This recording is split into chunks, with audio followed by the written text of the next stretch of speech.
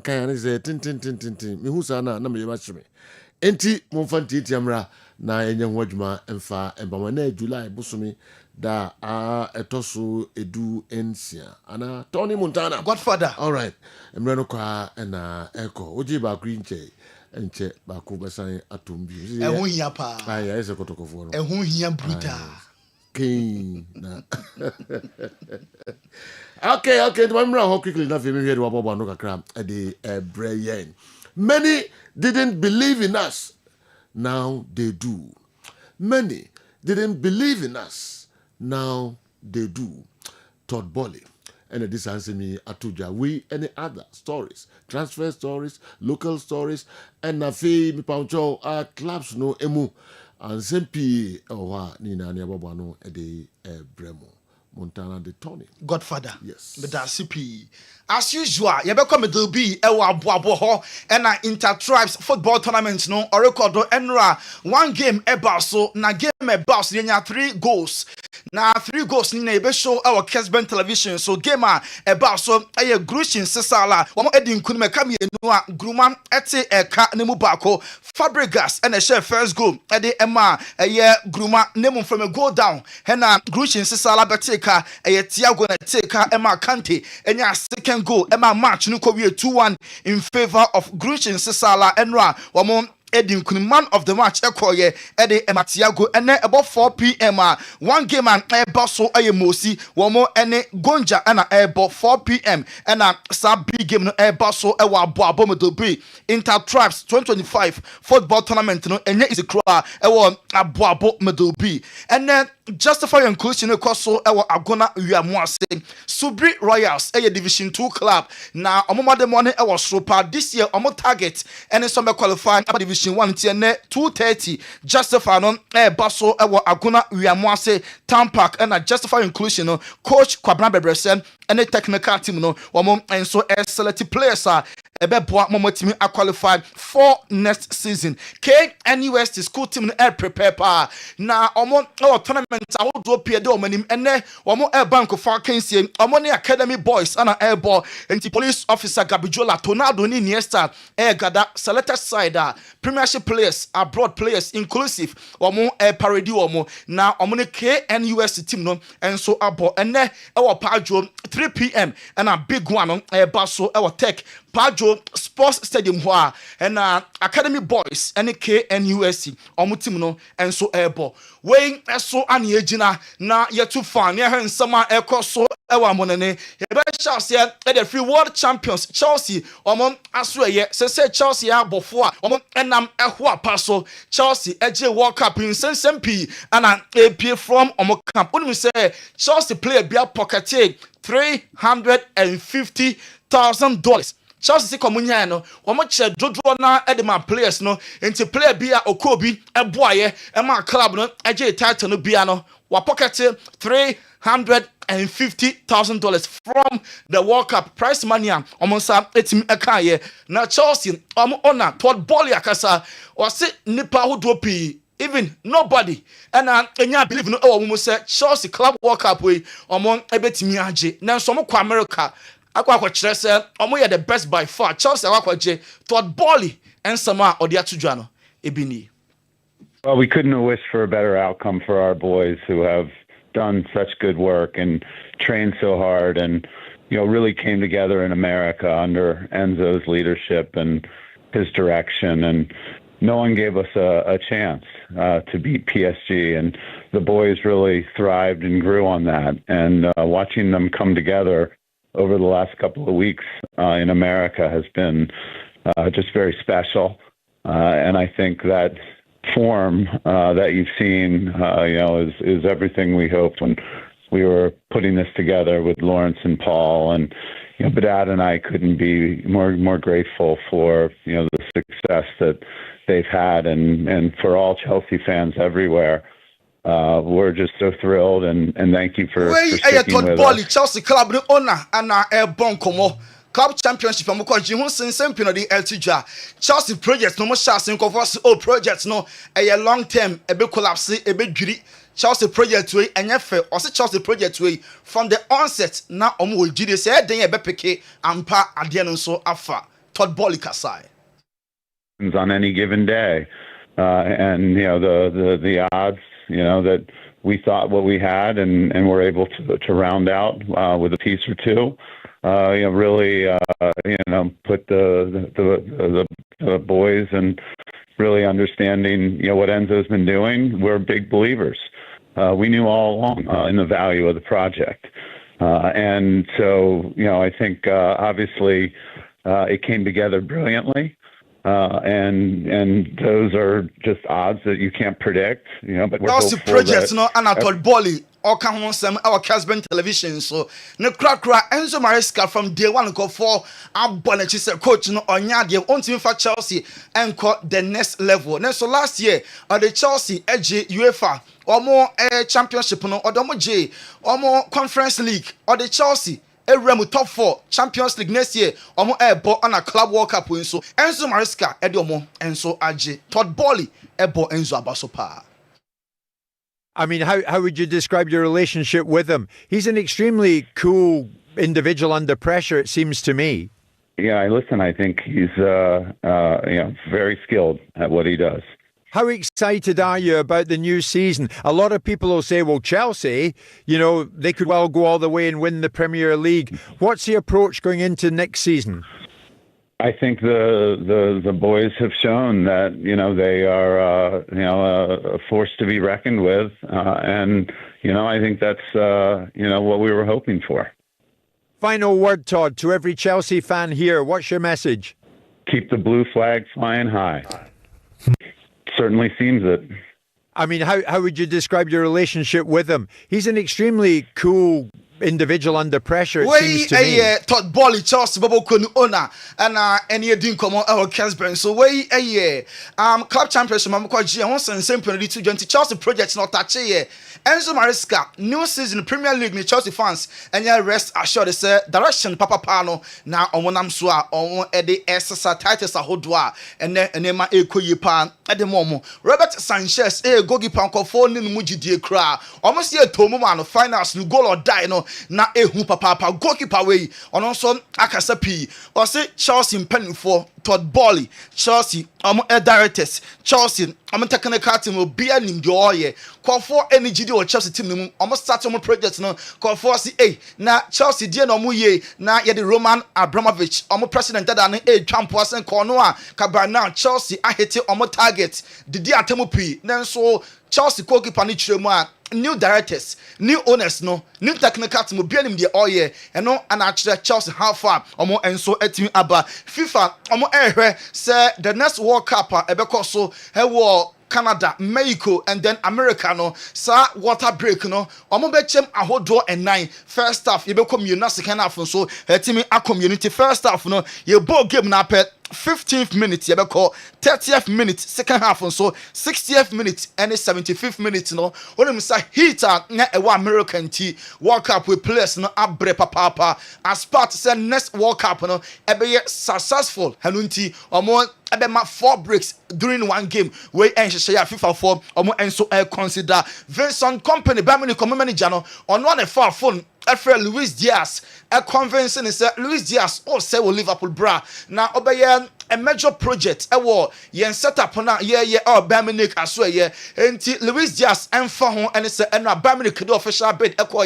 Liverpool Ebogu no play under there Wama the green light Wama coach Wama Bamini coach ne word we confirming the commitment. I'm a Birmingham say some Liverpool we there. On problem be so bad but until Luis Diaz personally on Vincent Company didn't come and show coach and say Birmingham the needful there. No, Baby Siakai at the Ama a Birmingham come on and so a club no Liverpool has started and Rodrigo Goes Real Madrid Brazilian no started and a boy no call for Edin come on Rodrigo Jabi Alonso feeling is or your surplus 2 requirements Club World Cup or enjoy few minutes Liverpool and ya break pass on enya no beka club no ho dia ene anim ho no next year enko 4 pa omuntongu because attack na Liverpool e dey ba no ahon e dey ye papa Liverpool SRP and number 9 typical goal scorer Alexander Isak Liverpool for prepare 120 million pounds. Omo ko Newcastle. Sir Alexander Isak emebo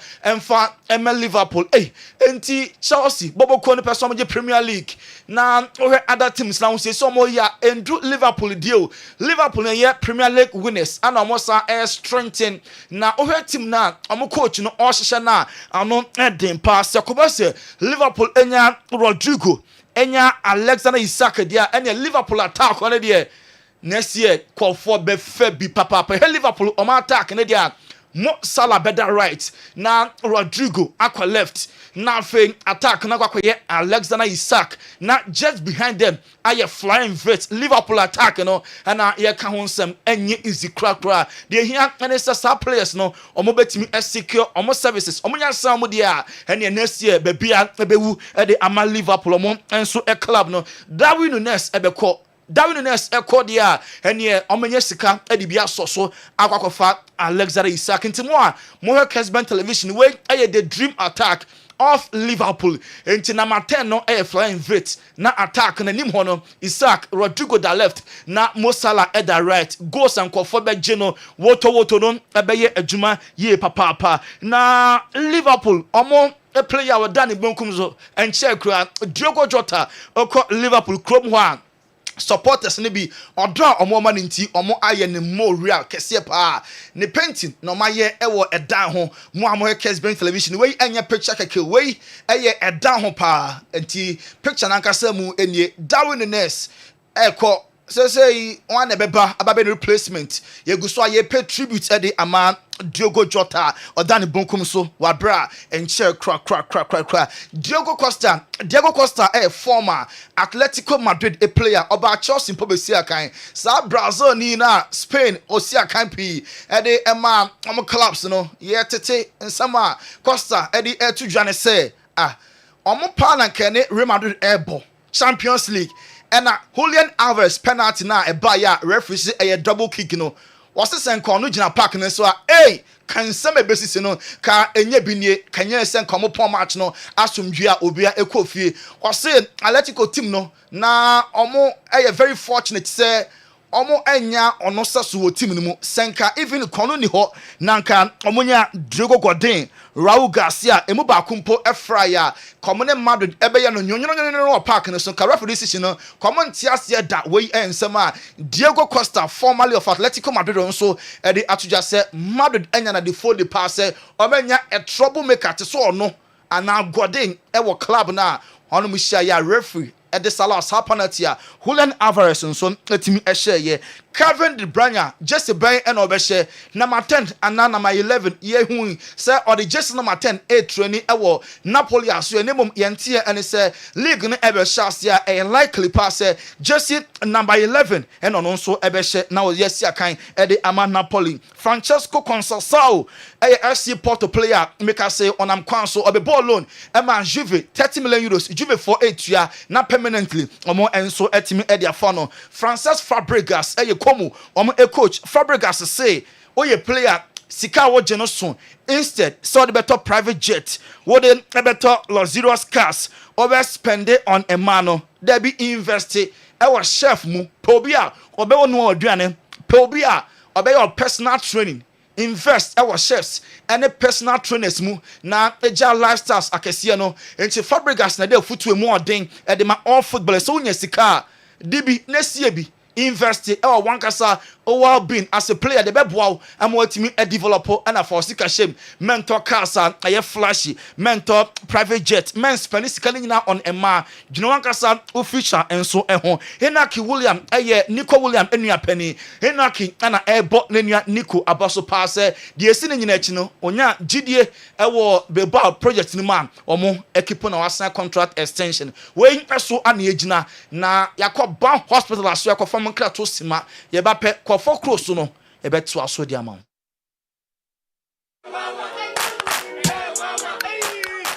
Krachi unemu ebua unkohwe Dr. Ban wo ye den wa ha unye no mpemu yade no wanko Dr. Ban adwin se be Laka onu pe de ni do wuda do mpem no wagodo mpem Hey, bye bye. This is good. What? So good afternoon, sir. This is my father. We come from Nigeria, and he has issue with the leg. The leg broke. We don't know. No, it broke. Ow! Me, I'm a specialist about bones. I will deliver you now. Then you go to Nigeria back.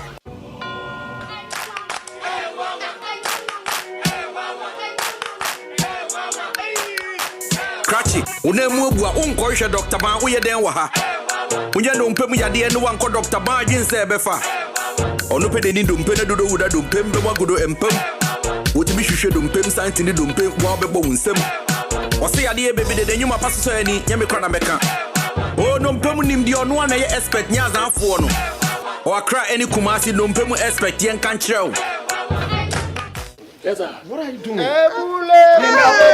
leg is broke. You're not specializing when it comes to bone issues.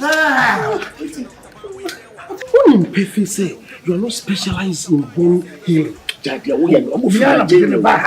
Hey, Spino, I didn't man cast someone called Dr. Bango. Then this guy's got one of me. Oh, but look, you know, say Dr. Ban is the best when it comes to bone issues. Well, Doctor, who? Please, you came to look for Dr. Ban, isn't it? This is not the right place. Well, he brought us here. Listen to me. I am taking you to Dr. Ban.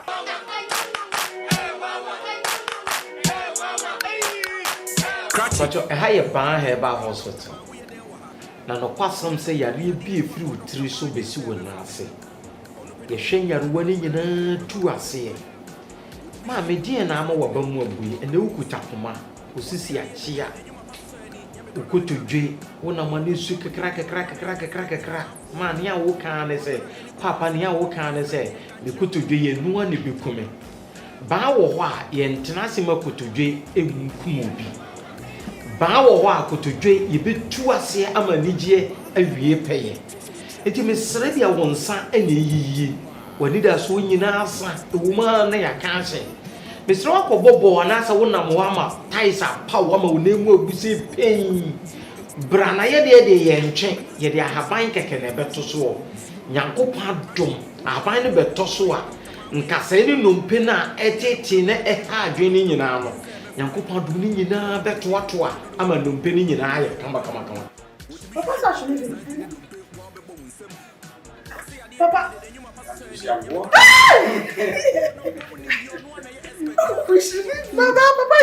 Let me hold you here. No, don't hold it. Papa is walking. Bar Herbal Hospital. Specialists in every kind of bone disease. Spinal cord, swelling of the arms, arthritis, bone injury, swelling of the leg with reddish color around it, and so on. Ediana eteti wo, ediana ama wo yura wo, ediana ama wo ni da so asa, ba wo ho a, ani da so wo ho. Ba ye wo Accra ye wo Spintex Road 18 Junction. Kumasi ye wo Atonsu Agogo Government Hospital na nimu a. Ye numbers yi na egu asi freye. Ade bi e kire wadwena na se ye ruwa bi eteti obi ano. Ye beboa ma nyaruwa ni nyina ase atu ama nkunimde awie peye. Ma me emfa ho ne ba bi a wo free ba papa. No kwasam se ene wiase afana nyina ni Nigeria ne Ghana ha ene ba bi obi a wona bi fra brochire bi fri hen e pa ba so yeye enti ba bi a wo no panifo se adedie kwan nwa ba bi a wo bia fo woni kire ba ya so yeye ha na wo ba ya so yeye ha sebio nya fe ne kwabrane ba betwe wo nan ne tenten bia maame papa ye de ahaban keke ena nyankopon adom ye de beto so na numpene nkasa ni ba bi a cheche bia na haban betene ni nyina kama ba achafo ba yarwena bejare Ban Herbal Clinic. Fifi ye chira kwan wo Kumasi. Atonso Agogo Hospital.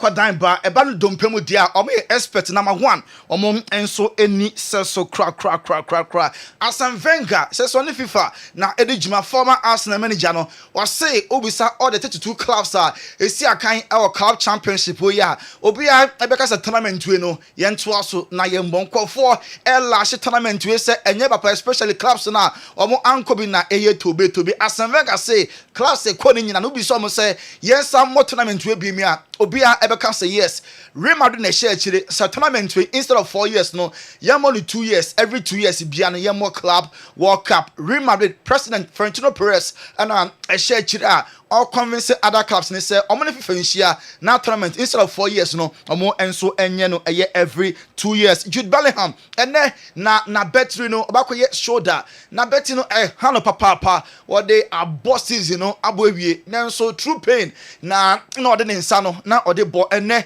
surgery no koso wie a ye hwenu say achekwa no by October ending there na why fit and available obebo ede ama Real Madrid omo enso club no Leeds United Club World Cup top scorer Gonzalo Garcia Real Madrid akwada na o shocky obi our tournament we no Leeds United show interest on musa omunya na omo enso pe Ronald Araujo until Enra na the release clause 60 million euros Enra club bia activity say back to 1 billion euros say open dia Barca defender no 1 billion euros obetua na what me activate release clause no na wonso what me afan Lothar Matthäus former Bayern Munich Germany omo ekempin kese pa de futuo ama no kromuni Marc-Andre ter Stegen or say ter Stegen person or the next World Cup dia on constant in future say Barca for aka say onye number 1 onye number 2 no de on sasa ne niema na onkope club a obetimi ada every week na watimi anya number 1 slot no akoda go had ama the D-man shaft of Germany we futua Lothar Matthäus nso the ama Barca omo goalkeeper no ene ceremony ne koso for Lamine Yamal just number 10 na Ansu Fati ejiato ho no ene ceremony no baso a omo eguso enti Lamine Yamal officially Barca number 10 years no ono enso ana efa Arsenal ene Victor Gyökeres eguso a omo settle omo differences no personal terms player dey only problem besin ne Arsenal and Lisbon fine margins akaditis ketwa bi na omo enso atimi awie Paul Merson oyen samtroni oso ohun faso bi a ewo so wadwene ho a di ntipa na Arsenal for enya kokuduro etua 50 million pounds ekofa Noni Madueke from Chelsea or say Noni ne best position player o yusu ni ye ewo ne favorite position ope right side of attack ehon so na Arsenal omo best player ewo on team to Bukayo Saka enti dien pa ne ma Arsenal for spend 52 million pounds a omokofa Noni Madueke also oye player born obo onya assist goals no on time share Arsenal from far so ben pa ana e was say maybe fa Noni Madueke Ethan Nwaneri any Arsenal for enya reach agreement and a contract no omo be extended the amount and Christian Mosquera Valencia defender no obe extend the contract the ama obe sign new contract the ama Arsenal womo enso a club no Godford Odaroma kwafo krosu nsem no we eso ne agina na ye de asi kwafo krosu ensem no aha na ye de ebesi tone montana be da se na fei yakodi nkomo kakra ye ba de aka nyina no ya de beto am so before be translate na fe ya stories no enso emu kakra e de amamo Kessben television pamjo sports programming your live our DSTV channel 364 Go TV channel 121 emraso me kwot maka ko din komo kakra be ba e beto so de amamo GCB your bank for life GCB your bank for life MTN everywhere you go MTN everywhere you go DSTV your home of entertainment DSTV your home of entertainment Toyota Company Limited Ghana Drive Toyota Starlet Hisense everyday prices for everyday people Pepsodent Charcoal Pepsodent Herbal Jabi Rural Bank the best rural bank 2023 Chamber of Commerce and that is Abbas Bodi Emma Jabin Rural Bank Balm of Gilead Omo ewa ha no mbedi nkomo ye ene anopai omo eka ho na edi dwumadie enso bremo Balm of Gilead Clinic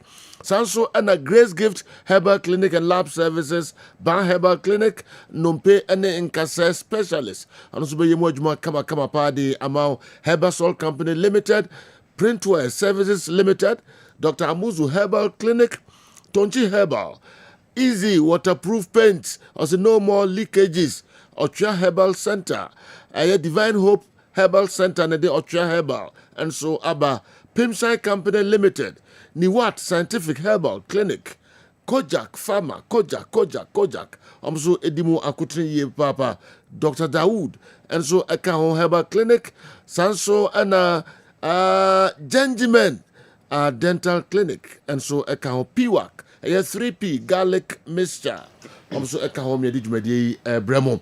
Kaho na fa ho ebedom abusua kese na mre nyina no obeda yasiye papa midfield no mienu ni bepedie mu Dr. Edmond Arthur and a Dr. Jojo yes mecha yes omo ewa ha omo de Balm of Gilead komo hwam enso breye but from makwaba sejo some who you dear, the Yanko Passipa. I do the zero bread was the room. I would say so, yes, of one, Reverend. All right. Yen Twasway. Okay, then I did Brian pay. Yo, Sir John Patchomenasi. And I paid the Yabani the near in Simha. In some way, Mujampa na Abba. Na the kind of epese a fasa queen so na Yadawasi.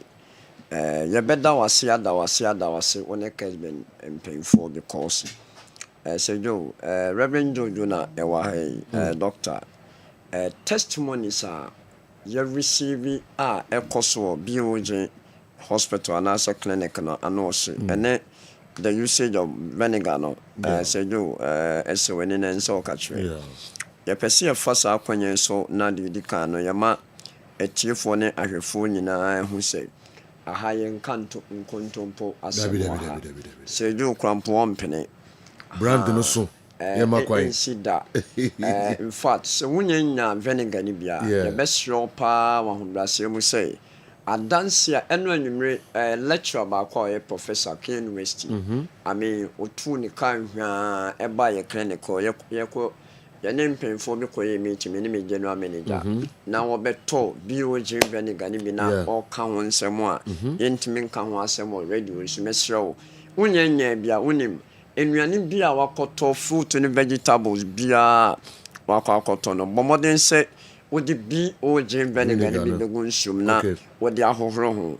Unria, unsia, onum, say 500 miles no be no 10 a day cramp na wo de ese won show bia fa bi gum na no na no mo adru wona oda water do se dru so ana woda wo hebe dru so a wo de nom ha ne mom no opese ye hwew e wo conditioner or battle with rate ne dia no aba ye clinic or na nyame afa ye so e de aboa ne mom no nso bia wonum bia de ye be sure pa se me woni se wo de bioje no ne ti black ne pe and now 1 tablespoon ebegu bottle ketwa ni na sachet ba ko na wanum na enam ne salad ne vegetables fruit ne na wakototo no so fa bi hohoro ho ba asida house ho a ebi wa ha Kessben ha no se komasi ebi wa oko asida towers amamo Accra no in fact ebi o Ghana ha be bia nso a o bia me pacho o de free lines no ofra baby o bia o Ghana bia from north to south east and west no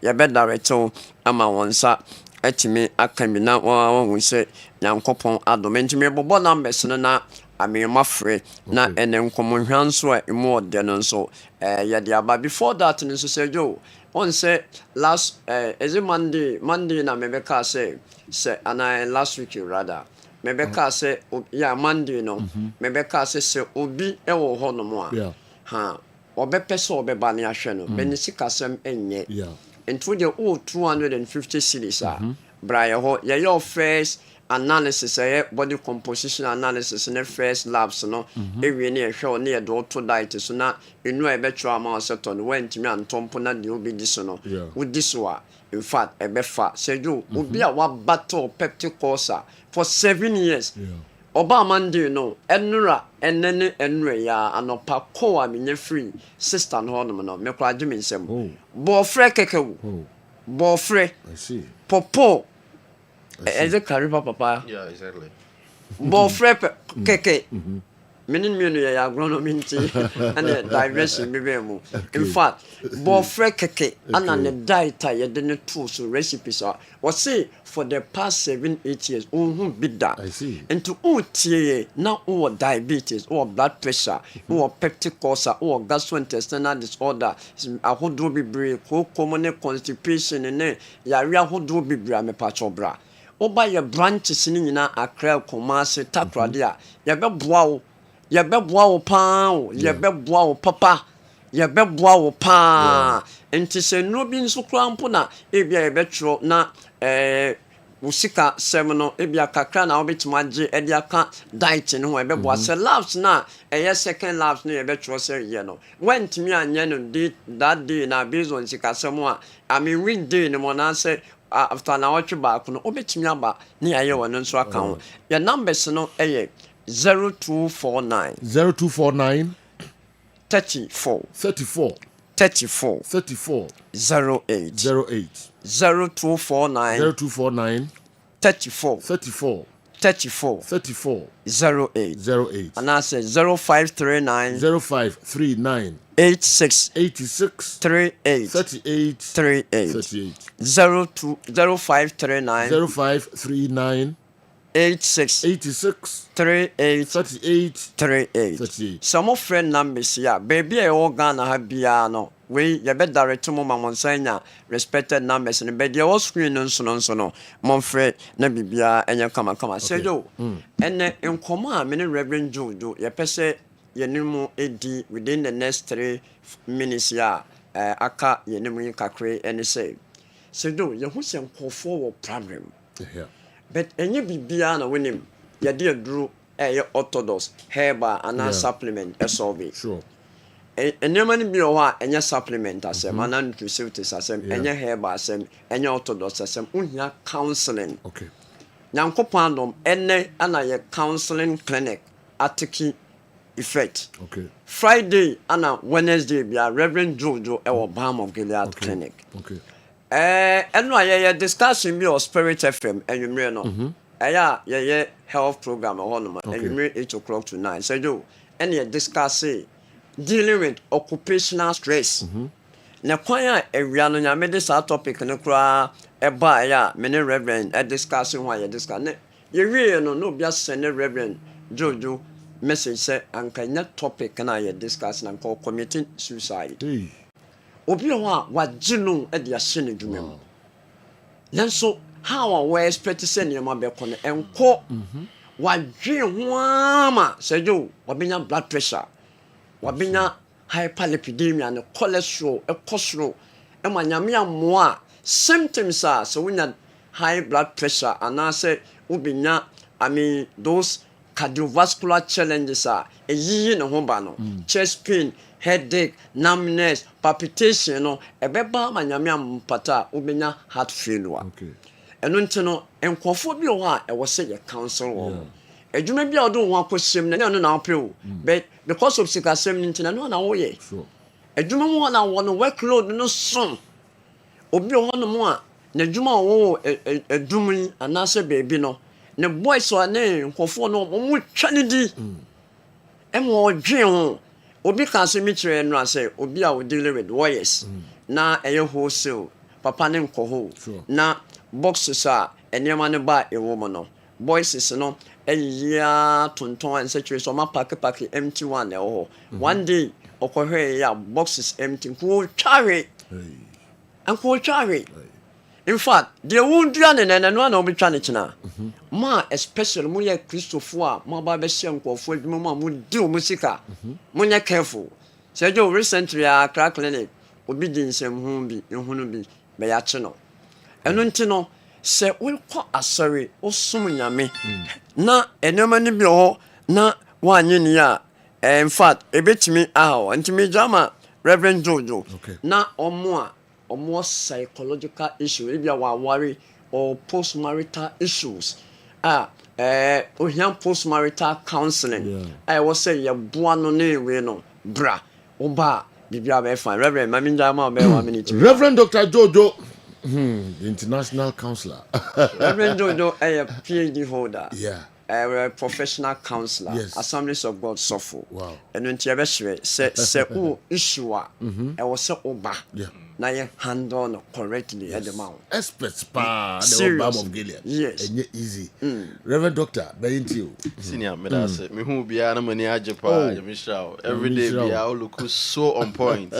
God bless you so much. Let me say, you see, statistics say 80% of people at workplaces are stressed. In fact, survey and I'm here research on as a government workers dear and a personal individual workers and so because one I don't know what kind of insecurity but him says we need honoma a jumano ebesei obi enya odo atoka ma obi so fanya trotro nso the stress level no sa kosro.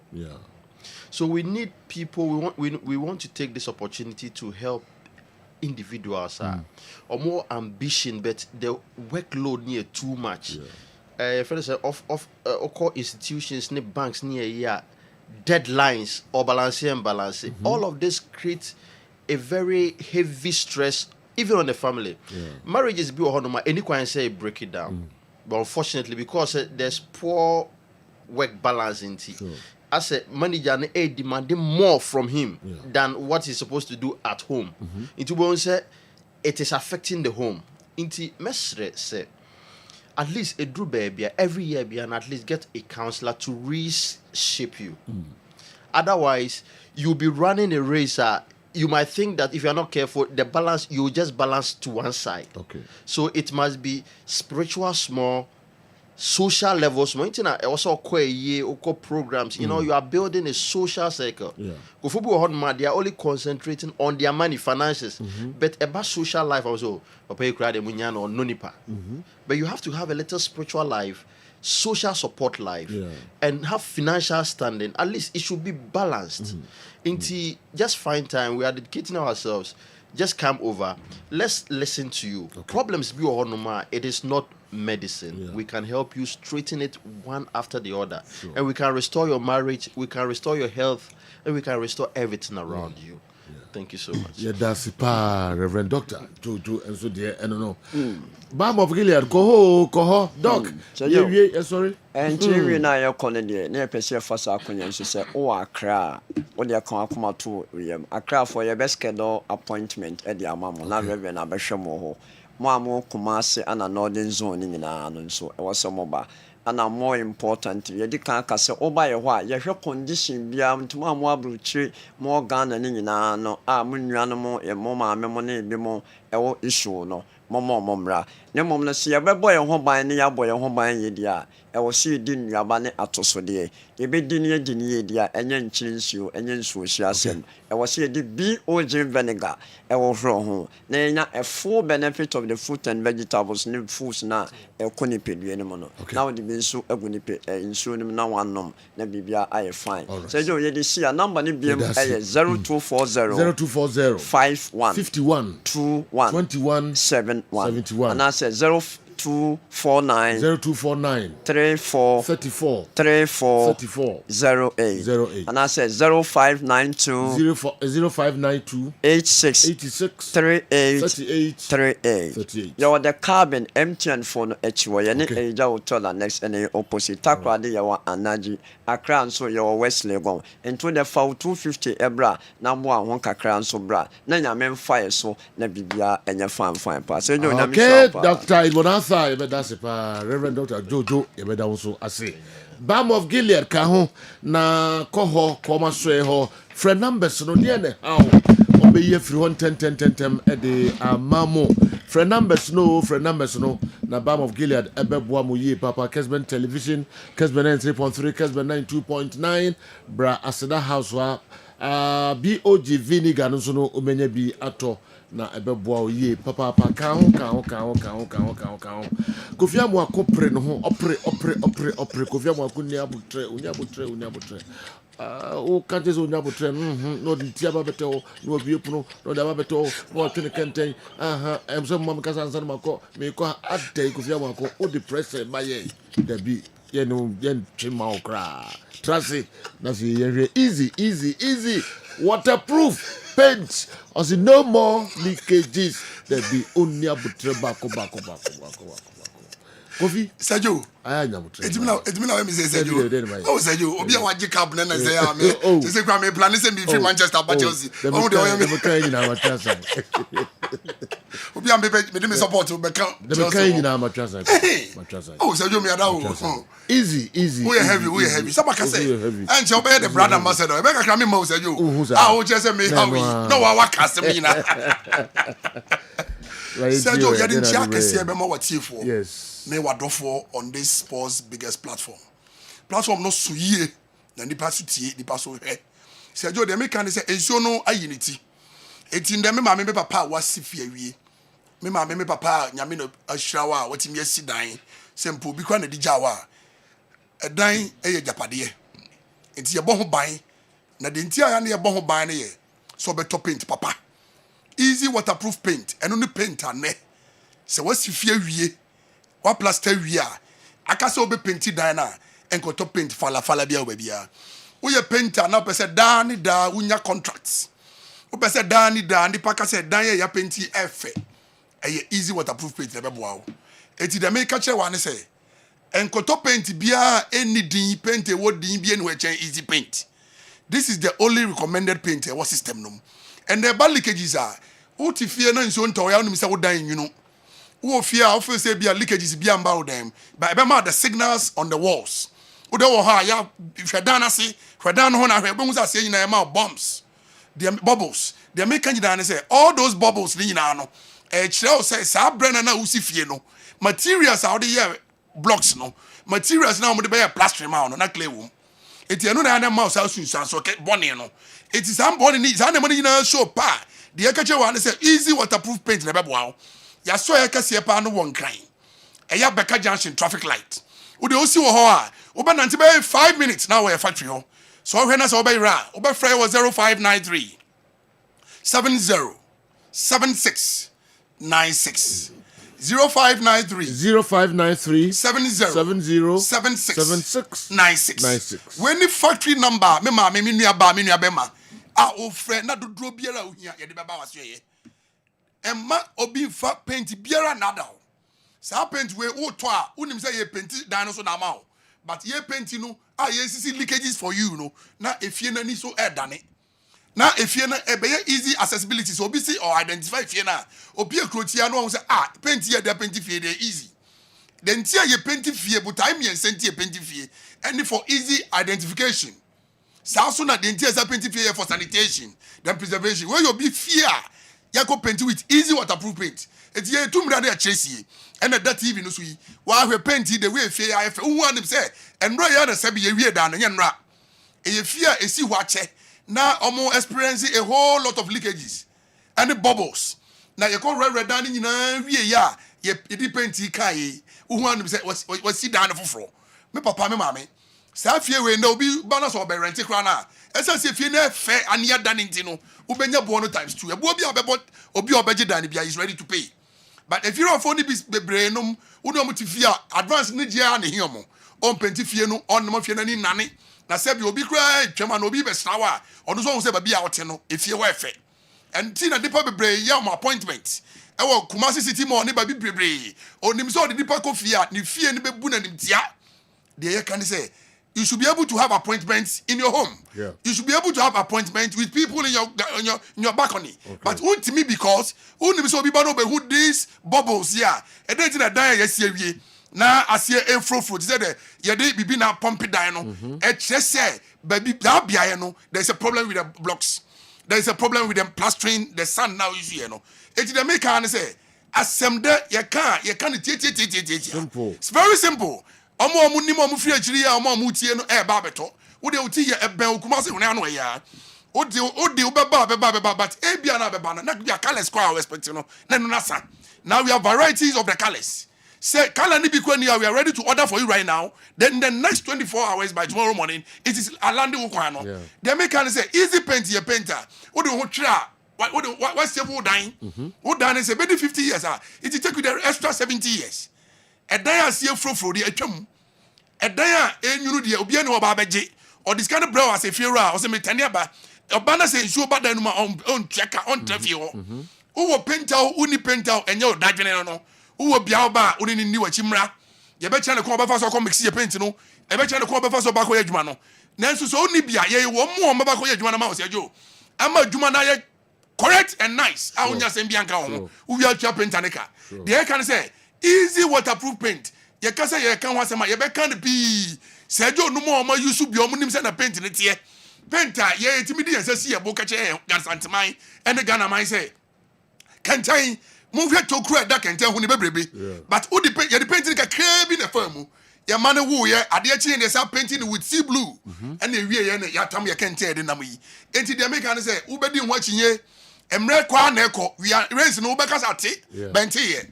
Media the American say prevention is better than cure. Don't even sit down, can't tell one say, midnight, you know. And then saying you know, but choco painting fear. And Fanko Penti Babiki to be and you say, there's no problem. But top painting, do be up a bonus to send a tiana from the from March before Salana started. The boss has sank a young Tunga Grams in every boss. Sika hoarding. A former ding. 80 years ago, I mentioned brave one even till the end of the year. I can get bad. To me, because he was here, I can say. And your painter essay, and your painter AKK, and your painter disappoint you. Sergio Bibanma Bisa Wadaroma. Obi the complaints Babana. No way, Mati. Eti the can say easy waterproof paint. Ya kasa hube botumi 9 numi. Obiafa complain mi amai. Eso debi atwa na mafo eto. Omo mu achiri na eto. Kumasi fo no menyante omonka. Mo titi hwa na enzo no ese wa japade. Edan si enya ade eda fom. Enye obia na betimi asi baako no asasi mienu. Enen sasi om de ma ye bebre no e wonsuom. Eni nsuom. But I don't know be we no say asase ne clay wom. Eti no matter the foundation obetu. Say one sika na say one twan ya papa one koto blocks papa at the end of the day no ubenya all these bubbles and all these leakages the make catch one say asem papa ne ye catch no and say sika e ma painter bia nada o de na painter bi be catch say easy paint nya o de jai o de be to ba ku mienu fa ko adwuma no na wa ba be dia dance because omo wa chiri no ba na omo ba office no omo frɛ e na omo je omo de ye de kɔ wo de o ye o twen wan because our problem way say I see any KMA for a for them, sanitation for the environmental for now. You be all these problems. But your bar yenka your bar near address your 518 near Namadum Ghana, all because your Felicia Bibia is okay. Easy waterproof paint. Udo Hochina, Ube Tobia, what the papa. Colors need their only problem. Colors are here their only problem. The Ohians over free, oh, you're in one for a card. So call hospital. There's no way any doctor will find out, say, and now who knows how you're. Easy waterproof paint. Yabama Santamai, Yabama Viasi, Yabama Ghana Mai. A treaty Babia. You just call us on 0593 70 76 96. 0593 70 76 96. Udo who is all Navrongo, who is all Tumu, who is all Paga, who say Awa. O fra, ya be bisa babia o fra free. Na ya momo number. Paint color bi o hia na ya de gubasim. Na fe ya de atwa na vrongo. Ya de atwa paga ho. Ehu hia so be descend about the southern sector. And aboya, mom one crowd be mo. Quickly rush to the factory. Now money are very hot. Probability say o fra be very busy no high. Because we are seeing here easy paint. First near model road be pie ya ka paint ahodo nyina hye dem. They are not able to talk, they are not able to see say you want to mean compete with us because e ba say easy there. A basse waterproof there. Easy waterproof paint. Sergio, me can't tell na me dey see manim ha wadaroma. Na me ya demonstration kitu abi. And one thing I make sure no. Sergio won say. So be bedru ho. So ba ko granim. Correct sir. Me di kakra bi na egum na what catch what here for no adofo say. Easy waterproof paint is the only recommended paint. Me papa me mami out fie. Emma painter bi anada. Emma oba bi anada. What you can o TV suni radio see to Mika. Sergio me dey see oba 5 minutes bi. Yeah. But you make me a dandan kakra say na okaro. Oh dandan say obi ehwe o. Eti asema ya kan nyina ni o. Easy waterproof paint. Ejiko obi abehu. Na say jo but you say nyiko. Dabi. Thank you. Eti dia kan yo mama, me papa, me mama awo fie. Wasi fie na wie. What trial ross. Why you dey say oye nyina wie? Dabi ameka adware de ye nyina be dware. So bi kwa dware a wa mbadwumai unim. But ade e se no hia na say Rally said Joe Brandy and easy. One I tell me baby one the permanent name because we be pay. All because the brand is good. The tailor is very or a brutal. Design almost said Joe Nunyan color design. San if here simple. Who see who fear we are, the Bama fear no be Pierre Clotia. Or see fear si boy sweet if you have fair. Painting a near fair. Yeah, painting also said Joe there then say. Then they can say it's your bona and no dino. But rather no a sleepy a part because ye won never be bread go be say binder e won pa ye ka binder e no na ti ma paint na de paint kense no e sin to kroni nyina san ke bi ni ma akamede abayi kada ne da be wa ka be liki then the pigment ni e na ma the actual color say red e be ma the actual red color say blue e be ma the actual blue color easy waterproof paint. We are knocking on all various tenants, all various homes, landlords, artisans, professionals. Don't go in for any other paint. Contractor there, the bia person who juma, the bia person buy more contractor, easy paint. Painter, air true painter, oba church or down one, who font to my work now the papa, it gets over. It be beer free so.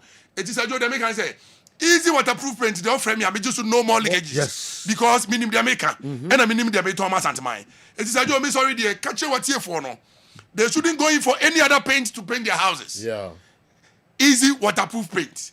And only the only prescribed paint in the system. Yeah. It's almost like akoda di. You pay I'm afraid Ghanaian. Sure. Because we are the best and we always be the best. Yeah. So don't be sorry. Number no and cry number no. 0593 70 76 96. Easy waterproof paint. Sergio, no more leakages. Okay. Emmanuel Amuakon, Kofi Amuakon, Emmanuel Kofi Amuakon, ni nyina no di pakro no a ofre na obet Kofi bedasi. Sergio mama na say script for family. Oh yes, bibia won ho. Easy waterproof and patcho. Oh yeah, na problem bia ba. Ma yaso enti nya de obenya problem bia kra. Papa eno na sese obia yusu. Leakages ahodo ni nyina no na dru tetahwe any easy waterproof paints. So and our diner wall to no efrofro no ni paint back on any easy waterproof paint. Faso wall no ho na hwa de fa paint kakra na hwe na unya problem bia da. Okay. Ya to so na fei ya hwe foreign stories no emu kakra. Monfa messages no emra we every coffee broadcast na kra. It's your friend lawyer Kwame Buafo. Following what Liverpool is doing on current transfer market, they are even prepared to pay £120 million for Isak after spending over 100 million on Wits. Will he now stop accusing Guardiola of using money or buying his success as a manager? Kofi Enediwe Abba. Newcastle wants 170 million for Isak, and it's not deterring Liverpool. Strange world. Kofi Nediwe also Abreye Liverpool. Omo eye prepared to break bank no na omo akwakofa eye Alexander Isak. Wow. Na Kofi de ba say oh sorry na mo accuse Guardiola. So the sika and Tony success. What am I accusing? Or lawyer Kwambuafu. Or the man lawyer Kwambuafu. And they are there. Yeah, I said lawyer. Sorry, not or the or accuse Guardiola. Say or the sika and Eto success. Na monche. Binia brand here of Oyebruni. Sika mo prepared to spend on it. Every coach in the world, if you want to be successful, if you want to be compared among the very best, if you want to be paired among the greats, if you want to be paired among the creme de la creme, you need to spend. Yeah. And that's how you're successful. That managers who we are see almost achieve why rank almost at the very top, no, almost spend it, and almost dear through her. team say we are say a ball ma ba so say omo ye team papa no omo di sika de duru ho. Yeah. Every team in the world. Say ye mpese ye bekasa bebrebe ama ye kasa wa. Ye hu Chelsea without Abramovich. And ye hu Chelsea with Abramovich. And ye hu Chelsea with Todd Bowley. Na ye nhwe the team no. Chelsea is the most successful club in England in the 21st century. It is not because of magic. It is because of money. It is ska. And how much Chelsea ne a free 2000 e de babisi ne. Say ye ka team e wo England they are successful e Chelsea. Enye bibia ntia iska. Yeah. Manchester City was a middle table club, to some extent a bottom table club. They decided to spend. And I'm called Real Madrid, Ekofa Robinho, Omukofa Joe, and Omukofa Ilano, and Omukofa Ireland, Omukofa Ayaturi, Omukofa De Silva, Omukofa Carlos Tevez. And in Manchester City in the last 25 years, they have 8 league titles. Omaji league title Cheobia. Cheobia in England. It is not because of magic. It is because of money. Newcastle United in the early days, now I'm competing. When teams started pumping money into clubs, Newcastle United was nowhere to be found. But Omodi Zikabe Ruemono said, yo, Omobo Champions League. And then almost qualify for Champions League. Yeah. They are able to keep international players and first class team better to have them. We're talking about Isaac. We're talking about Sandro Tonali. We're talking about Bruno Guimaras. Said you, in Yesika, Bruno G will not stay at Newcastle United. And Kasawaji captain band aboso. Inti Yesika. And I said you team they are successful. Real Madrid, Barcelona. You hear Barcelona come. And how they even struggle to match the likes of Eintracht Frankfurt at the Stadium Nou Camp. AC Milan, after Nereo Reco, Juventus be taking over the Italian football. Adriano Galliani, Sergio Berlusconi be taking over from 86 Ibano. They won the Champions League back to back with Arrigo Sacchi. Almost Barcelona 4-0 at the Athens Olympic Stadium in 1994 in the UEFA Champions League final. Almost Juve Old Trafford. Almost Liverpool Athens Olympics. Sikade confirm what is the situation of AC Milan. Yeah. Dr. Massimo Moratti, Jose Mourinho say Obaya and Obisa and say Champions League in 45 years ni. Omuntimi nibi. E kwai ben obefa so a obetimi age Champions League onka player ope. Jose so ope Schneider, ope Christian Kivu. And all this Ikakofa players they won the Champions League. PSG Fue na ye come say me said you. And now I was talking about PSG. It was formed in 1970. Said you know Munetimbia. You cannot compare PSG to Marseille. You cannot compare PSG to Monaco. You cannot compare PSG to Olympique Lyonnais. And they are the masters of the French Ligue 1. And since 1993, a French team, EJ Champions League, no, PSG. Altimia Babeji, not because of anything. It is because of money. The highest coaches are on my ball, and I see a ball within at the global scope. We the international coaches from coaching national team free Ferguson, Carlo Ancelotti, Pep Guardiola Isla, Jose dos Santos Mourinho, Mario Felix, Jürgen Klopp, name them. Said you Obia Iska. Obia Iska. All right. Inti now omo complaining say Obi this kind of ton ya na yaw. But the fact of the matter is that said you o person who compete without money you won't survive. Success never be twemba akope. Now they are teaching rare. But if you want to remain competitive, if you want to stay competitive, if you want to be paired among the very best, you need to spend. Who spend here? Be able to change my results. Let me about. I'm complaining about Pep spending. No, the reality is that's a deal. And the Liverpool they charge over 200 million pounds. Yeah. And over transfer side, now they are willing to break the bank for Alexander Isak. Almost person Piniza Vicopimu Spain about who. And me the Liverpool line up now said you likely so the bonus season about 2 teams now be say the team is scary. The team is scary for and that's no other appropriate time we analyze the setup. And he said, "Oh, iska any bibia football iska." Ali, Sundowns, all those clubs have taken over Kotoko and House of Folk not because of anything.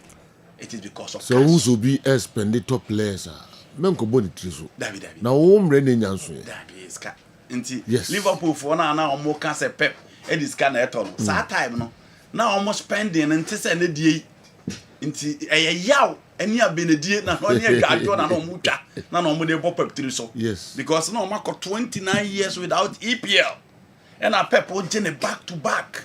But said you and almost a chance on buy. Look at the amount of money they are spending in the market. Ah well. So many didn't believe in us.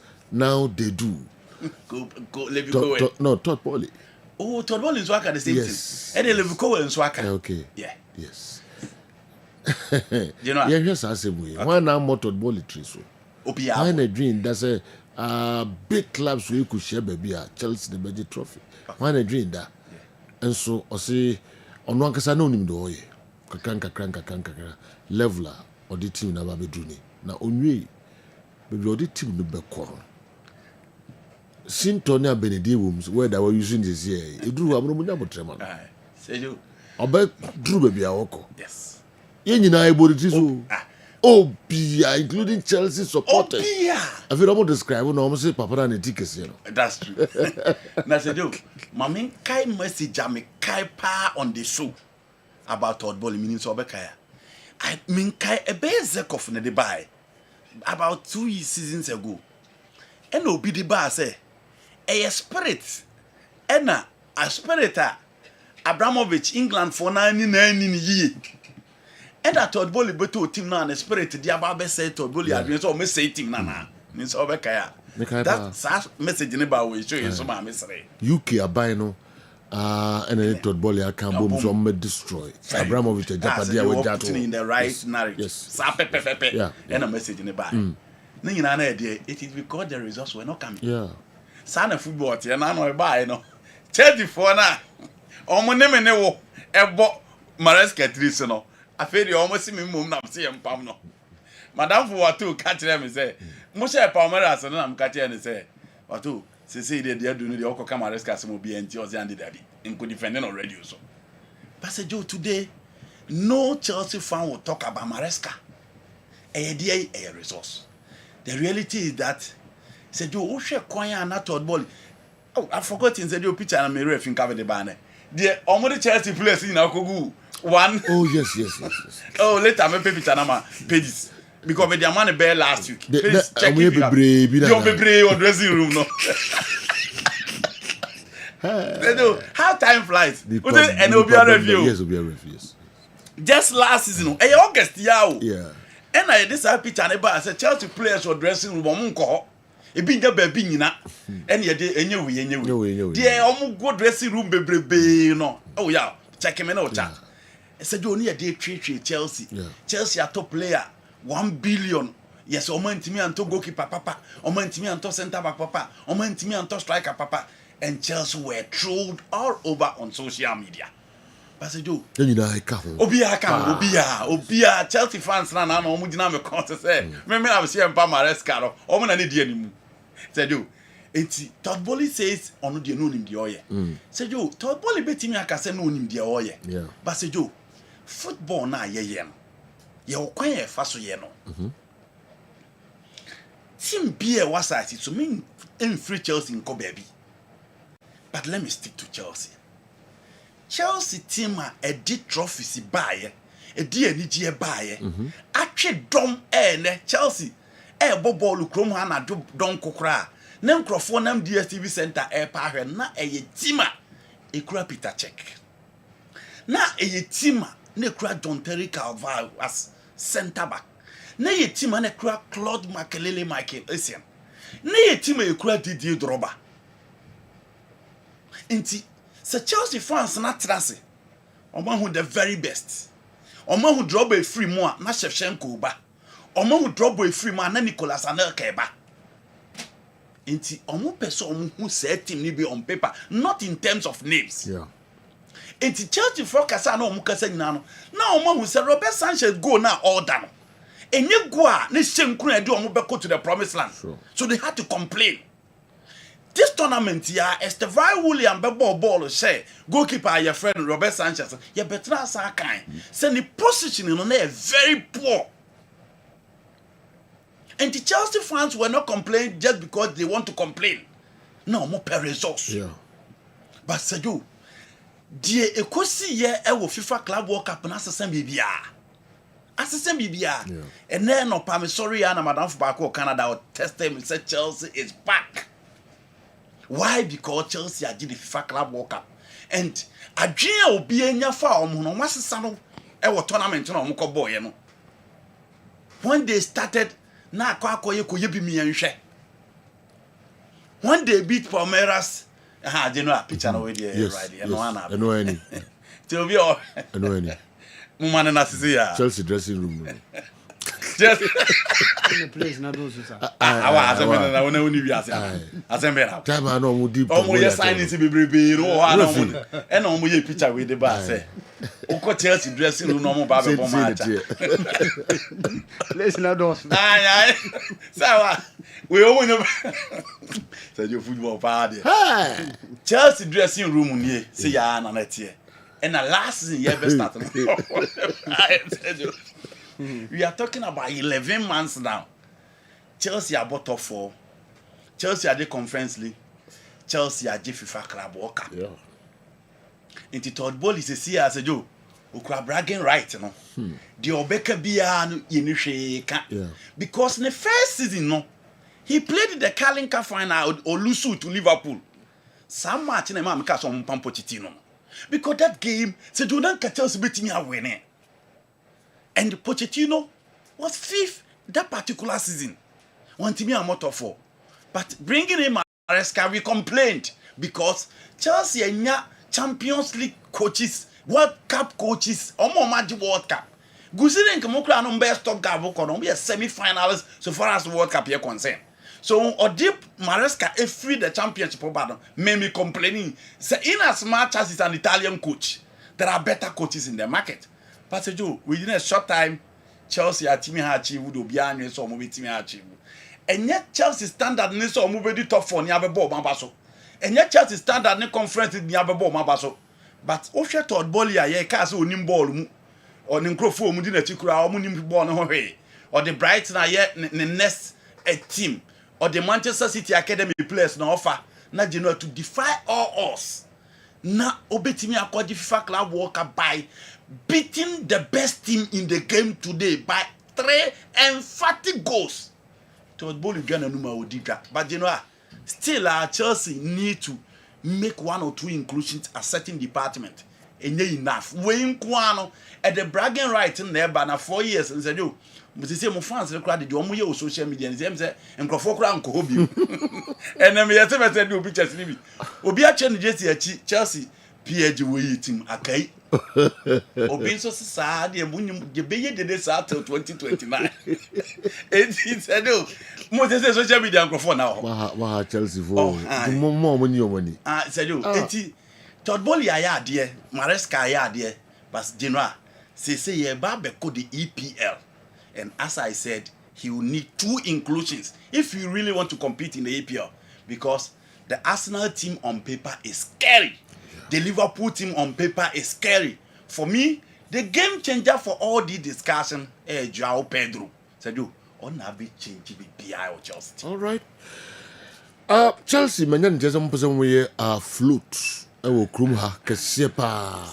Na enra mo de letter no me direct so mo fanko ho and so keep you Chelsea fan no when him say no pay na me kai say letter be Chelsea fan pass no mo de abade say almost say oba na so we say do na letter na me de letter no say Chelsea fans ba be ye float yes na me say mo be float say what's him David said mo be de mo be float say do na obi am better mo be no you could G police permit krumha this is what to do stuff you float this is you libre about this is what to do stuff you could police permit I no be me pe no on me host program libre about you float and I'm tell you na go for Date I go for letter na menhwe. Say Friday. Saturday anopa. Saturday we are. But we go for letter. Okay. Saturday anopa. Yeah, baby on be chance na ade nyina no. Nti na say ope baby abeji wani kakra dwo ho a we Chelsea fan na abeka ho na. Ngo for mamu we ne trophy bi o. Trophy be le chewi. Yes. That's it. Andy is talking about money, but it's not always about money. Manchester United spent so much over the years, but still retrogressing. Chelsea shouldn't be complacent and think they are really back. They won the UEFA Champions League in 2021, and after 2 years, we saw Chelsea place 12th. The brand not there, but no. I say it is not always about money. Yes. You know, say a very percentage. Manchester United, they play in the Europa Cup final. In as much as Oman performing in the EPL, they play in the Europa Cup final. It's the end of the Domuduro. Say you, team, is a bit in Gamba, and I'm in some kind. Manchester United, your club, or Cobo Europa Cup final. I don't know about between the hour one. There be, it's them case.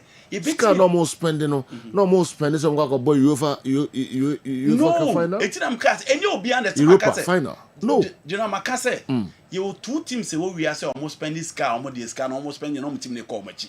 A house of folk, and Man United. But you know, the success story of Man United depend on what? Cash. Omoto you have stamped £10 million then.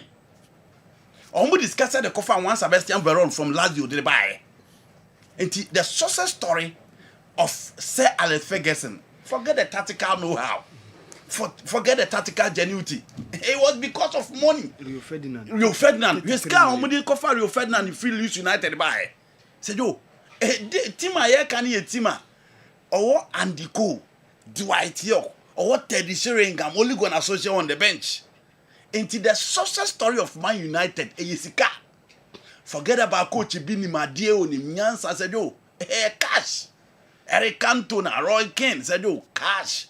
Just stamp timer. Or who say the difference, you know, coffee, you have stamp by. Or who say you have stamp Oyemren or coffee, Rio Ferdinand buy. And said, yo, Rio Ferdinand was around £30 million then. We are talking about less than 25 years ago. Cash. Said, yo, hey, cash. Until let's not deceive ourselves. You bet me one or two teams here on Beneska, be a success. But so, time Malaga best spend this kind of Manuel Pellegrini or Malahano. They played in the quarterfinals of the Champions League. After Omuja spending, where is Malaha now? Hey, money and nothing else. It is a football there. So, person success story, no. Ultimate twice sa iska. Ubenya ba ko na mienu bia. Enko yi na ejigu. But Man United story no, iska and I'm almost story na ye de. Obi aka Man United asen. Okay. Yentwa, if you don't know what someone is doing inside his room, never be quick to criticize him. But just wait and watch his results. A lesson for everyone. Silas Osei Esibe and a day we abre and anope. Obi a correction, be point of correction. My inti na yentwaso Anslot succeeded with assigning a significant player and got rewarded with money this season. That's why I don't agree with Andy. But successful managers using money. Pep, on the other hand, only goes to teams already winning league titles and buys heavily to even begin the season. Oh, now Anslot has more kind of make Liverpool, I'm discussing at Alisson. Alisson was the most expensive goalkeeper. Anslot by one top player. It is not about a coach buying player, but it is about money. Virgil van Dijk was one of the most expensive centre backs in the game. True or false? It is it's still bad down to. But is it true that Anslot succeeded with signing a significant player? Oh, say team now be fire any day. And got rewarded with money this season. Yes, what he's saying is true. Yes, team now be fire any day. Did what can I do? No, general, or say or dispute to me the other make us say is car and you didn't success. And I make us say success story of Liverpool players now and Slot the body and you're not the toy. But is it not the fact that Alisson was one of the most expensive goalkeepers in the world? And yet fact is that Van Dijk was one of the most expensive centre backs in the game. Okay. It's not the toy, but some players now all use no. Omo di sika kese na kotoye. Okay.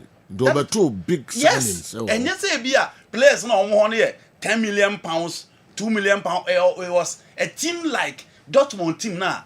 Coach a friend jogging club the ball Champions League final Wembley no. Yeah. And they so fast Mikel Schmeiser now offer Miguel Sobotic, Matt Hummels, Van Vender, Iko Gundogan, Marco Reus. Those guys, Mario Goiza, Robert Lewandowski. Those guys were guys Klopp na the peja or Mwadu Mubedu that very top.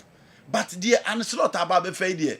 And you don't know the toy yet, but you see the toy. Anybody can go and check. Alison Becker, Vijay Van Dijk. Said you almost see the quarter all those players. In the end, you say almost success, no better, no is carefree. Okay. In the other two, so na fi ya hear transfer stories kakra na fi the opposite udi ho enkomo na ele dia ka no ebre amanfo. Yeah, it's true that we've forgotten about the flaws of everyone in the Chelsea family. But as for me, I will never forget that of my good friend Walter Jackson. But there's no way you can do football without money. And when the results start coming, you forget about everything. Inspector Wilberforce, Asante, Bra Kwame, as we we abreye. Yes. We say we are referee. Yeah. Because Jao Pedro Abema better performance in just 3 games. Abraham training ground or class you only training ground. On the holidays view.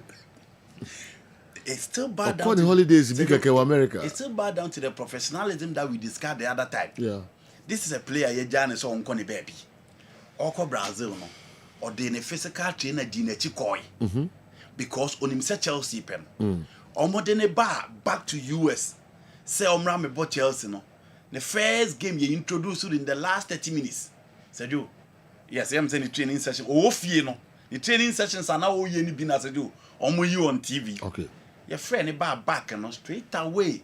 He been the game changer for the Chelsea team in the FIFA Club World Cup. So if you really want to play football to the highest level, you need to sacrifice. Do you know? Yeah.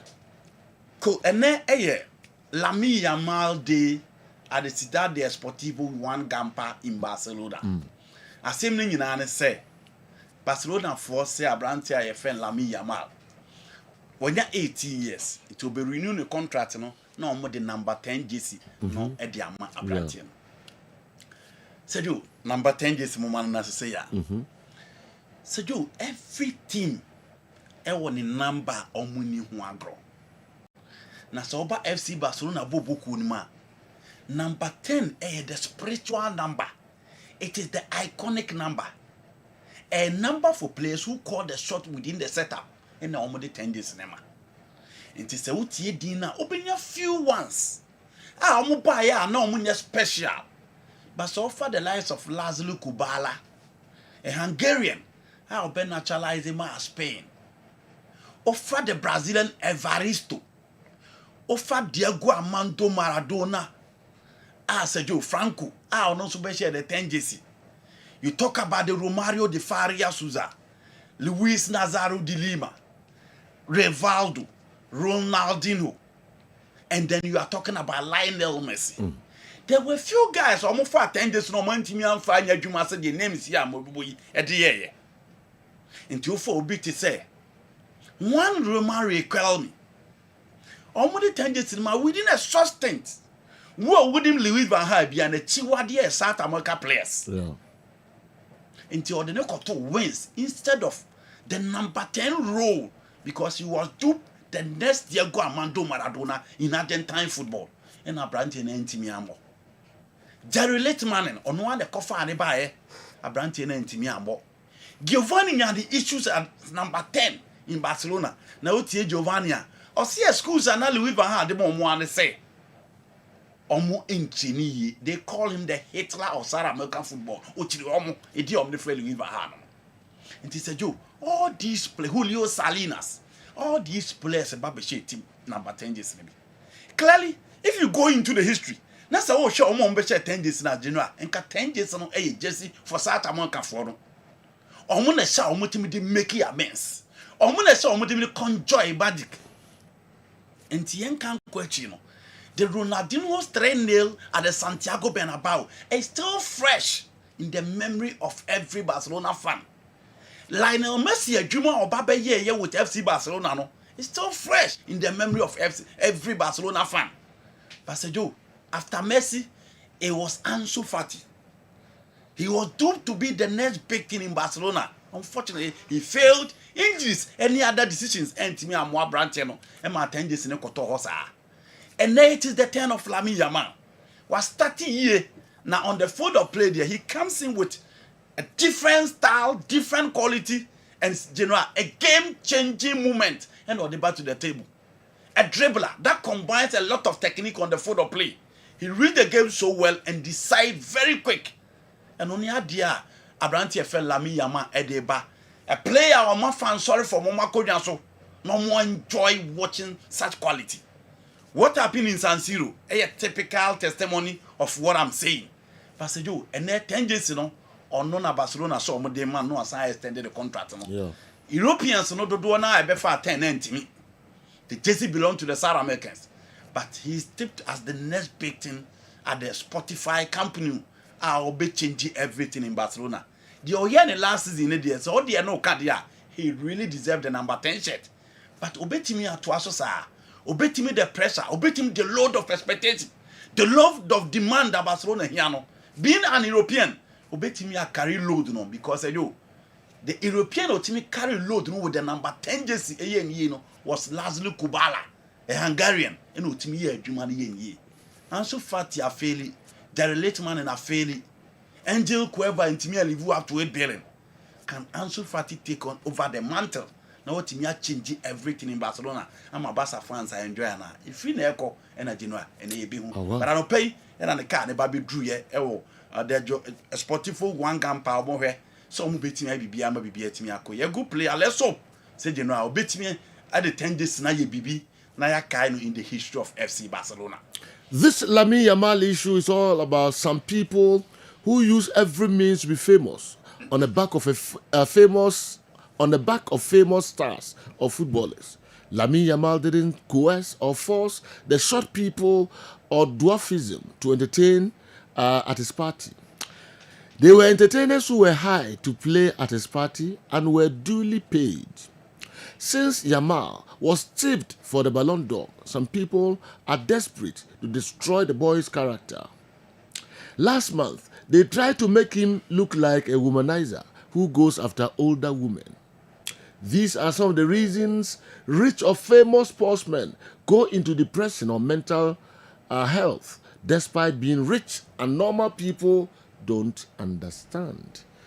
Maybe Kofi didn't need the Kofi, okay, wona eso Kasantino.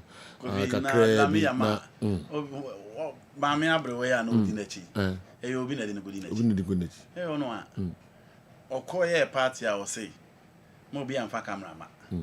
The moment I because obi amfa camera ma. No nim de okoye. Na onim de okoye. Opa baba wa ni mpoku ya isi. Ope we mo mbe entertain you at 18-year-old. 21 I will call it for some pressure. And you be a. No be a.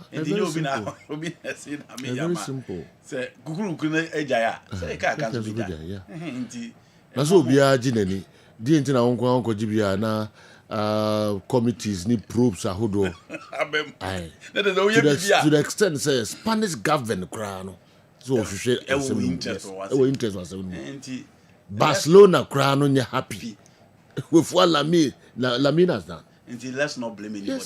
Ono one ni kra ne career no for him Mendes na also managing and money. He's too young for these things. Nti na me busa say the load of Barcelona no obetimi there only baby as deny. That is it. You shouldn't blame anybody. Say ono na Lamine Yamal or person or man in bad name no. On one they call it for those bad names. Yes. Association men can say omo person omo riding on Lamine's shoulder said they popular and I said that be omo on baby. So one go from mama is omo me tete no. Omo mo fa we. Exactly. Let's not blame anybody. On one also any career path ni as a youngster.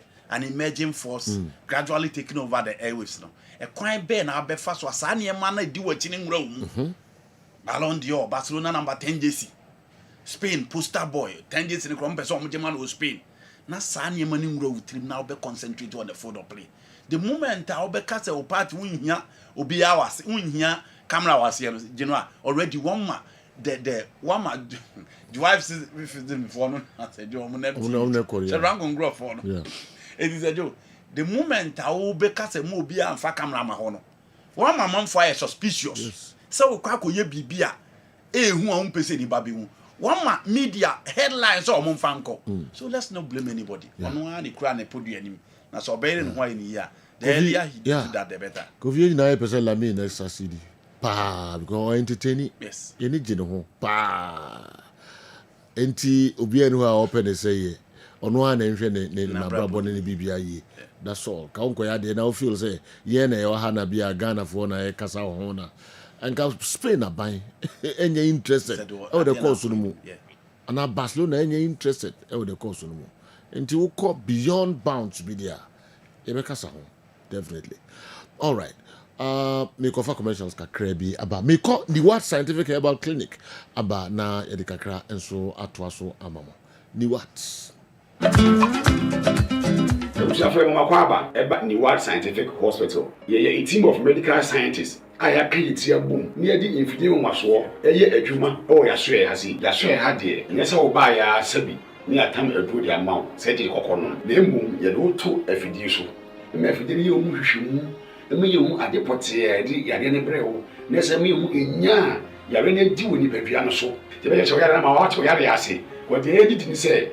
See the baby I say what we are here with me to ascentem. Open what scientific hospital Dr. Phobius ya juma ne say enubna eni no tan a obo ade e de dwumye no yenye mu hwemu na fe enwenu akasa e wo ma friends phytochemicals no ye extract say enwenu no na yemfa fremno emfa emao ebi a kidney no yare abem kidney no say yenko na Ghana ha ye de take ahaban e de dialysis a kidney no say akodu se den kura no a nyareshemu na nya didi na fo ni kirem e woni what scientific hospital bofra ban e boye ama wo diabetes ye ni bofra ban e nyama bi efra e de ma wo a e be bo ma diabetes na o sugar e cost rupi no e no so aboa ama etinya bafum e bia na wo hwe misisi e na o problem pa e yo mema sem be ba bi wo no a onya tenkan kwa so mo ba beda obo so otimi nya hode ne pagya no no ba hyiemu a e hyemu ana adwo e no obo so atese ne be ma no ensore kra e bia na e no bia da so a wo nom yo ba na utie me na se e ya wo no problem e bia na e fibroid na kosi a wo no kwan ana wa kwa ya sabia doctor si ensu abetata onkosuemu ovarian cyst ana se fallopian tube no e na block ye obebu okura wo sebu ensisi so ni nyina timi sinyi se ho kwan be ma bia na hu so e na wo form nkwabon e wo form low sperm count na obu okura be ba be ne hu so mu no na e mo no be friend say spermatozoa no ba kokura we nyina e ha esi awo ho kwan a obendi what scientific hospital a enfidi e de ehwe be da di amia wo se problem bi wo no mu a ne atimi hu aduro na afi aduane e be kyerɛ ho adie pressure ti amo akoma bo periperi asem kura si ofi ntimi mo amane obi so hwe me na ne bia stroke akawa to mpam ye kwa wo ye ba wo so ntimi okasa na pampan boni bi akire ye no halitosis yade ba ko a ya no wan bi obi opewase obetimi akade akire wo a ade be di unya okasa bia na obi atwene hwene okoda na nyimre oda odwo so antentem ye papa mo mpanifo no e free 40 50 60 years e kwa ni mo no o prostate na yakase prostate enlargement e ba sa oda odwo so antentem odwo so bebransa na ade ache e mane nka achi emye kofa catheter ahoma nkoto ba memo abusuafo bi ebere ni nti manya adagye amo ya de dia nyadidie se ni what scientific hospital Ghana ha de o pa ya sabe ya dia ba frim die fidie e de twi enubna e na fa ho de ni fra haban mu e de saw ya de ma wo a na e ni what scientific hospital yi wo Kumase atonsu Monaco junction ya Dansura bank no ene bi ene mehwe enkran so ye o ma 7 ye ben Janet Konadan no 0244 087687. In case you are watching us from any part of the world, whether you are in any African country or you are watching us from Europe, you can contact us on WhatsApp +233 244 087687 or on Google Map. Just type Niwat Scientific Hospital and you'll be given the exact location. Niwat Scientific Hospital. Nyanko Pwanda Rumenti Wamoto Edema. Usafe mwakwaba.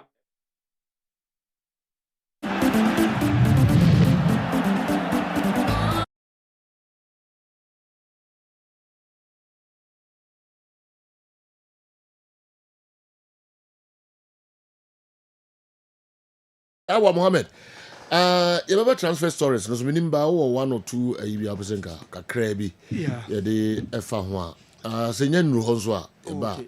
Yeah, say you kitwebi. Unse Abdul Fattah Issaoku ni Jordan. Omobebo under new coach. Okay. Unse after Leicester relegation now more come back to championship no. Ama Ruud van Nistelrooy why sacked nti almost saki Ruud van Nistelrooy what it meant say you mun ni coach na job no vacant so omonya new coach Marty Cifuentes say you na I understand say na onu na no lead the Queen's Park Rangers so onu the new man who has come to take over Leicester City job no they suffered relegation 2 seasons ago and they were able to gain promotion back into the Premier League say you after some more back now in a massacre back so let's see whether say this new manager how Enzo Maresca left Manchester City and he was able to help Leicester City to gain promotion back into the Premier League no you hear whether say Marty Cifuentes ebetimi aye say jumano how babe take over so this is the new coach of Abdul Fattah Issaoku and Jordan Ayew Leicester City Sergio Kitwebi there is one Senegalese boy from El Hadji Malik Diop and Sergio that boy no 2023 free Dakar call Norway okay call IL Tromsø in Norway so you under extreme cold weather conditions no koye justify no mo peke no so you after 2023 just one season he went to Czech Republic so you mini ka say West Ham at 22 million pounds the trajectory of the movement just within 2 years from Dakar he has landed himself in the Premier League which is seriousness say player Odishima how he can able to rise quickly Minuka say at 20 he's part of the Senegalese national team all right 22 million pounds and a West Ham another add-on so beka and team na makoto every no Slavia Prague e Czech Republic omuni West Ham a very good connection because that was where they brought Thomas Souček and of course Vladimir Kufa those two Czech Republic guys na musia kan at the moment no Sergio, under 2 years, you say, I say Allah ki tuka tu makafu.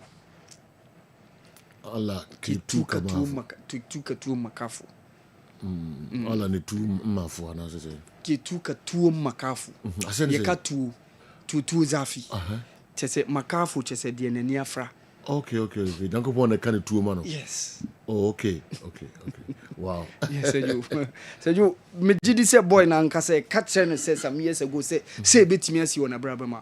E bia onji. Yeah. Abo oni bi nyame na bra no. Yes, abo oni bi nyame na bra no. Sergio, this has been the trajectory of that young boy, El Hadji Malik Diop. We're joining the long list of Senegalese guys on Mabo West Ham. Okay. Ukai Demba Bamo, Abdoulaye Faimu, the late Papi Bouba Diop Munina, Diafra Saku, Sheku Kouyaté. So Sergio, this is the new guy from Senegal. Okay. Team na bo omoni England born and senya 3-1 omoko show mo e England. Sergio, this young boy was part of the team. All right. Oh, okay. Enti area dey na dey bebre. And Ghana football. Ghana. Yes. The beginning of how football started and the Ghana Premier League. Oh, okay. Send a Premier League na Nkasashasi. I see. So we are going down memory lane. Wow. Ube who pictures be a wessery. Ghana football. Yes. Oh, the Eko Frase. Yes. Wow. Yababa, we can't wait to listen to our Mohammed Idruha. Yabakona fe yeti do the ebebre yen. Yabatwa so nafe, and the Kem is absolutely right. I'm still waiting for my free easy waterproof paint. NTK Josu and the way abre. Yes, me am nipa. Bibia open free. Bibia skill we are bia obi. But bibia open free. Then we are with my yes I say. Who see can nkwago. Na say nezo bi wi bia na ni hu antwo. So betting pakura to move today. Now on the no beat in a scan on Mamma no be no only ajisa. Oh, sorry too. I know. Obi search there the obi wi ara ne de. Why you didn't say the farms? Oh, 3 bank was the car. U search din NTK. Ongwa da osisi atoto aso ojoso. Apartment ke si okruma nyina wo na e there. Usetri din. Eso be a boom. Obaji easy waterproof in the free meal. All right, we had to ask me your message now the buyer. And the guy is absolutely right and annoyingly truthful. Liverpool, Manchester City, Madrid, Chelsea, and the likes have all spent big to get to this level. Even Newcastle is rubbing shoulders with the elite clubs. Also, who's all type of them is it depends. Who's all type of even Newcastle is rubbing shoulders with the elite clubs in the Premier League. Now, as a result of the huge investments made in the past 3 years, money talks. Yes, NTK and the way Abba. Money indeed talks. And Okrepa. And go just Boso. I want to say Franco Naru. I want to ask Naru, what is the secret behind the English teams that a small team like Sunderland, Burnley, that small teams like Sunderland, Burnley can splash over 25 million pounds on a player, but it doesn't happen in other leagues? Because I checked the money spent by teams in the La Liga on transfers. I was even shocked. Even some of the smaller teams haven't spent up to even 15 million in their total transfer. What is the problem? Michael Ablekuma and Adiwe and so Brian. Last 4 seasons ago, teams in more EPL no more. Almost to be to kase pa. Yeah, apart from having a sponsor. Yeah. Last 4 seasons, not championship team or Premier League no. Nisika Obenya from TV coverage now was such Atletico Madrid. So what I say? Na ATM are your top 3 in the Spanish La Liga no. Next team of free, my friend said this is in Enka Omo free championship Bayern. We're talking about Sunderland, right? Yeah. Enka champion Sunderland Sika said you Omunya in the Division 1 me in quote championship no. Such is car Atletico Madrid enya or the La Liga in terms of TV right. In said you Sika we are bad on bad. Yeah. At a point, the winner of the EPL was any more than the Champions League winner Benya. It is a do only league no more bodo. TV coverage and my teams in Yeska. Yeah. Oh dear no self you because their league is attractive. Said you Opia person then hobo. Na championship Kromo qualifies last round of games na. Said you actually nipa idea to some games no. Na compare the second B teams. Teams no more person on La Liga. Teams on more person on Serie A and some more be found. Again, their stadium always full to capacity. The be a bomber. Yeah. Ye Sunderland Echrewa said you. The be a bomber. Inti sikan kasa de wom league ni said you. It is the reason why they can spend all this amount of money on players. Now Bournemouth Koto Evan Nelson 45 million pounds from FC Porto. Time ana yi shaka kra ni nyini ba na to play a bar. It should be Chelsea, Liverpool, Arsenal, Man United. Luis Diaz said you omo de ko move no mo ba Barcelona. Ricardo Carvalho move no. Paulo Ferreira move no mo ba Chelsea. But in the Bournemouth 80 million Porto e ko top player free ho 45 million pounds. The amount of money almost spent there. And I know most of the team that are supplying cash in the Premier League, no, honestly, in Ayaho. Honestly, in Ayaho. And I know the reason why you give your team to be a free bonte banner, a coin of first was spend this car. Yeah. Into United for free, she Chelsea, she Liverpool, she Arsenal, she Newcastle United, she Aston Villa, she Bournemouth America or Massimo.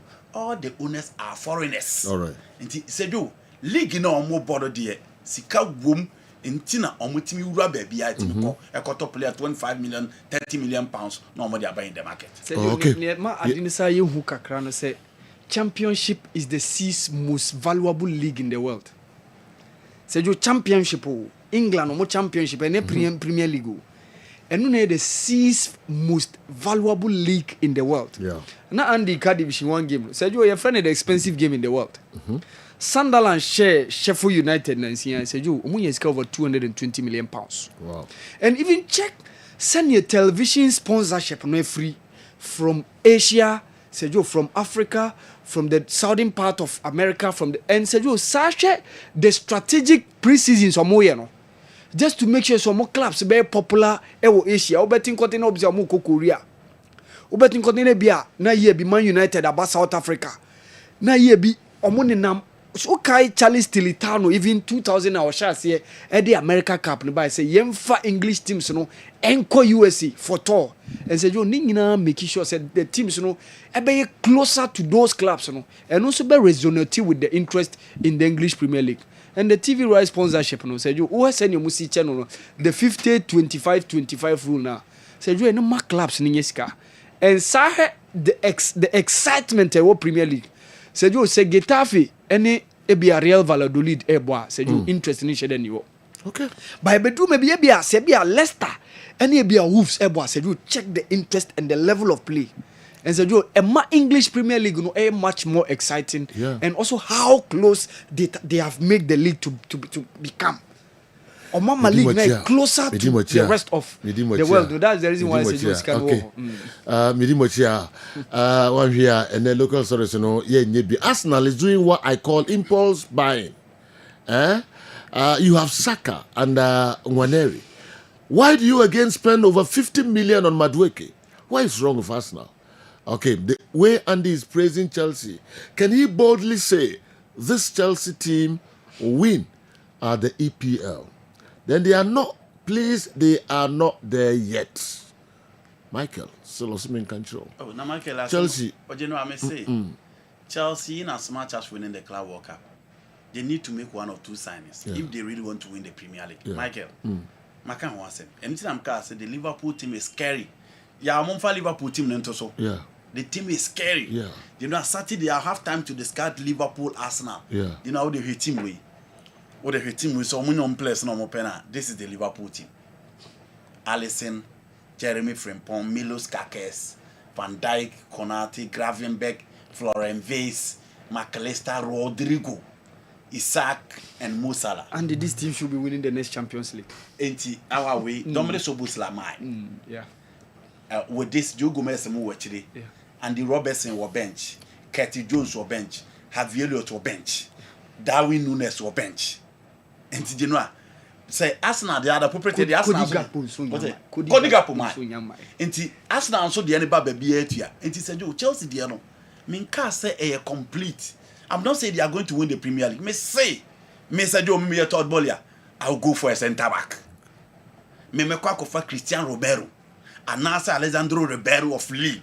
Omo mi onu me kwa for my Bechiro straight away. You know me Emiliano Martinez petit.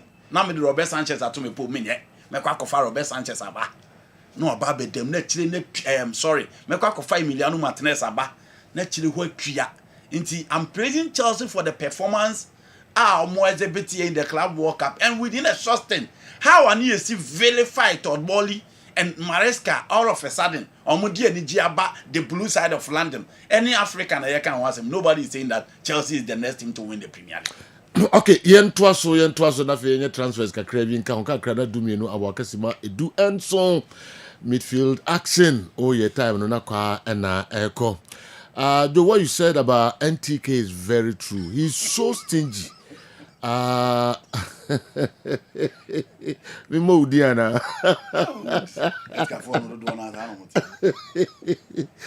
Me fa odi nka wana.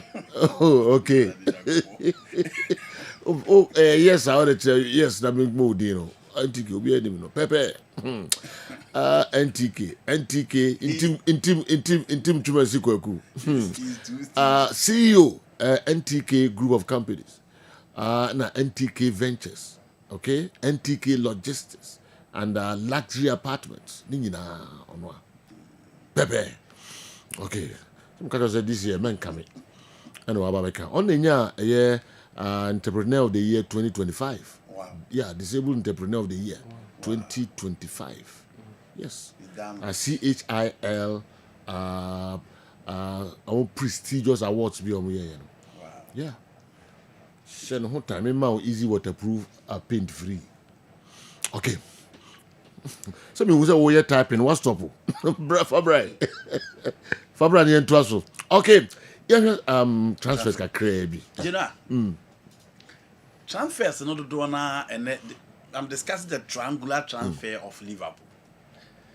Liverpool Nenra, Luis Diaz said he can't catch it almost say Bob Bukun or Mobile or pursue free Bob Bukun now called Ecosina kind. Bayern Munich had the 63.7 million euros a buy. So mo person mo be fa Brantiano. Emma Liverpool for rejected Sikano. Obien himself last week. Player na Barcelona discussing a pa Brantia friend Luis Diaz. Thunder fire your mouth. Thunder fire your mouth. And that sales girl who stole from me after I loyally paid her due salaries every month. I thought you would sympathize with me as a good friend. Don't call me for any quarter robber again. Me acquire a then the menu through what you call your trust. They do. Because will be denied the kind. I don't know bit deny. Don't deny. Yeah, the Pepe. It is a do. Numbers are discussing Luis Diaz last week. Big dinner by my Liverpool for rejected. And then Vincent Company Efra Luis Diaz on video call. And on any casa says still our hiano. Intimon quoting BM or Beba Befana Nako Bayern Munich. Luis Diaz is 28 years. And clearly within the transfer bucket, I can't 2 years I will Liverpool. Bayern penning funds in support of a company because almost a branch on hardware and a bone winning bo into both internally obetimi aboa players now young players need to grow, and on the left side omanya mature player omodene ba on board. Eya na easy to see Bayern Munich so ombe to sika kese egu, but you know for Luis Diaz Bayern for aba kun anima asala omo pushi to sign him. Liverpool for her say we or call Bayern na den any omo so come Madrid. Omo come Madrid omo kwa akoye dey. Rodrigo Gues in Sensema ekoso na odini holidays. But Liverpool forces a way you qua. It almost got the gap or betimi abo. But again, a player to fill in the gap. A mature player and fast in Biama. Rodrigo Gues. A branch or that TV see. Only the betimi Ashemudiama. Into a more prepared bid. Normal Mapini Zahavi, the super agent. A dear animal, no Marco Pimo or Madrid. No Marco Car branch or that TV so as him. Madrid for her between 80 million euro to 100 million euro. And only Sika as a Jew. Omo epe edi ama branch efe no Rodrigo Gues. Alexander Isak. Ena enrekoba say Hugo Etikite. France ni abranche na osina kadeba Frankfurt no. Newcastle United football room ho. Abranche the Tony Montana say afuwe ni agent na ye adwuma pa because Man U, Liverpool, Chelsea. Sa team sin na ekoba so omo nyina epe no. Eventually obi antimi ansan sa abranche.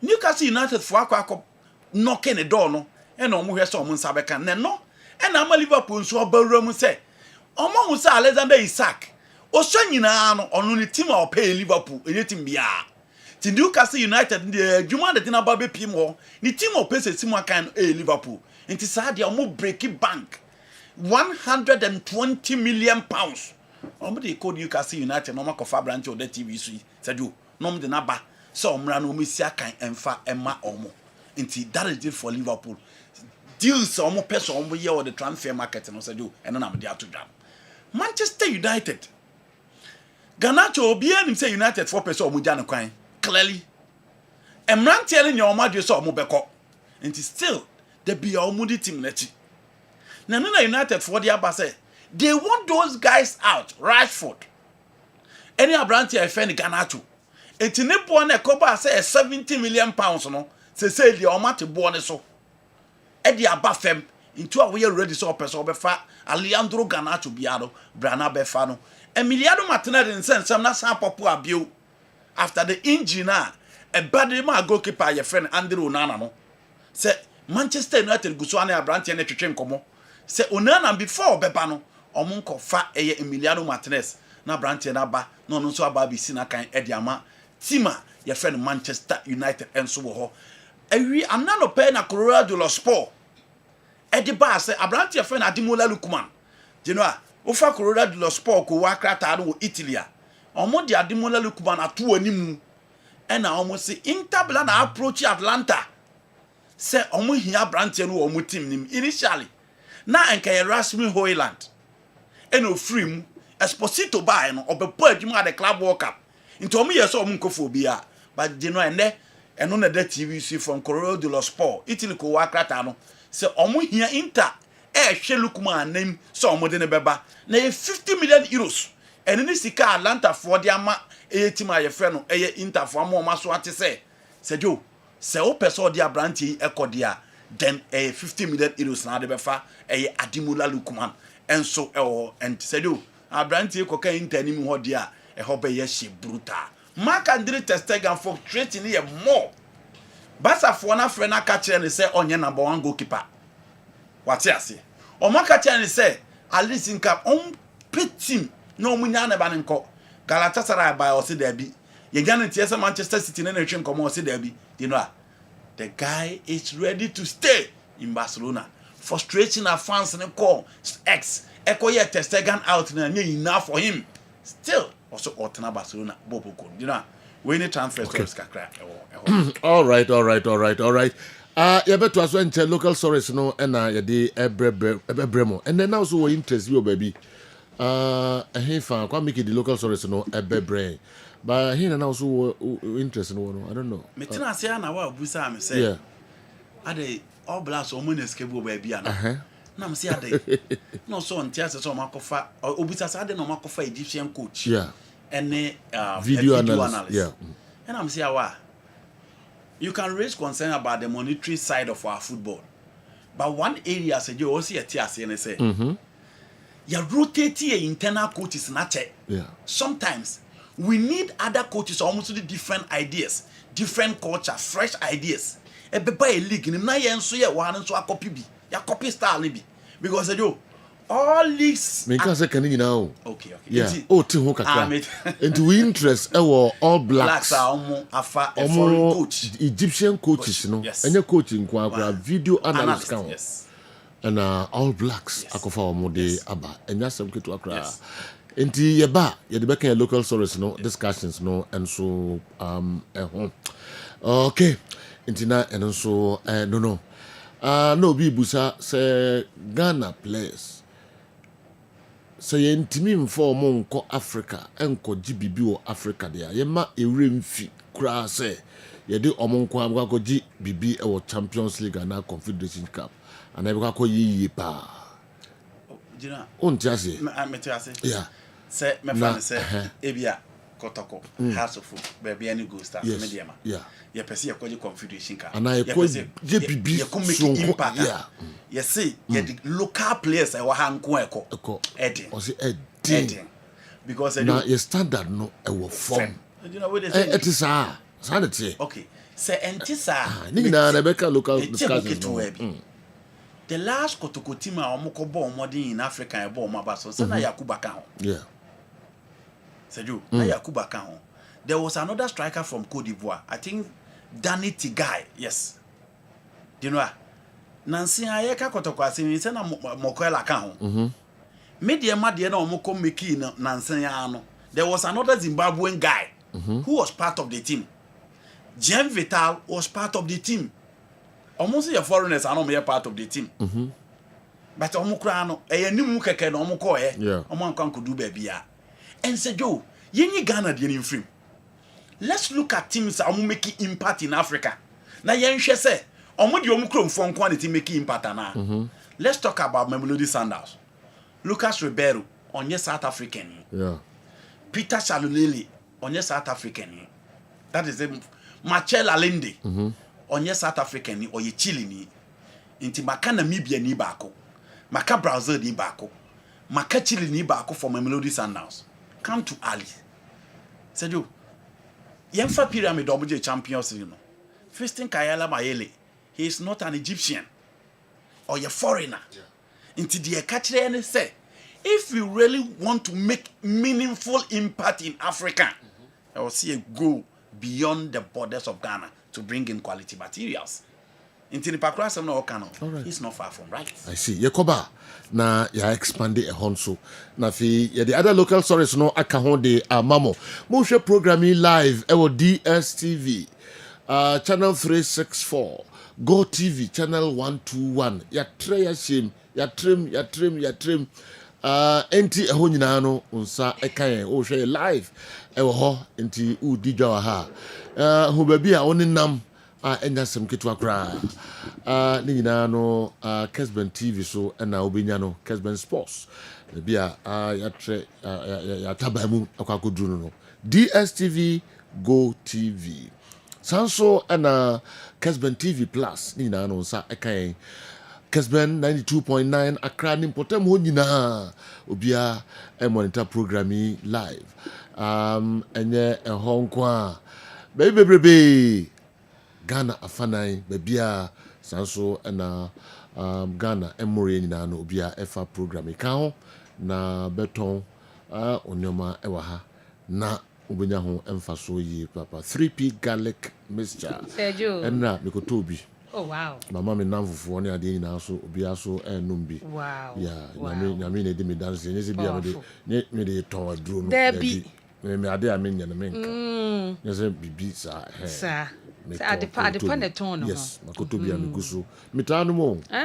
Mitano. 3P de sajo e kama o. E kama. Danny Farmer ho dichemso. Ho na metaton. Oh, okay. Yeah. Okay.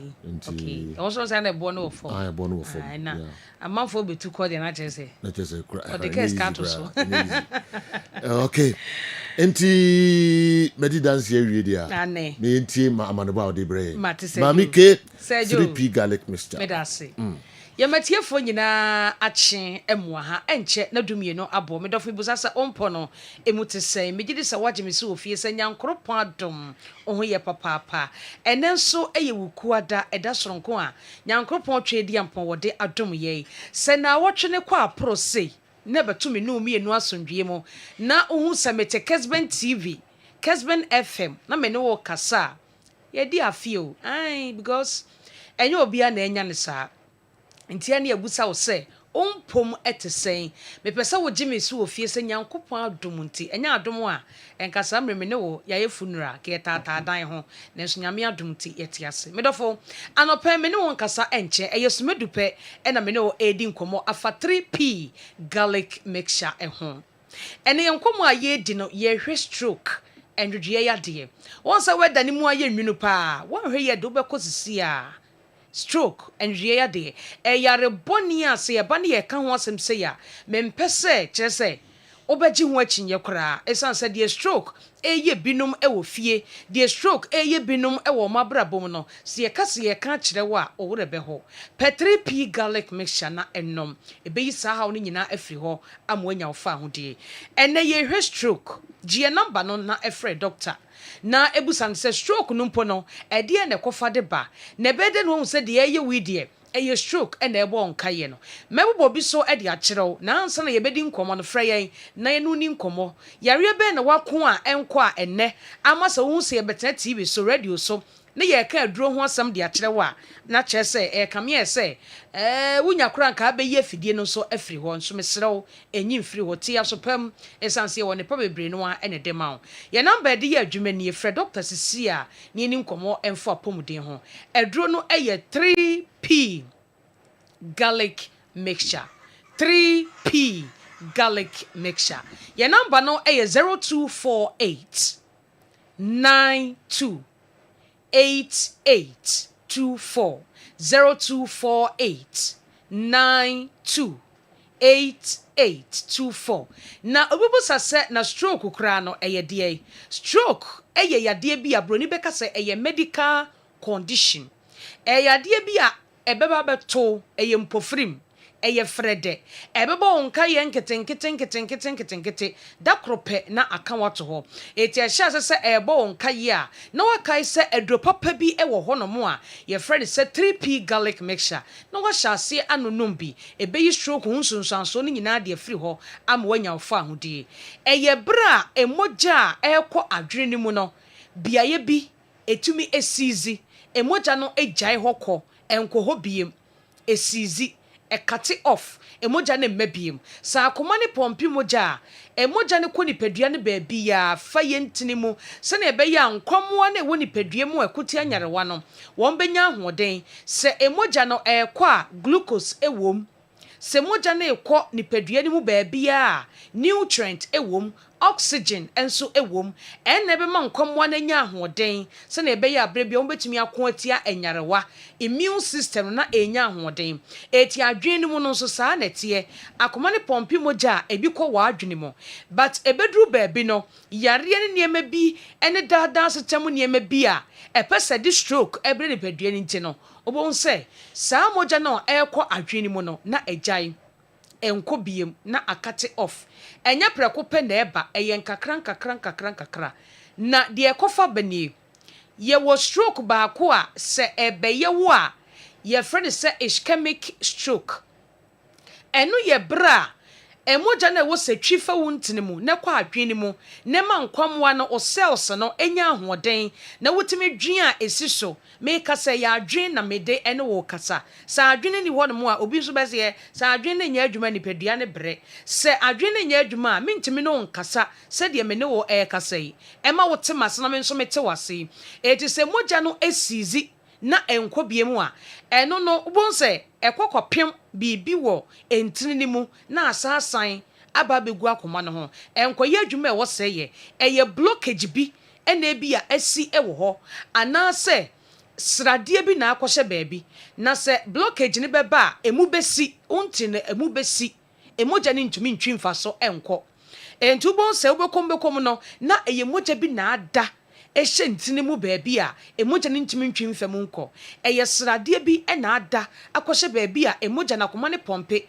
enso entumi entwi mfam nko eti ekobasa akoma na eye adwuma pompe moja no all right enso entumi nkwa adwene mu ebasa nkomwa no omu bewu ahoden ne besa eti adwene mu niema becha asese ekofom odwene a ensi so wo hwa ade a wunhu ne yie ne wani sio wisi na wo ketremu ahas wo ketremu ahase na emu yedu ehun sunsanso no ebi no afei ye wo ba ko efe ne se hemorrhagic ne ye bra won se de di kan na me kan ye ne me se sentini mu sia emoja ne kopem na asasan etoda sa akoma ne pompi moja no a e de force ene pese bufa entini mu ekọ adwene mu abra emu asi no eti hemorrhagic ne ba wa abra ischemic no ahya ase moja ne kopem na asan ekopem na asan nyankopon nim de enso so e wo se kọ ne kọ adwuma eti hemorrhagic ne beba wa bra emoja ne de force etwiefa entini no a emu asisi num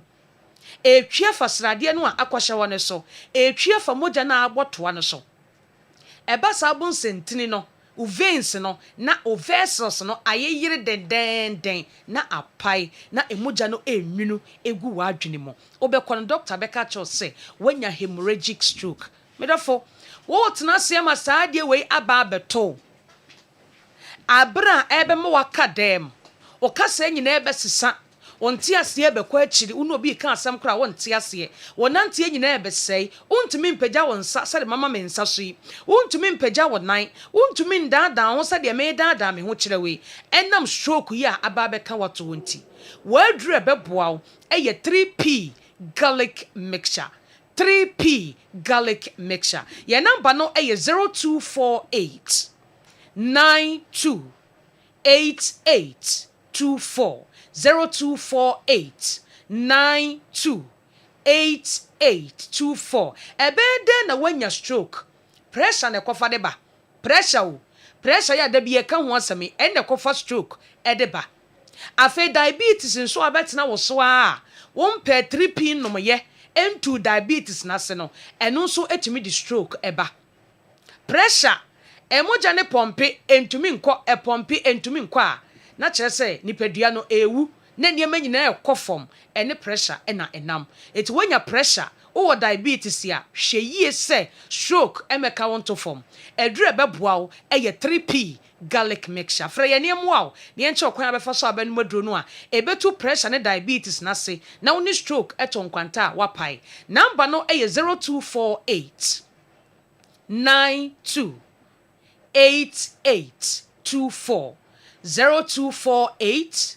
928824 Kaizer 3P garlic mixture de empene say obeto na wanom afe waya kese ama na broso nso a etumi ekofa stroke e de brew srade na edoso onye exercise enam nso nko na wowie anadwudidie nso nko na ekoso medofo ebasa emwaw na akwakofa nsunsanso bebre no a e de abrew afe wumfie na ekwa animu nso no wa mo ho ban anum 3P garlic mixture eniema be kofom enkomwa na ho de kofom afina ebeka wato dem untimi nante untimi nsore untimi nyahwe pe 3P garlic mixture nom nenyi saade no emfiri ho afi mesrew wo ye obi a wunim ensan nom bebreba yense wo bi adwuma na eno so wo hwe wo yie wo da chinti stroke nti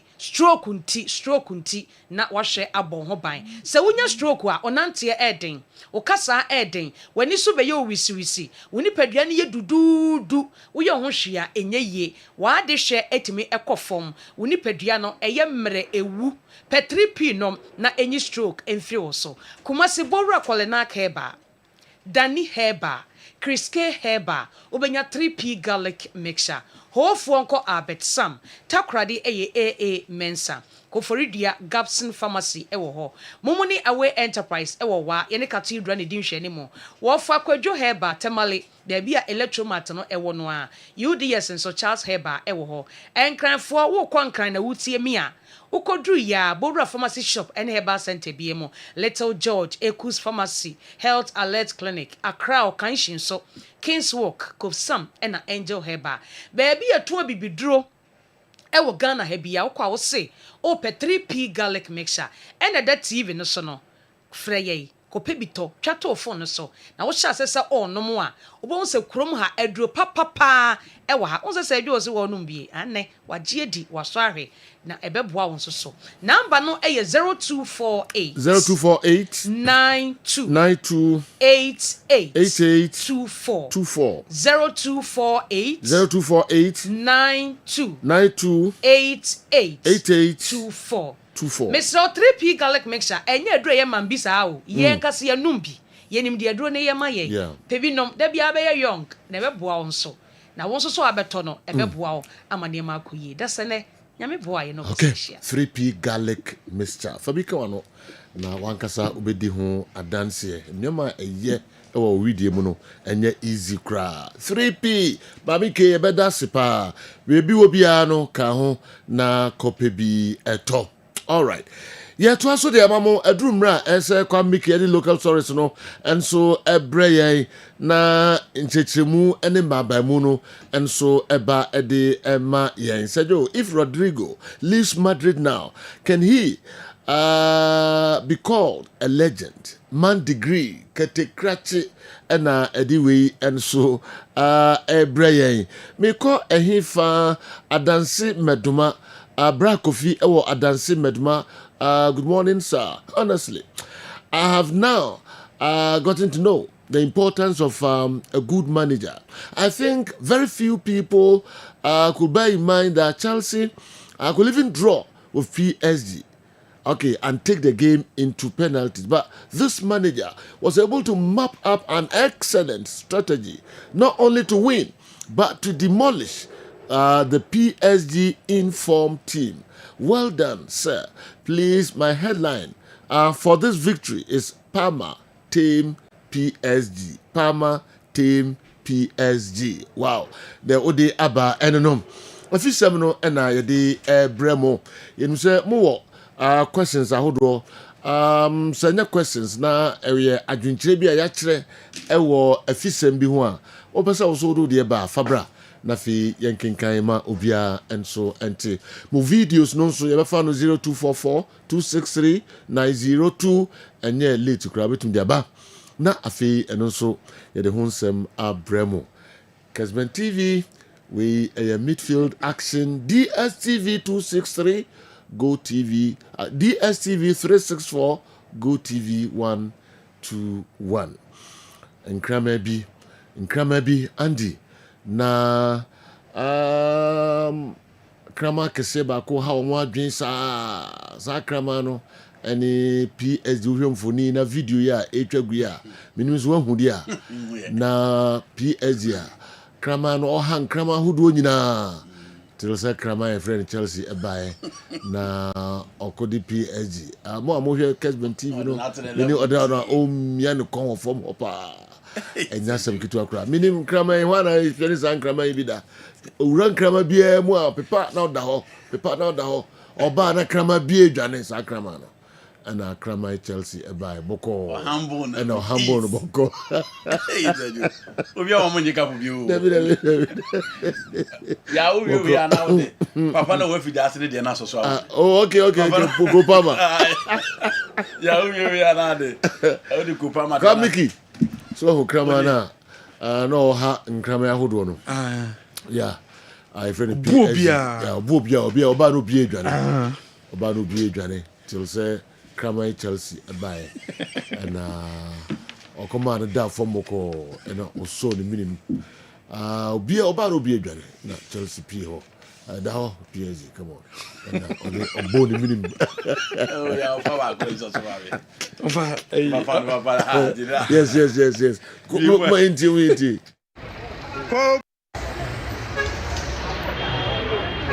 The Bruce. Kopama.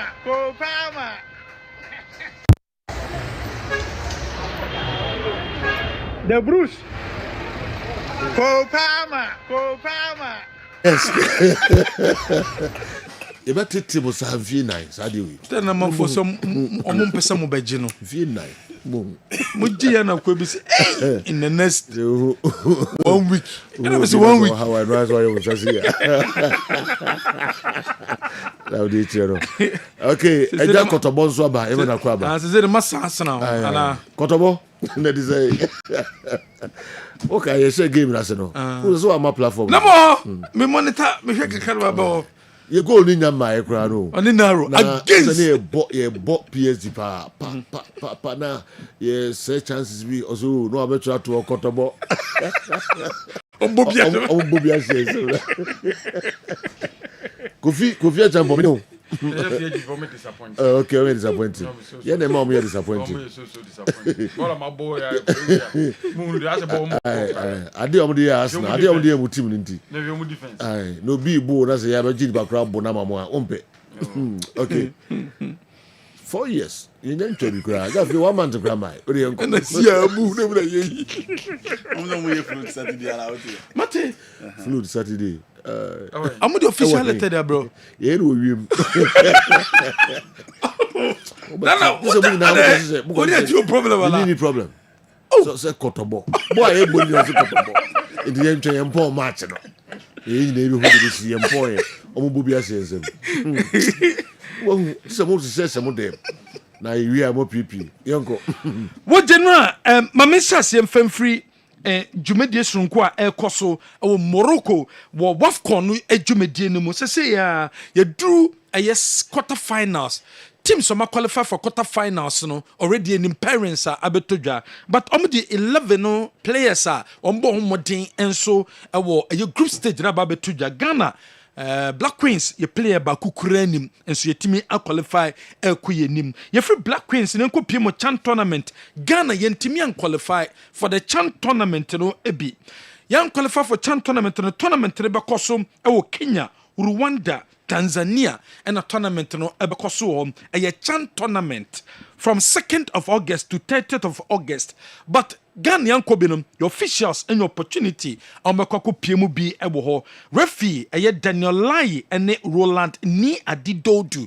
Wamo ebekako take part ewo assistant referee Roland ni Adidodu. Wokobi and a video match official and so Daniel Lai wamo so any opportunity wamo so Kobi. Yanko wafo zombie. Tournament ekoso our pram Jumedie no ekoso na Ghana your must win game ball against Benin and day and then 2 games and ebaso Benin and Ghana bebo na for Burkina Faso and so Niger and so etimi abom na 2 games yi and na ebaso na coach Desmond Ofem wakasa de fa Benin match no also GDA say an important game one and it's a black satellite edi diagram I will say timi edin kunim coach Desmond Ofem.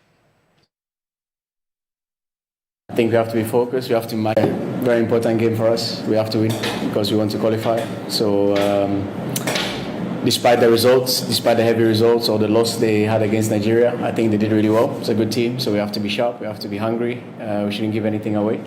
So on the day, we just have to show that we're the better team to get a 3 point. I think every game is different. If you look too much in a game against Nigeria, the approach will be different against Benin, because a different team. Also, it's going to be a different game. I think it's going to be a very physical game. We just have to be sharp. We shouldn't give anything away.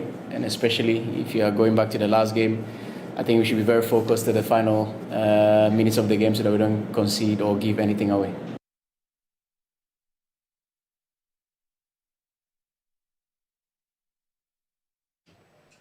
Wey sema coach Desmond Fair what they at to jam. Was also Kasai or see the only thing is was a players no and a technical team focus ahead of game now momo no.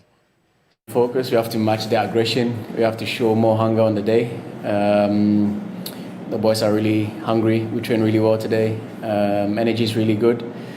So I'm sure it's going to be a good win for us. No, for us, I think the under-20s in Ghana means a lot to a lot of people. It's a team that is in the heart of a lot of people. It's a team that has won the World Cup.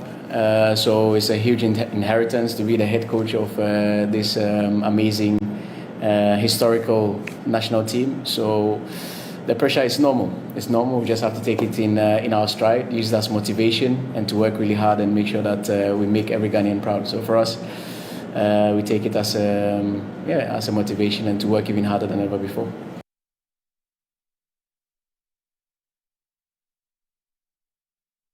Wey somewhere free under 20, the Black Satellite Camp Bashan so send 3 p.m. and a Ghana and Benin bebo where what for zombie tournament koso our pram when be a Jumediano koso and the president of Ghana the Kotu just sabre the new created regions 6 regions na abano the honorable sports minister Oshe Sempono or metimi esi stadium ahodo enso 6 new created regions na empon region bu wa dada in stadium ha omhwe so metimi esi bi ho we yensema President John Dramani Mahama wadi etuja. Sports and recreation. Modern sports stadia are to be built for the 6 new regions and other regions that do not have them. As I speak, the Minister of Sports and Recreation is overseeing the design of modern sports stadia for the 6 new regions and the regions that don't have them.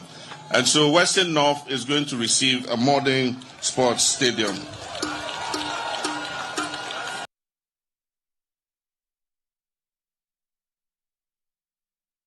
Sema a president of Ghana, President John Mahama, wade atuja.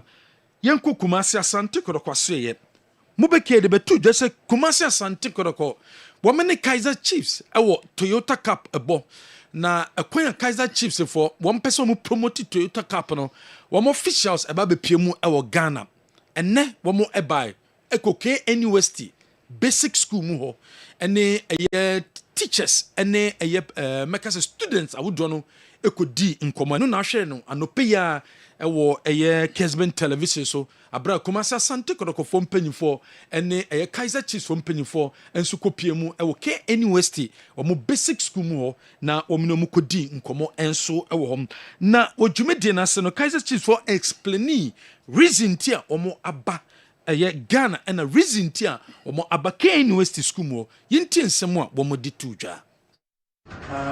So we wanted to come here to bring our legends who have played for our club, who have played for the national team, who have also played been here in Kumasi before as players of the national team playing against the Black Stars. So they know this place very well. So we wanted to come back here and meet as many people as we can to promote what we're doing as the Toyota Cup, but also to profile Kaizer Chiefs as a club and also to establish good relations with many of you that we see here. And it's great that many of you are into sports, and we hope that, from this group, we'll see Black Stars, we'll see Black Queens, and we'll see a lot of you playing for your national team. I'd like to introduce first to my right. I think I'll let them introduce themselves. Yes. Thanks for that, Camilo. First and foremost, I'd just like to echo the sentiments of Cabello. Is that what a beautiful welcoming to your country, to your city. We just want to say thank you on behalf of Kaizer Chiefs. Secondly, it's an honor and a privilege to be in the presence of greatness, Coach. Thanks for being here. Thanks for making your time. On behalf of my colleagues and the team, I just want to say thank you for giving us your time. I am one of the legends of Kaizer Chiefs Football Club. It's a club that has really assisted me in my career. It propelled me to play in Europe. I played in Zurich for Grasshopper Zurich. I played in Russia for FC Moscow, and I played in Greece for PAOK FC.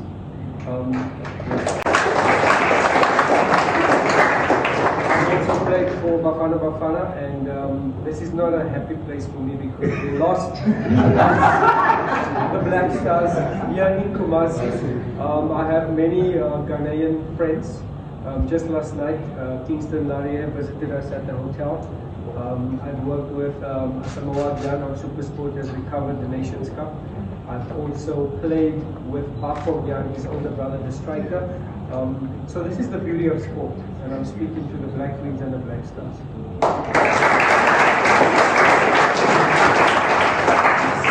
Sport will show you the world. It will teach you disciplines. It will put you amongst great people. And it's an opportunity to change your life. If you give it the devotion and the work ethic and the respect it needs, it will bring success to you and your family. You know, so I just want to say, if you're given the opportunity, first and foremost, be coachable. Listen to your players, listen to your coaches, listen to your teachers. Sport will teach you disciplines that even if you do not become a sports star, whatever career you choose, success will be inevitable. So I just want to say once again, thanks for the welcome. Thanks for welcoming me. It is brilliant. It's very nostalgic to come back to a place where you have competed on the battleground. So sport has given us that opportunity together with my colleague. We Kaizer Chiefs officials and mabepie ewo Ghana womo eni Kumasi Asante Kotoko Toyota game wa ebekoso no na womo equity awareness ade afa wanunti na womo aba Ghana nra preparation towards Kumasi Asante Kotoko game mo bokwesieda ebe ne na wotwesi nti no omo ball ankofa akensie a womo dinkunim by a lone goal eno na hwe ewo Kessben television so eno eye Kumasi Asante Kotoko womo ne Kaizer Chiefs game no ho insensema awodo yento so ewo other story a yedeni bechere eye dwumedia ekosonra an official Kotoko confirm say Hilary Adabo wometime assign abrante na conclude ne move to Kumasi Asante Kotoko wodin sem atudwa wose ono pressure wo baby na Kotoko pressure wo into obey na fam dia obede beboa ama Kumasi Asante Kotoko enso etima fa ne ntomopa efra. I'm a defensive midfielder, and basically I'm more of an energetic player, physically strong, yeah, and that's it. Pressure. Pressure is always part of the game, yeah, and to be here, I know the tasks ahead, so I'm ready for everything that's going to come. As I said, I'm someone who is more of an energetic player, physically strong, and I'm much more aware of my surroundings as well. Yeah, and when you say an idol, to me, I don't really have a specific idol. I take inspirations from a lot of people. Yeah, I always look up to kind of people I've grown with, people that I have played with, and they are at the top there. Yeah, and people I don't want to be like, you know, when you grow up seeing people that you don't really want to be like in the future. Yeah, that's where I take my inspirations from. Yeah. Shughlani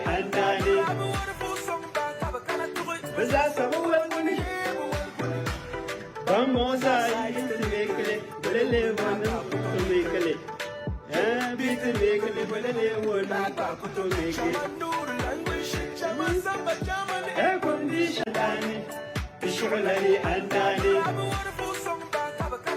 Baza sabu We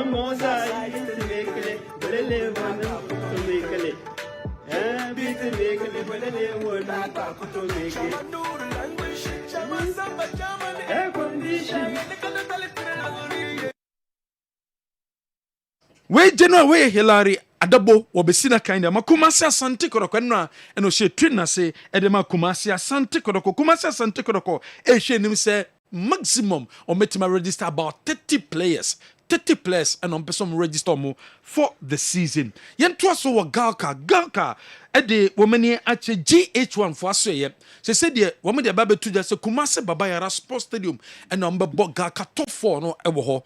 Omo twa nim se National Sports Authority ebe mo kwan na Kumasi Babayara Sports Stadium ometima bo top 4 no. Womo se top 4 no so be so mo broadcasting it said there ekoye abra ye bo President Cup no nti omakwa ko GH14 obeke GH14 ene timi twa President Cup no mo bia nya kwan ehwe mi nti Galkafo akwa ko hu omo no ma sign partnership and nam se top 4 no beba so Kumasi no GH14 womo ene ba betwa eye top 4 no National Sports Authority boss eye yapofo ankra no di tuja se sabre de Accra Sports Stadium ekom betimi afaso any various stadium ekom betimi afaso no metimi a maintain stadium no eye se betimi di arrente se empono de rente na amanfo etimi use as ade abonnwum anase concert ebetimi akoso na wo metimi de generate sika ni na ni se Vibes Cartel what they to just say in December obeso ba Ghana obeke a Vibes Cartel na ball oye show our Jamaica oto ne sade fresh Shatawale enso ko Jamaica no oso baba Ghana in December na December na opeso ba eye Ghana opeso bushu no e wa Accra Sports Stadium and namsama National Sports Authority boss young bofanka wo dey to just say opportunity no ho so metimi abo concert e wo various stadium no gise omutima protective pitch no se pitch no omuntimi protect ni dia e be difficult so metima peneso ama any concert etimi akoso e wo various stadia and also e wo Ghana nemum se omo makwan ma yentimi embo concert e stadium there be omba makwan gise omo protect e stadium no enso pitch no e wo yento so e wa that stories se there bobo kwa e friend no eye Swedro All Blacks, omu coach from Egypt, wamo apanuntema, se coachi ena eba beye juma ede amom Ibrahim Fati, ono na aba ofri Egypt, oba beye juma ede amabobo kono, ono nkwamba obeke enra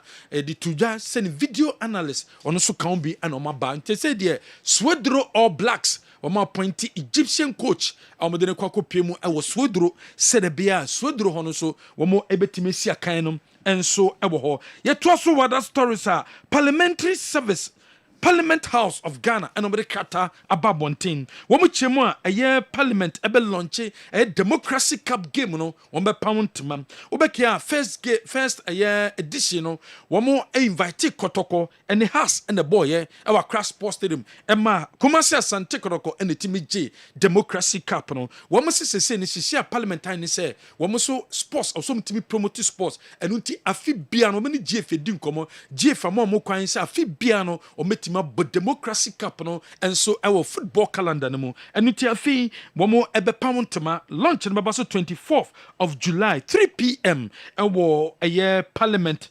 Justice DF Anan Auditorium ho and two teams so take part no womo di omudin and so eba betuja club licensing board eguso ekwa probo na proba womo elkono womo inspect clubs no venues no but say womo invite senate ensumbrem because as requirement no CAF e diaba say no club license no ansa na GF nkwa no abema license so betimi esi akan e de abo Premier League betimi esi akan e wo Ghana Premier League no awo so tua senate edema players no utua senate edema players no na player no fa ne say Hilary Adabo we free bobo kwa ye friend no Samates aba Kumasi Asante kono na kotokwato so edi etua edi amomo edi ama player no requirement I say abeka ho enunti womo echiremu a wo say clubs ni make sure say obetime tua nti wentua dia eno so ebeka requirement antwi na license wo say de maw na otimisi akan wo Premier League ni no na akoye difficult edi amaw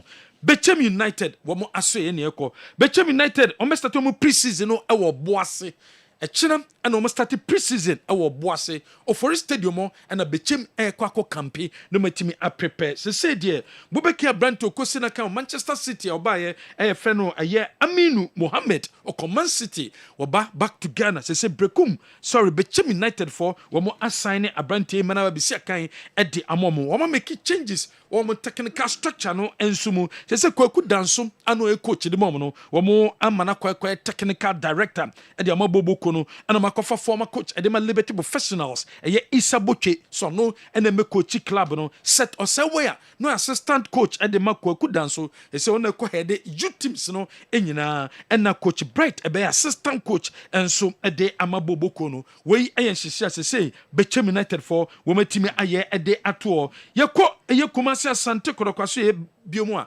ɛnam dwumadie sonko bɛn ne Sunday ɛwɔ Kumasi City Mall no ntino on ɛyɛ Saturday ɔmo yɛ float kɛseɛ ɔmo de float kɛseɛ ɛba so akreti awareness sɛ fabu census no ɛwɔ sɛ yɛ kotoko ninko na ɔpɛ sɛ ɔboa kotoko a ɛnyɛ sɛ stadium ko ɛwɔ sɛ register na contribute sika ɛde ma kotoko nti ɔmo organize float on Saturday and sana on Sunday dwumadie no ɛnso etima kɔ so ɛwɔ ɛyɛ Kumasi City Mall na obi bia no so etime nya kwan akɔ akɔhwɛ bi anaso otima kɔ no akɔ register ɛnso ɛwɔ hɔ Mediema Sporting Club sɛ teams no obi ya na otu kwan wo de ni chairman no ne sɛ meka sɛ Mediema ɛnso ɛbɛkɔ Abidjan on the 1st of August team no etu kwan kɔ Abidjan akɔ prepare wo mu chiemu a team no ɛbɔ for a year by 3 weeks from 1st of August to 24th of August na Mediema aba na mabɛbɔ Nsechire Cup ninya sɛ coach Ibrahim Tanko ne mrante no na ɛkɔ no metimi akɔ prepare enso hɔ ɛnu ntianso no mbɛkɔ no mohwɛ nim sɛ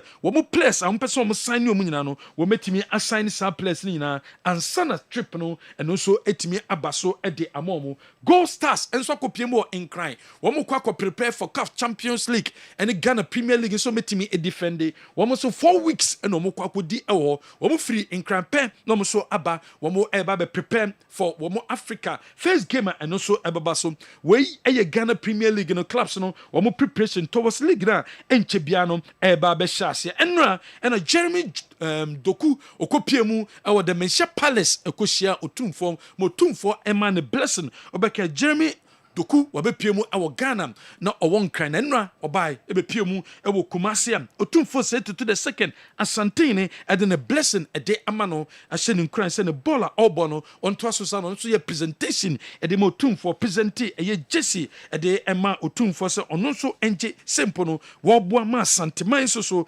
edwumedie no etimi akoso gye no a we few stories na metimi de atoa so okay MTN everywhere you go baby abeko bia no obetime yisu MTN ho na MTN se sabre ensise da ho niem wo data na wo to ne de bia no wo mo ema kwan ema data no ye de bia ka ho e de ma ye ma 50% additional volume data e de aka ho e de ma enti data bia beto bia no obenya e 15% additional volume data e de aka ho MTN se omo various platforms a obetime de to data no the yen so be dial star 170 hash star 170 hash obetima to data or anase betima dial star 138 hash star 138 hash obetima to data ewo anase obetima ko MTN wo mo app ne so na wa to data wo MTN say ope data eye papa nko na eye fast o click ya na ebie dia bomoden na hwehwe me kira kwan na kope MTN sim ne bi na no ene sim a uyisu a ebetimi aboa wo ye papa ewo Graphiato plus 233 Graphiato paint plus 233 Graphiato paint and no a painter say abba a ultra modern technology and a paint no plus 233 Graphiato paint and no to diner we see no hotel na we see no a sorry diner we see no a fee na we see no a diner would be beer why ye piano. I was saying, Utimi Bomodin now protecting Titu and no dynam. And until plus 233 Graphiato Pentano and Nuna Betimi a UC. We are dining, we are dining to Bose, a boa niano, out the Anna in Chiniwum, into Namsen Chiniwum to Bose, a dino, a frofru. So per se dino, a frofruna, a frofrun, subecha, Obetime su Graphiato. Plus 233 graffiato paint no now dia fasom ebema ejai sanso ena dan na wasi awie no baabi a wonya wasase no e wonsuom ntu si dan ni wie no edan no cracks ebeba ho ma edan no problem enso ebemu a emanenyo ohaw kope plus 233 graffiato paint ni bi na UC ebema sa problem no su atwa na de demusronko kransem oisu graffiato plus 233 graffiato paint ni bi de epenti fie inside outsider eboa eman tontom padie ebi entimi emba ho ema odemo esanso eye nyunu indoors ho eho chili yie papa enunti wesi dan wie hotel no wesi awie wajapade bia waye awie ase no ewrewre ensuom hawo bomade kope plus 233 graffiato paint ni bi na emasa dwumedie enkoso se woto paint bia na uko use ya yema free workmanship yede be ma plus 233 and you can for them until we are building contractor, we are estate developer, we are landlord, and now so we be a oton aye ensase wonsuomu, we are painter, we are building owner, o problem no switcher. Plus 233 graffiato paint and num and the best solve problems in a day amount. DSTV so much more. DSTV, your home of entertainment. Kope DSTV decoder nibi.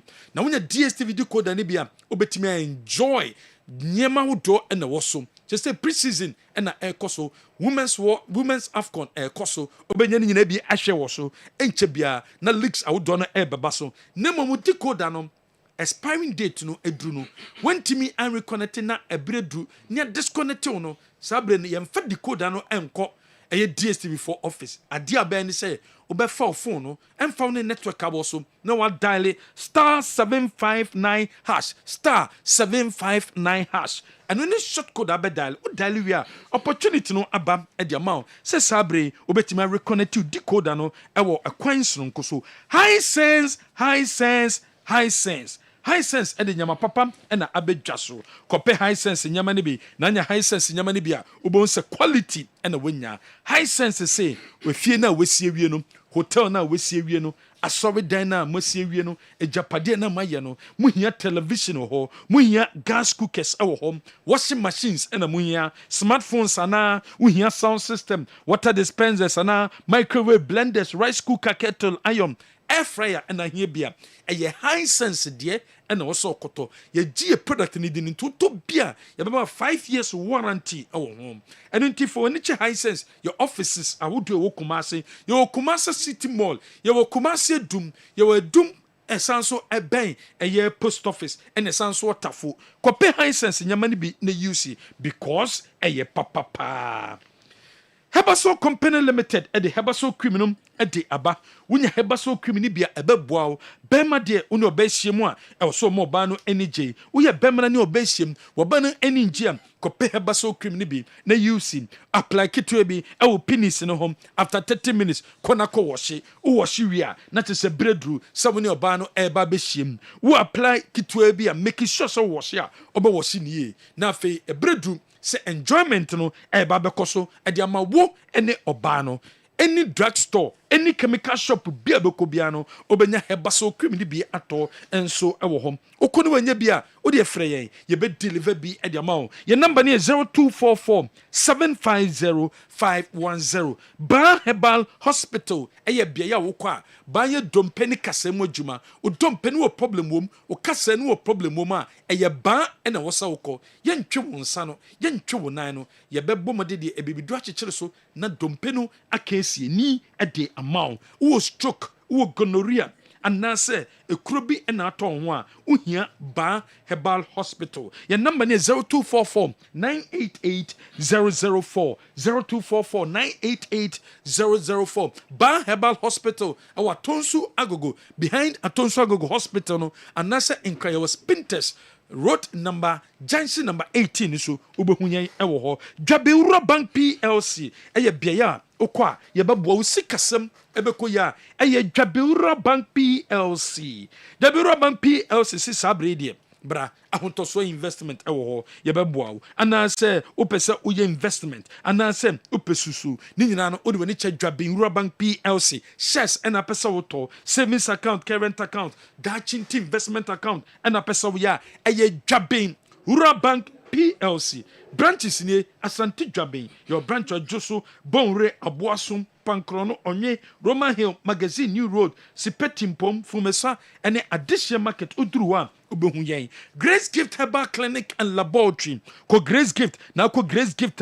yen and na diabetes stroke diabetes hypertension and nasa typhoid fever malaria and nasa ulcer fibroid skin disease prostate obema na for one phone for when Grace Gift na yemboa yentu yare na se emfamo ye wo Shim School Junction off by the Kessben Road and Nasen Crime ye wa Chimota Petroleum Bungalow hwe animu ye ne Family Life International School and a D in hwe animu ye number is 0246 518 003 offer number we so a ye bejo so okay Kwame Mickey all right okay Kwame said do the way Efren Kinkan so and Abrayen I'm still struggling to understand Andy's comparison of Manchester United and Accra Hearts of Oak. I don't get it. Oh, okay. Andy, all right. I took some time today to go through the credentials of our Premier League coaches. Surprisingly, I realized that almost all of them either hold CAF license A or UEFA license A. This is an indication that our coaches have obtained the needed qualifications to manage their players well. Nonetheless, I'm unhappy that our players' performance is far, far below the qualifications of the coaches. Boss, even when our coaches were coaching with our requisite certifications, the players were playing well and won continental trophies. So I'm expecting that our modern coaches should be doing better. Okay. Finally, in our upcoming league season, we're having competitive games each week per weight of the coaches. All right. Until now, the DD, and so the free Akuma than senior high school, and so Abrayan, and so no. All right. Na mra na your coaches na omu ni certificate bia kiti kakraka no na your bomb modern papa okay because nyame so adom me betu omu nyina sa no mu okay omu nyina pa coach Edi Samududu Griffin mi ngu coach ama metoro Namzo no munguta lines. Munguta we. Hana kachiro. That is very. No. Me na kuta wo mo na nye hye de se me ka say o be kan injenum as our coaches na omo coach Tony Ebuanom ne friend say Samikofo nom. Omo lances ne metiasi o ba ne lances no. Emre di eche ni adwuma omo ye no. Okay. Me ya na busa mo say a professional job wana. On the ye ka teachers ya. Teacher de obi o abon kra no otimi fa no a lecha no ma no be nhunu ade be coach de o kotu omo aben na wa kire omo ade na ya professional enti omo professional da coaches so no ya na tambia me de na aye debatable bi ma me well the DD can no the coaches no me say kotokotim team na ye o the team manager dey say team manager be oni brain na say me bo malam idi okay 95 96 no ini brenya bokos okay what you say enti sa mala video oba kura wontimi ntro kura video hu atu heji players we develop wo mo a sani dendem coach na pam jerseys the friend say pam jerseys way no pam jerseys kroma o nyane ba bi ko ache oh meka Alaji Irana. Euro. Kifesa. No, no, no, malam idi mo. Yeah, no, no, pam Jesse. Malam idi ni Alaji Euro. Jesse pa pam toa. Yes. Yeah. Alaji Euro, yes. Makai. Mala inu sa sorry. Mala isu no so nyane ba biko. Omo na neye. So there's another full develop players. Emza ka you kasi ni nko awo. Yeah. Kasi what is saying? Kasi ni no. Oh. Emza ka one ninja play ninja team no. Then the man. Dabi. Oh, my ba wo kasi see ya. One for the. Omo di ni bebro see ya. Omo di see ya. Kasi onu kwa na aka. Yeah. Ini ja team industrial. Yakubu. Yes. Masa omu nyina Yakubu Yakubu. On na aka. But we time say dey na player uko bo na we player. Yeah. Na wo jira ho no a. Na wa hwe ne pa ne iPad. Ni epiapia. Na ebi hia motuom. Na no de hwe ebi we come ho wan the pitch ni ball. And no hwe na be hwe ya masa. And the certificates are kese. And so you play is ano masa. Inti Sometimes Singa do him Singa. Singa the mood duro. Kakraka. Host mu kakraka. Bo senso to ana fo. Ubogre ngo. Eso Sometimes he born in there. Ya ja African football. And he born in there. And the Singa kakra bi. And the boot and no nsuo. And the boot mu han who we am nim de obenya. A lightweight. Okay. On this no asema ni pandia baro de asema papa. What the asema papa na boot. First pass you to boot to bobo. Buso bia. Yeah. So to yan diva boot mobo. Okay. Eso ni ebo. Yes you fuma tete net obo short amanet atete. All right. Enti binim se Kofini and Dibenya solution now. What has gone amiss in Accra Hearts-to-Folk? Hearts-to-Folk persistent losses in FIFA cast cases speak volumes on lack of football intelligentsia in the team. It's high time Hearts-to-Folk put the pieces together to assuage the pains and agony of their teaming fans. One can't be wrong to assume that Hearts-to-Folk is heading towards wrong direction. Kekusi ejoso besiase and apeja we atum abreye. Cases no adoso. And adoso. Sir. Okay. How understand my boss say I can be na my jaika. Because Dr. Muzu asye yaresa nyina eho NSO bia de ko na Dr. Muzu eboari nro ahodo no yenkoni nko ye nya bi no man ya de na ngo. Oyade be. Kana bebrebe no. Kilantua de Dr. Muzu ntimi. Kandi ontiwo. Also phobia gasia pa. Wonya phobia Muzu Dr. Muzu phobia gasia. Oh, okay, I see. Wonya dure ya ye betime dia. Okay. Ye kofa na ba sia na fi ya baba nsem mama. Ye wu mema ahwefo nyina kwa ba Amuzu Herbal Clinic. Na megita mi nsem Amuzu P Herbal Mixture. Eye dura bi efo agi atum a ebua honam yawo. So bi se doctor meti yawo me bema no mu.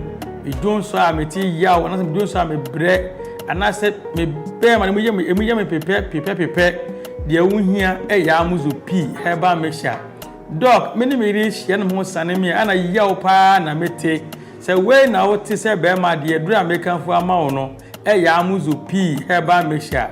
Obi se doc me hu se me jonso a ana jonso ne nyefe ana pam no wo shepa edi jonso na echi doc me jonso ase na bia kam mo sa se mayase me ya bema wo sa hawo no me kanfo Amuzu P mu nya beko di oti yaw oni ntohwe no mo de ni ntohwe na ho no sankofo nyina no me kanfo Amuzu P ma nwate obi se doctor me jonso ana emo apai we nam sen obi se doc me jonso ani nsuo kwa totro efremu ba ena bi se doctor me ko jana so se me chemu a obo se ka frɛ na nsuo man efreba no ba de awuhia ya Amuzu P Herbal Mixture oba so a otie mi a obuni se wi a echire no pampan ko na eka ko na eba me kanfo Amuzu P ma wate oba so ode po how white how nsuo basa egu wase ne pa yie pampan ya no wo shepa wase oba ojon so oti ya we wadro ya Amuzu P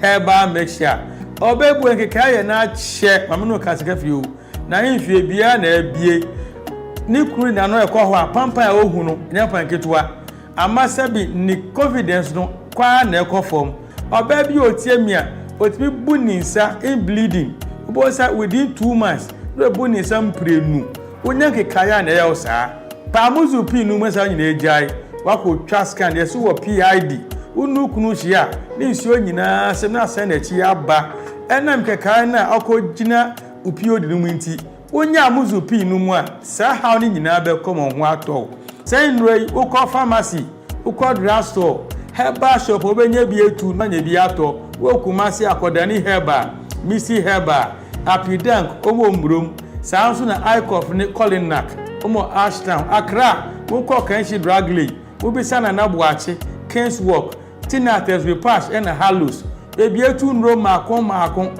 anase duduo pirano ukọ no so pamuzu pia obenye bi ato se o pese no semise bia creative use fana manefre for further and better direction amuzu p herbal mixture maudi hiochalo bedahwefo ase.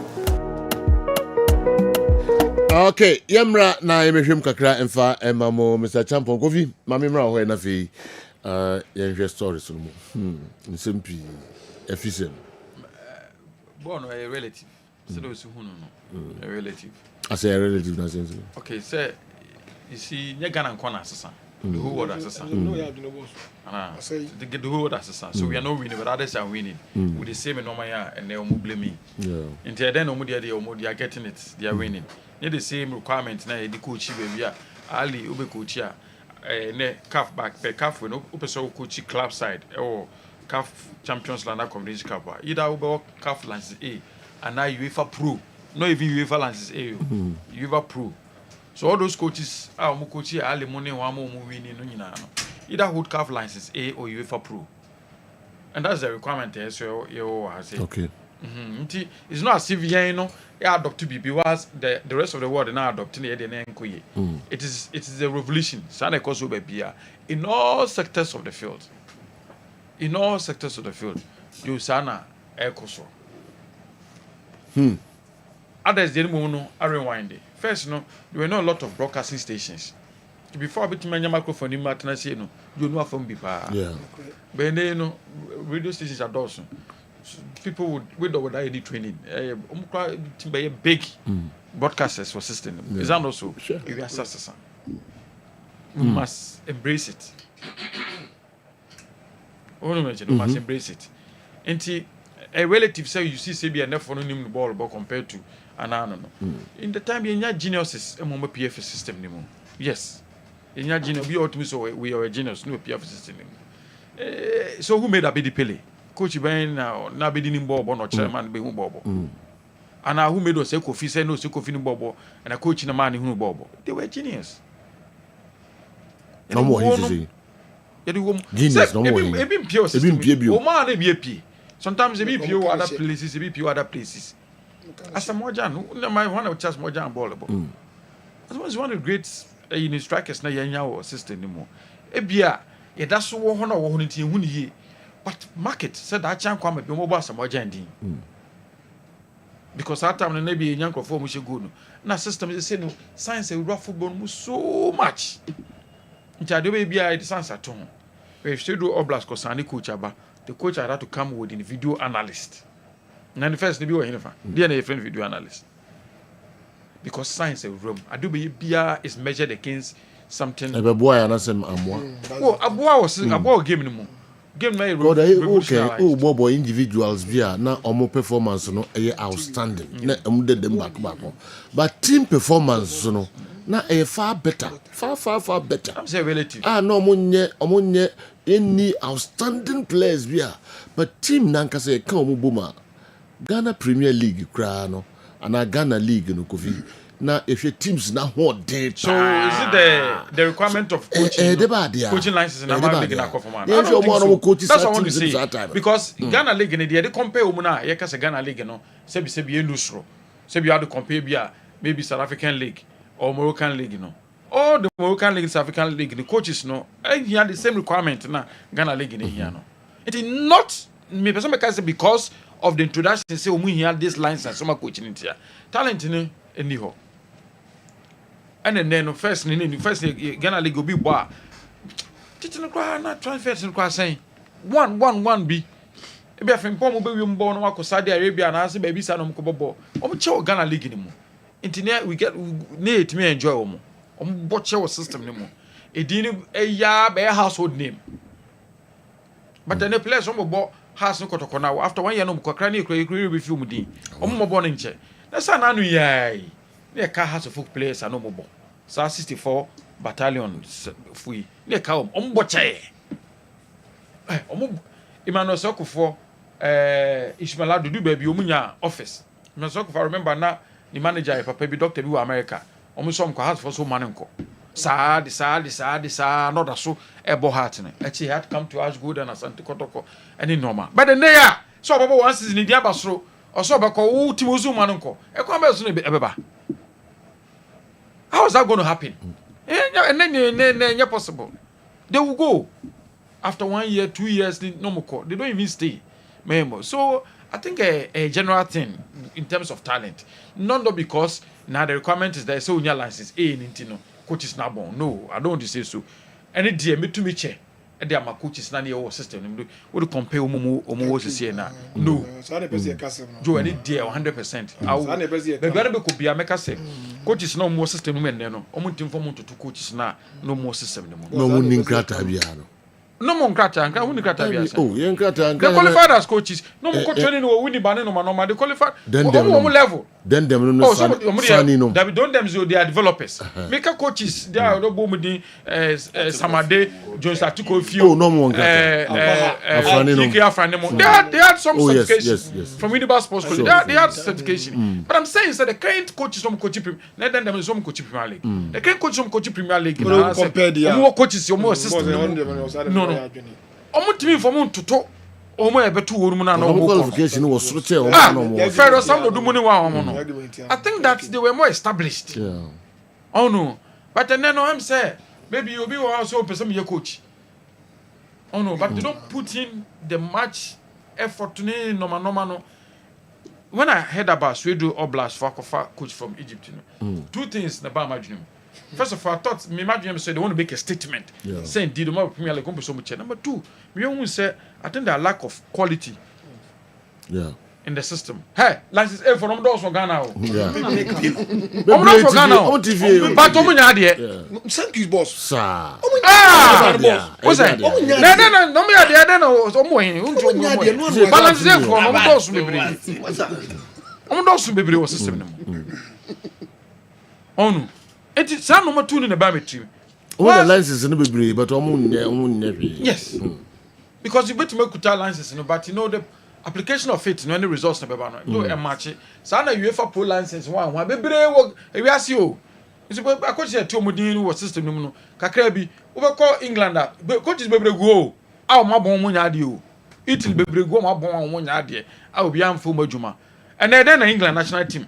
Omo kofo obi of Germany na be coach mo national team.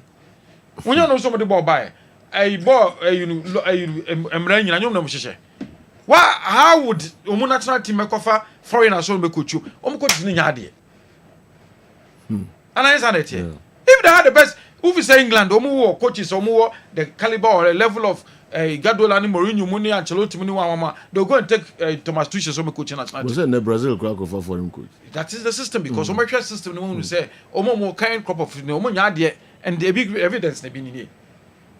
And if they know omo level no match home na do they ombe break bounce no ombe call external. Almighty Brazil akofa foreign coach. It tells you something.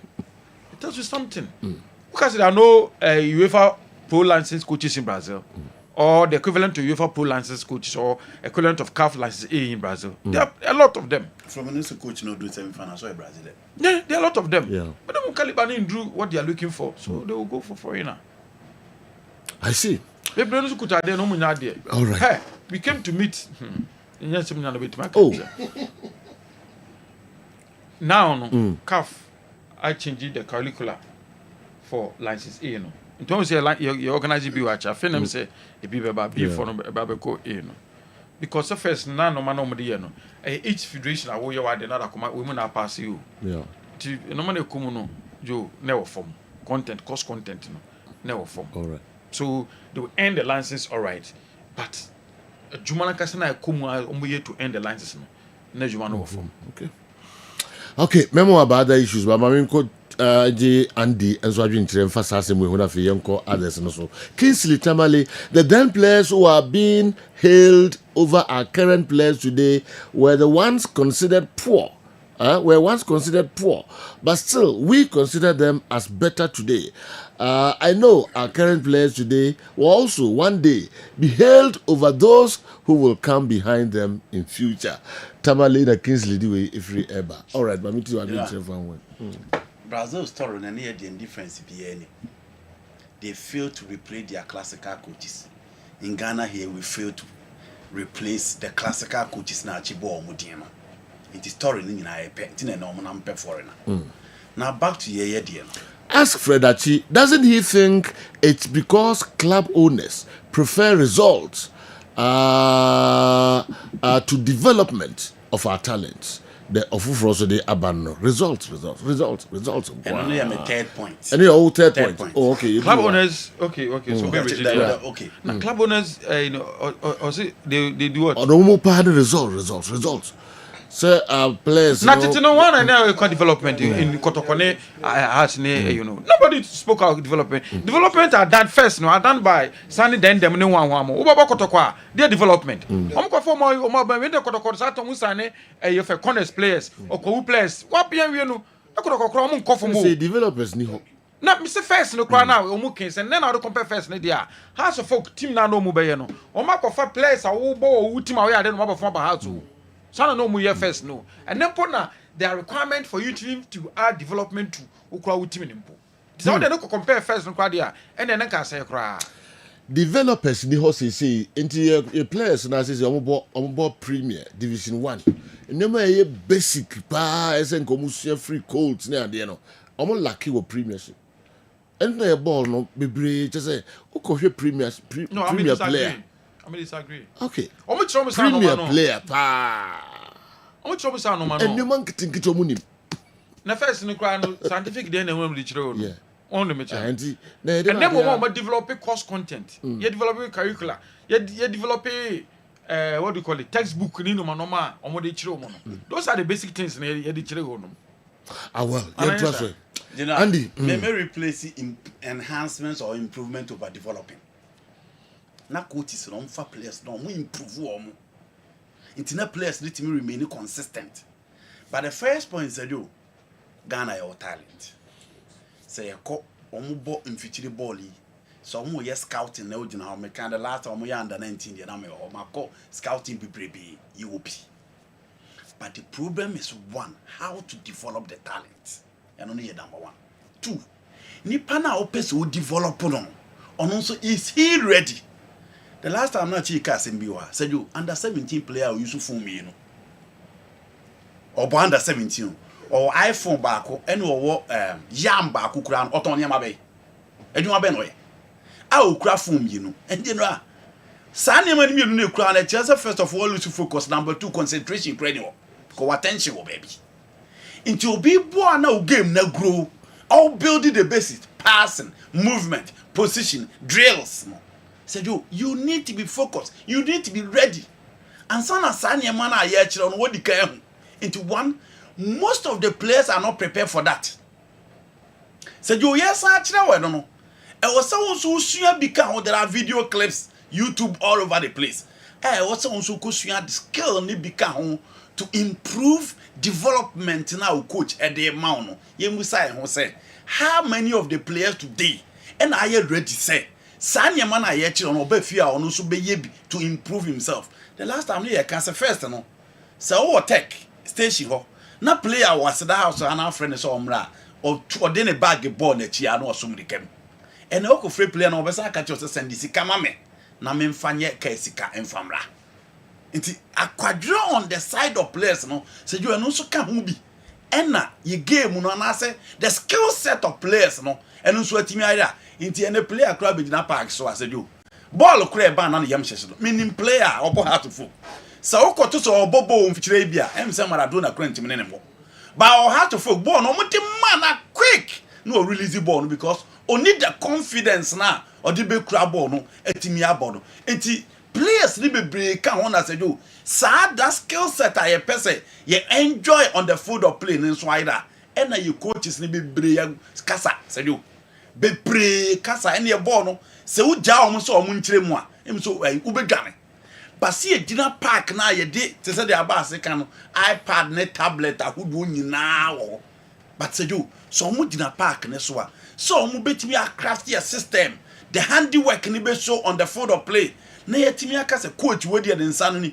coach we de oba team ase no tie coach we de the moment a wo fa no say no de ba Europe na wiase ba bia say you yenim coach bi say coach we de so onya ba team a ade we de won sa beka onya ba team a this is the start that you're going to play. All those things are missing from a game no all because of the application of knowledge enyema na wasua no ekwan a befa so de aba park ne so ama players na tie ase ene wo as a coach or trump card or style or ideology as a coach how dey nante ama obi atimi aba befa no sa niema we na se jo ene nyina akwa ye brofo ene brofo akese ene orals ene coach sneaker but on the field of play there se jo yentimi implement the last one yes jo me gitum se game na assistant se de e kan ba se jo Europeans no omuntu omubo ne ntwene yo speed no omuntu ntwene yo omo afo Africa ne South America for ma ya sia omo star no ena tete ye nyina de bo na akwa America but omo de no omuntu ntwene ye Europeans no omo to omo star na twene hwe omo wie Italians no hwe Italy for ne decide say they are not going to defend and after losing 5-0 in the Champions League final the next day Gigi Buffon a granting interview na small kind or see they were born to suffer and no mo ba iti lo mbesua se born na ye kwa akobo ne ye bebre ba ye nwenu ne ya wene it is the reason why in 1982 almost share Brazil team now almost the day football died because no mo ni gidie da se team no almost share Brazil the 82 team Tele Santana team come betimi ashobo. We've seen Italian teams are all my bre ye Barcelona versus Inter Milan at the new camp ye we na Inter qualify but the Italian back four number 2 e pass it number 3 e pass it number 4 pass it number 5 pass it e do the ball go through the defense mo bi nti omo to omo star na twen no Italy in the last 2 World Cup are failed to qualify for the World Cup why because omo star no to atwen no makwa fan crop star and look at Brazilian players almost so American direct play straight away ye kwa kopegu and omo bonti star na mo ye unique Europeans this year omo ntimi no omo no say do enani nyina afim but the typical Europeans they've not changed their star Spain for change your star no they've not changed it I think say yes star na ye change it to copy the European kick and run and the direct football no and also na those elements in message from our game. Good afternoon, sir. People feel Kumasi Asante Kotoko was my first Premier team, and I didn't play in the Ghana Premier League for long and left just after 1 season before coming to Kumasi Asante Kotoko. Now I have played confederations with Liberty Professionals and some of the divisions already, and also played most of the national teams. So some of us came with some amount of experience. So we need not rush the players to the big clubs because those teams are result-oriented. They should have the right development. Eric Bequin. And anyway, and so Abre, yeah. Before so Baba Kumasi Asante Kotoko, also a book have confederations club now with Liberty Professionals. Now national teams are hold on youth teams so tournament. Yes. Until the moment you imagine say Oba Kotoko no fresh from Kwando. So go Kwando Heart of Lands. No Oba Kotoko has ball final. Na nke benya Liberty Kotoko group stage CAF confederation. Al Hilal ne be Liberty e ha. Penalty. I see. And Al Hilal ne Kotoko ne good Rangers mu ko team. Na Eric Bekwin was part of the team. And Eric Bemu nyina. Okay. All right. Intina and also no.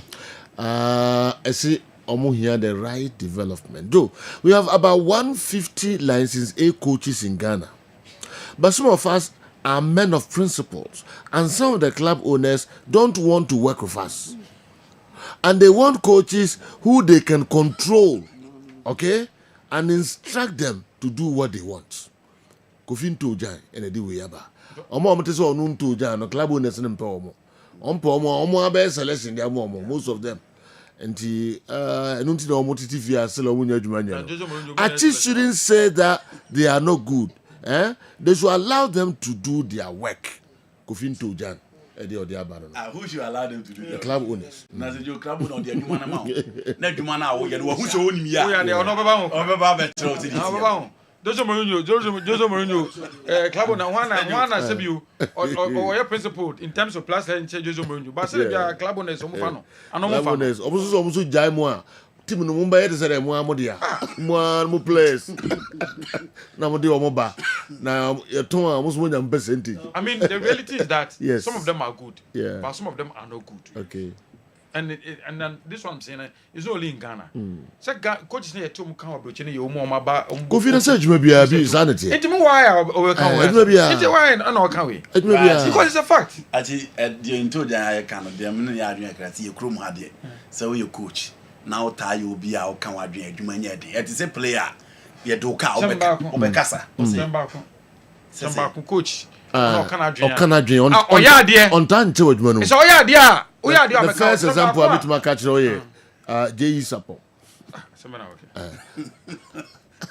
I saw the making. So, Ochana drink. Osi and Kabak, Mamma Back, was had a lot of teams to coach. Or can I be into on charity? Oh, on J. Sapo. Me, any TSO coachy. Oh, J. Sapo. Because on my own fan, yes, Duncan, on my own form. Osi and Jabak, you're trying what now? Yes, coach be or yard. What the number one thing, ability. Principle. No, number one thing, your ability. If the ability or capacity is there, it's very difficult for anybody, and especially with this animal, Joe, the entire crime disagreeing is a Yamfa to say Asante Kotoko. Coach Somo Banina, Kotokono, as Yeniti, have it makes a cramp on the Bear Kotoko watcher for 4 years. Every time they're even changing the management. Okay. Into then, club on a view or her on your way, but then no mobile, Coach Zomba no moko. Jumana we no se fatasa wo tran wa abeta won wa ye juma no club na ben na wo Ghana ne de ne se de oboye team o ma won na wo ye we o mu ne wanom Ebi ni o. Coach Abafen. Go fi dos. Coach Kazim Megebe. Wow, o say body so I no have baby. Because you see your club owners are my coaches in your oh, the stories are Tom Uncle for the doors we will sustain. Okay. And he be how can say be sometimes the club owners be o me ya no you say. But to be the investment be o ye baby no this kind of football. No ba na to papa so not to say yes I dey nefa ko. Na wo jo wo be adwuma wo be Super papa so no asene say. Super papa so. Onya dia plus there's some form. Plus na social to mu na a reason to na wo fa we and not pure ability. Players aba e bia to ma be sham me say mu ba ko. Then the reason of choosing the player will be beyond omo ability on the field. Club on the football mo nim say player we are dey for reasons best known to okay club owners nim say coaches ni BGG sika free players no omo nim pa o the whole players be say ho na omo ball for reasons awada unim na o jaw sa say una e coach ndi o jaw say and the oja I do baby amon kasa kakra ba players so and the true very true all the your business yes because most of the coaches or tifie ni players tifie onye adwuma na ni players ni na na wana ka che so ko Europe club owners no ma jai coaches na so me do abawo me I don't know winning match Nottingham Forest abawo me no winning cup no na coach no they no e bia in some ways selection and other but key decision bi wa nya ma nko ametik emu team no David say Real Madrid waba now the Opebia would do team near na results. Yeah, the Opebia Real present in the top players and your coaching. Present in the top players. Yeah. And your coaching their top. Yeah. Chelsea.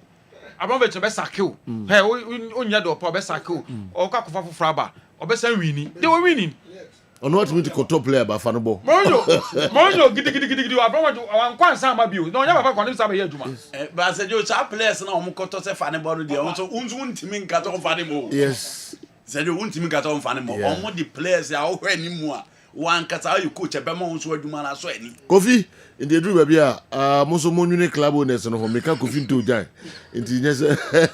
Andy is spot on because most of our current coaches have restricted most talented players from exhibiting their talent on the field of play during match days. Okay, back in the days, coaches didn't tell the likes of Mohamed Polo or say Kofi Adofama, Amusak Badamusi, VC Odoy, Jogati, Baba Yara, Adodamti, Oblite Kombe, Abedipele, Amadou Akuse, Abdul Razak, etc.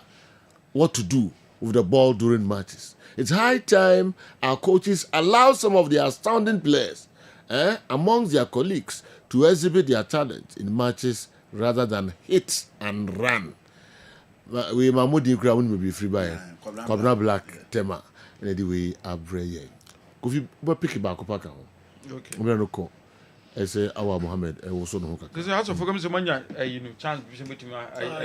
Some when I come to democracy cup.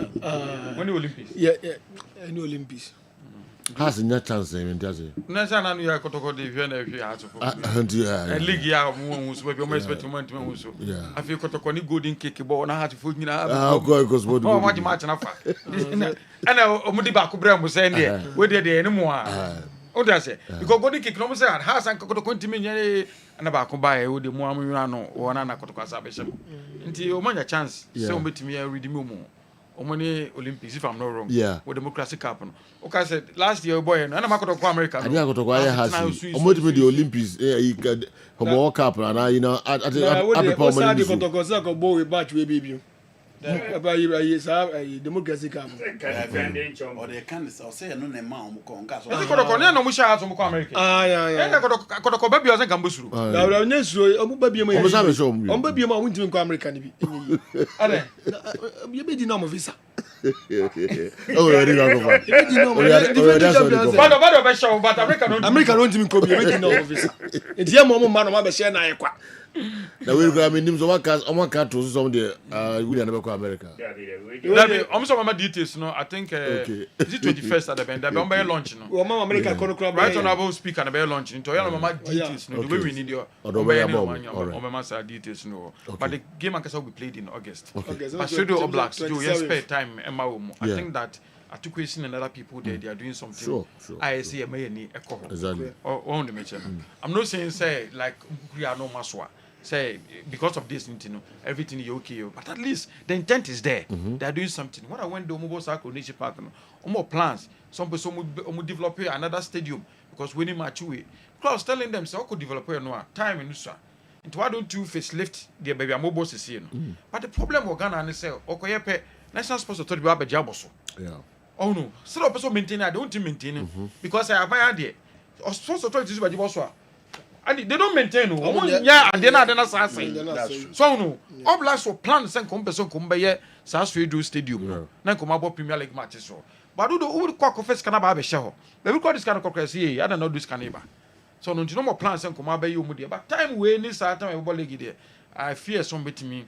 Aye, but now no more for my catch say Premier well qualify from division by Premier League. Say who you home if you swear drew. I could bought baby.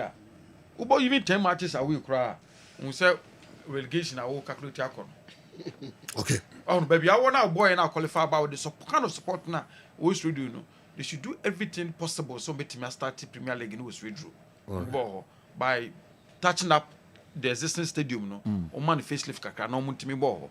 Because we are back for unya ntintimi ho. Ntu Sunday ubo home away from home Joe the jeopardy need also. Okay. Double jeopardy nti. Omumbo e was withdraw no because of support no one. Nembo no gather some point. What banner why settled the Premier League in the then you can look say so okobo be for fine but the Colombia be for some bobo be start Premier League no you know so do no mutimi start you. Giving intent to hiring in the foreign coach and then the video analyst all the others bet me fall in line. All right, Ghanaian coaches are like MPs. They can talk, but when they get a job, why they do it? And so by Champion Joe, Achi is not far from right. Over commercialization of our football through the export of raw talent at tender age is one of the reasons why our game has fallen flat. Another major factor is the absence of cold football in the stadiums. I benefited a lot from that because it removed stage fright from me at a very tender age by helping me to perform in front of big crowds. Also, Ghana used to send coaches abroad, that's Brazil, Germany, etc., for training. Okay, also, the other factor is that some individuals have infiltrated the football industry, calling themselves player managers, who pay their way through from the junior side straight into the national teams when they are not necessarily the best out of the lot. Ghana did well to upgrade coaches Osamdodu, Afrani, Adebi, Edusei, Sunday, etc. Now it's about whom you know. Love and see. I think he's making a lot of points. Yes. He's making a lot of points. Oh, making sense. Steady. So much. Let me see. Can you know? And coach football no benefit because I mean we exposure no. Yeah. And it's a fact. See now, I mean so Bobo kakra. So no, she cannot cast a footballer. So no, a known ex-footballer. Because you see when you play, baby say now. What face crowd in that? When you put in a match big more, you know that players, players na can't show here. Kotoko tim kosani player but first time na kotoko gina so stadium e ma de bia. O piefi opomodunso gu no. Yeah. O piefi tan na nimu a. Na no ya na wa krai.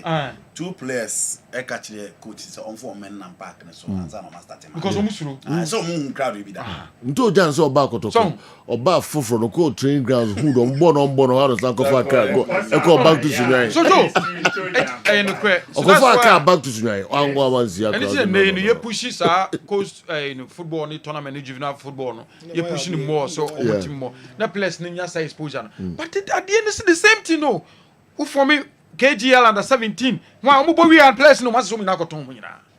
And Adeba ko sa kan ho. Boko bo ba bi omo we no omo opa ne ka so obo coast tournament to ha. Na omo afro mu scouts Sweden hini no mabugo. Omo we enkwara no 16, 15, 17 ni nyina no mo yom passport omo do mu tu kwara. That's true because coast football say you omo bon for the past 5 years there be omo. You go coast football no. But boys na be born now omo your talent na go for be exciting players na go for be ni ojumo no. Who no mo Ghana Premier because ona no mo do ko.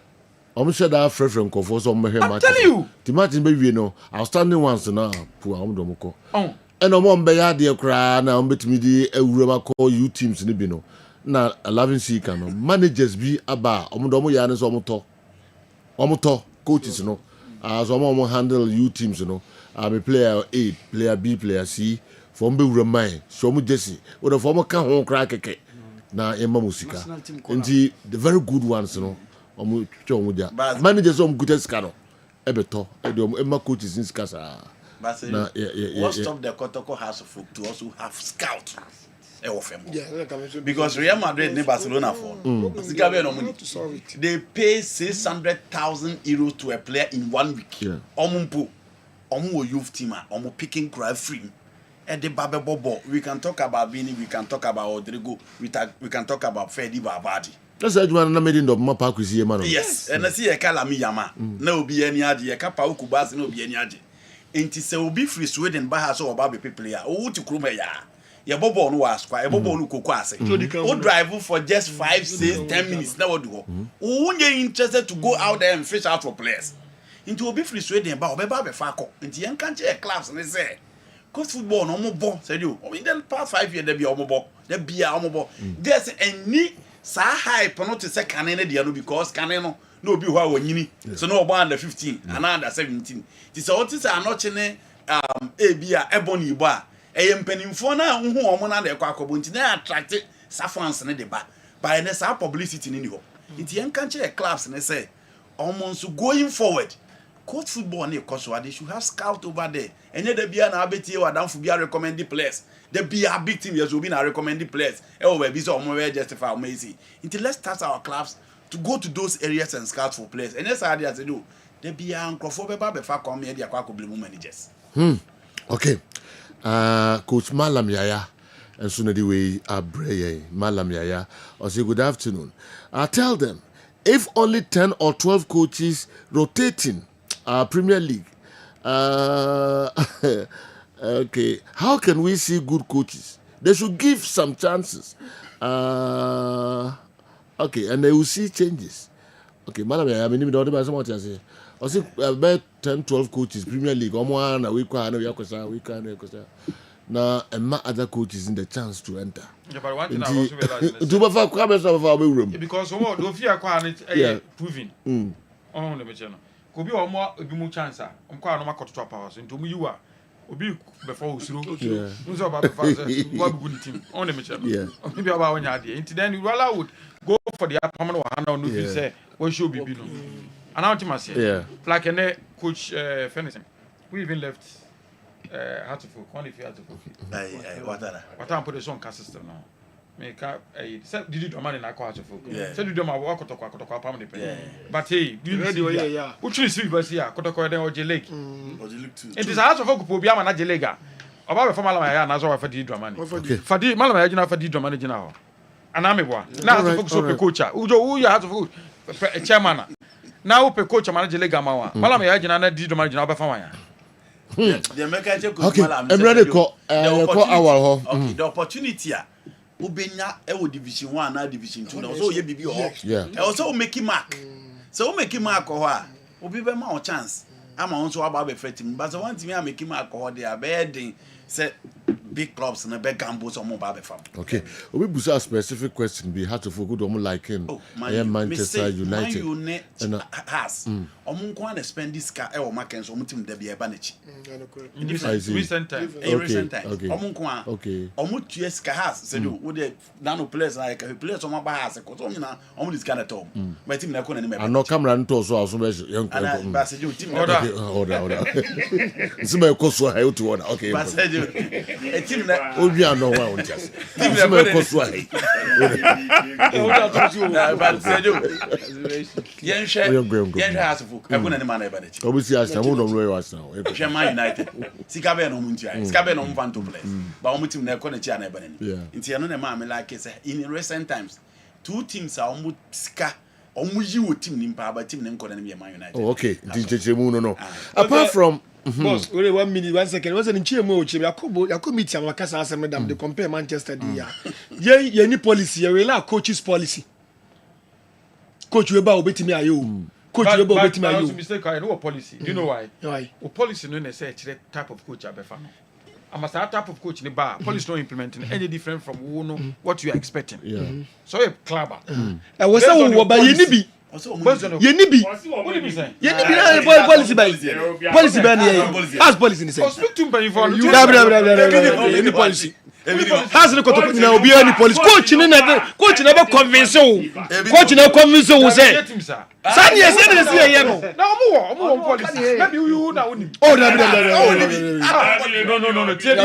the first say attitude the first say say kotoko any how to focus so mo coach omo nim the profile of coach omo pen no policy na inform profile of particular coach they don't for the drama don't have reason why they employ the drama that's the policy the right way na adentina sebi producer o mama coach watara anto aso ana so mo pam coach watara na adentina se amefa efi de tie ham ye mi wan me na me say tie ni wan tie na mi ni wan tie na ya fa Edwin Joe ana ya fa malam ya boss mami ba mi na no oh please ana ya fa bia ana mfa di drama ni wo betena ko fo be kura betena if you even the discussion when even became eminent say bepamo watara no how to supporters including who are boss the name can maso ekunadu the mo can maso ekunadu but the club top hierarchy decided on Didi Dramani based on what they expect from Didi Dramani and that is the policy and the kono mo we no and the train nipa kra we fa no so make coach team and I say that Kodokona say amasom kobobroni eventually they settle on Kaizer too. Why? They have a reason. The reason is informed by policy. It's a club near running. Say near Pesiako. The other Pesiako type of coach be to my boy and number far away. He told him now or say that they will meeting me and say they do not have any policy. Under 1 minute. Under 1 minute. You better chair say has team now hono like Real Madrid. Say them make example chair Manchester. Oko Real Madrid. I mean sure say omukus di omuchire omukus no no de be chire saa tu be Real Madrid no obodu Real Madrid senior team na unim ro a ball na Real Madrid ball the numbers am chen Real unim ball na Real Madrid ball by coach me convince CEO coach me convince ball chairman say metimi aye and say ye as in the policy has under 17 say near boy ball say the boy under 20 say the boy and excuse me the boy under 23 say the boy under say na bedu house na ye ball etu bedru house no no ball no ye ball na ye ball ni nyina e ye one but entesa e ye coaches e do all my ideas e ba okay fa we ma metima ye fa we ma metimi aye we wo de we anya nu say we ye ni say players no no kra me metimi aye me di we kan wa metimi aye sa na league ni ran na Ghana anye ya na hwe basa sa na run no okay no I tend to agree with your crew. The problem is a global one. Apart from the technical dip in coaching, some reasons clubs look beyond indigenous players include A, lack of exposure, B, lack of competition among locals, C, the entitlement syndrome in the locals. Expatriate players are less likely to waste resources. Julian Caesar, and so the other Ababeboa, I don't know. Hey, messages about for interest, pal. Some real man can say baby some messages in and so philosophy and DNA of clubs is what the Heart of Folk man is trying to say. I'm sure. Okay, and the DNA philosophy as I know, and I walk and say no, and Mary Queen, team no DNA. Send and say, if a president Bakabi, say Ghana, a DNA, agro, until no coaches in the insurance, I don't know. Now, yes, I say free. Yeah, you don't know how to but I am just be on the top of football. Okay, me call na mako Dr. Dawood ho kakra bi aba I go think talk kakra every ho aba and nepa na me refuse am na me so me kan na obi si kotoko ya adopt how to full campaign rules on women and girls and now be kind say kotoko adopt any time bia na say kotoko ne house I see isu omusu free each other house ma oba bia kwan o ma me cry mesra wo kambo good man place so kotoko de utimi ko sra so as no team A ni place na omutibo yes but oba moment o ma wa obako na wa yego da bi and you tell you we go free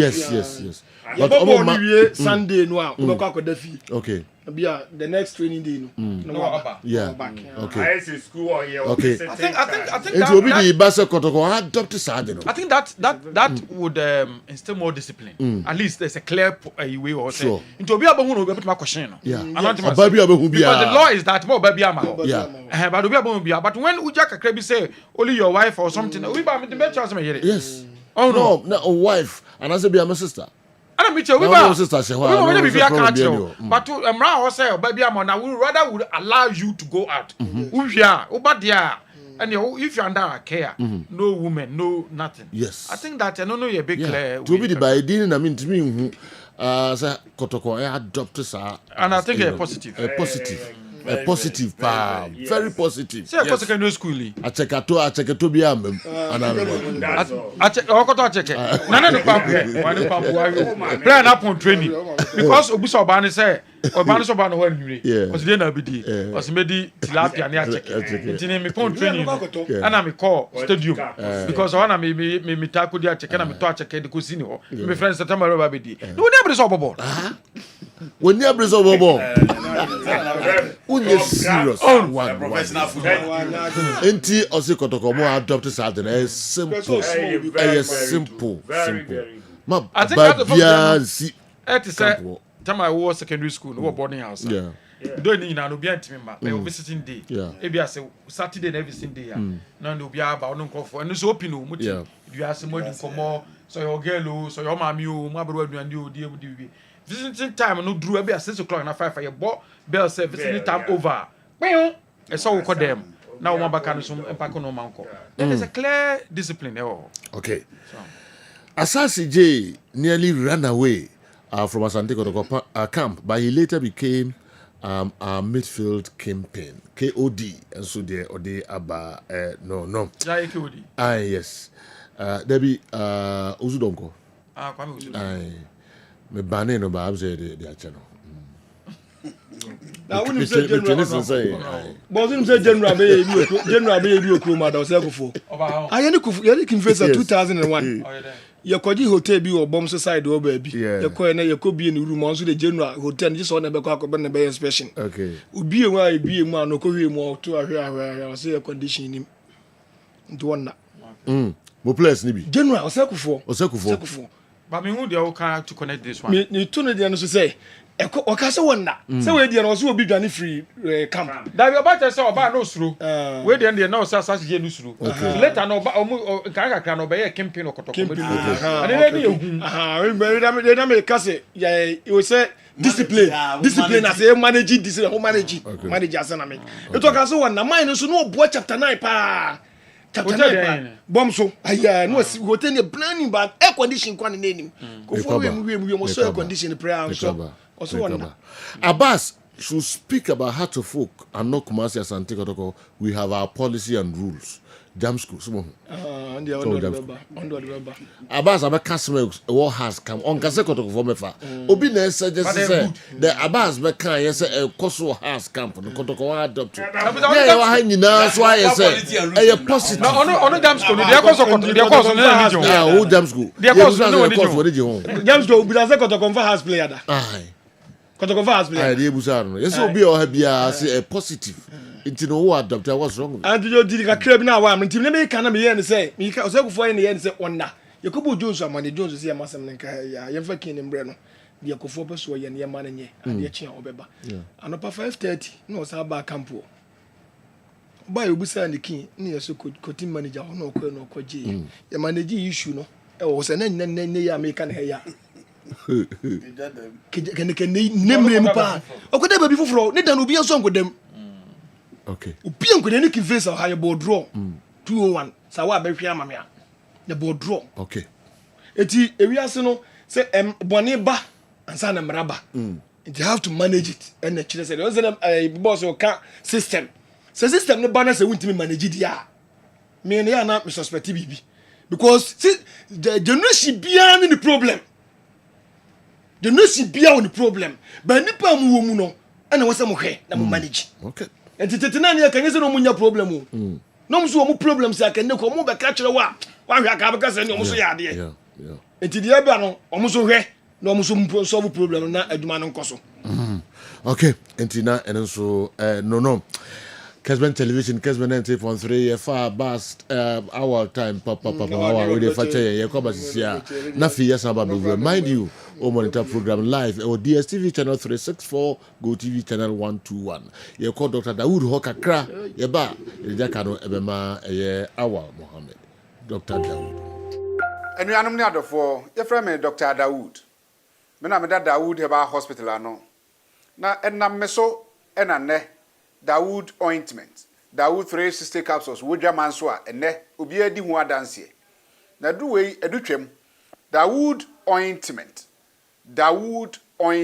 or se fetwi na ebeko ofa Dawood 360 capsules or se sisi na ade wom na drom yenu wei e adwuma bom obi a osisi ye wo yapa de obeye ne se wo de Dawood ointment no etwitwe osisi na anopa ene anwumre a nansa bia no na wo de bia bo asawa obetimi de atua udware wi a fa Dawood ointment wo de te ne fa sra ta bre kro na no na wonom Dawood 360 capsules no anopa ene anwumre na danse ye na ba amane wo de enko na enko ti adanse ni bi Dawood ointment edrowe me straighten and welding the toda me po djuma na me honam nyina me hu bibi enyi ba sa minya sa Dawood ointment we na me twitwia na anopa so minya Dawood 360 na me no a eze kware me ye adwuma kura se kane no te drowe de edi masema ma na be di so asema ma ye electrician na ye adwuma ekofia yentimi na Dawood ointment so ye adwuma na obra okodru fia fa twitwi ade be che no na ho aye den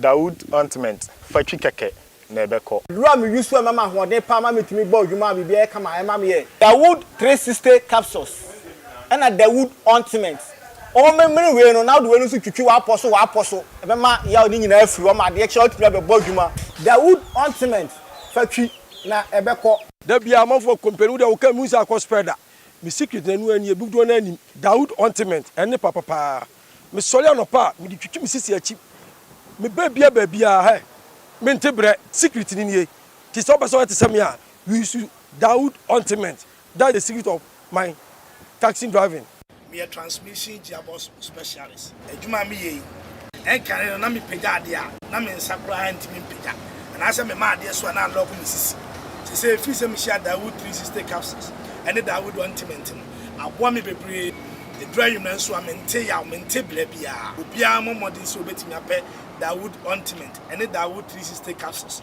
ɛnya bi ato ɔdɔfo sɛ wate bi aduro ya meka ho asɛm no ɛno ho adanseɛ ɛne wɔnom adi no kɔ pharmacy ɛbɛn wo herbal shop ɛbɛn wo ne kɔtɔ Dawood Ointment Dawood 360 capsules na sɛ deɛ nkrɔfo di ho adanseɛ no wo nso wobɛdi ho adanseɛ wo pɛ sɛ wo frɛ yɛn a ɛno na ɛwɔ screen ase no 0244 88 64 37 na 020 168 1717 baby a yɛtɔn aduro wɔ man Ghana mu bia no wode wura ha so pɛ Dawood Ointment ɛne Dawood 360 capsules.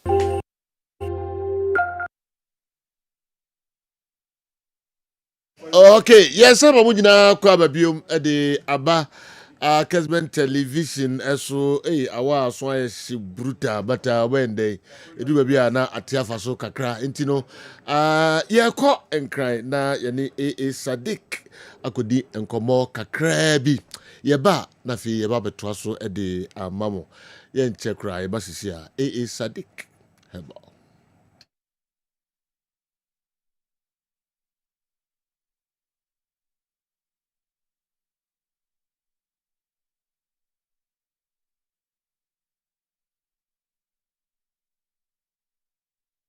Okay, yeah, modia say contact ni betimi abana fi yani Sadik for edi enkomo. And briefly, Joe, na kan say no. Ona mo obi a hwehwe epe. Me ko Now, esan say ye drop one na ebo ye ho ba ye free stroke munti. Ma me chewe kwan ya so obi nya stroke amuno mu hwa na ye de ne hospital. Na nya me ya na dom na doctor for ho na empa wo ho. Ye de ne to so ade ye no.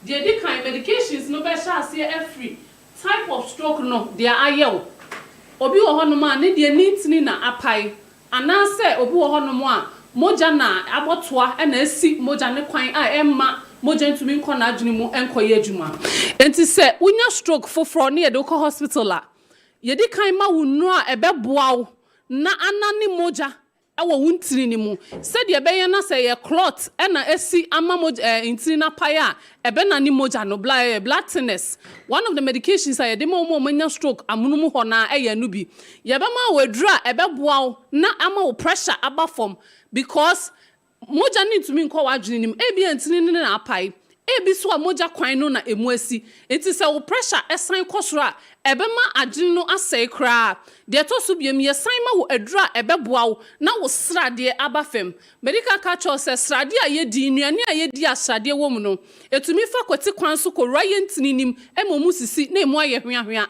eno tumi kofa stroke edeba Sadik Herbal Center say men train na enya stroke I mean kakre ya maka chewi a whole long process and son ya stabilize body no and son ya sha se ahwe wo we yes say like first aid udu hospital la ye be di kan e di amount ye say en train na enya stroke no wo Flexon 600 herbal mixture ewo won chen ya ebeboa na ni moja na mawo ebeboa mantin na mu asisi no emu ada ho no mawo ebeboa asiesie nipadua no se de beye na moja betumi afiri wakoma mu akọ wadwene mu akoye adwuma ne pepepe e de amawo a wo hia to go through all this stress just to stabilize your system no and it fa ne say when your stroke attacks see ya baby I would say medical hospital say be ye na obedu facility a omo betimi administer such treatments no e de amount such treatment where ye administer or health centers ye administer our chips compound and just a bigger hospitals ye administer or clinics it's funny say baby a ben wa ya sabi e ben no e chips compound na when you stroke attack right now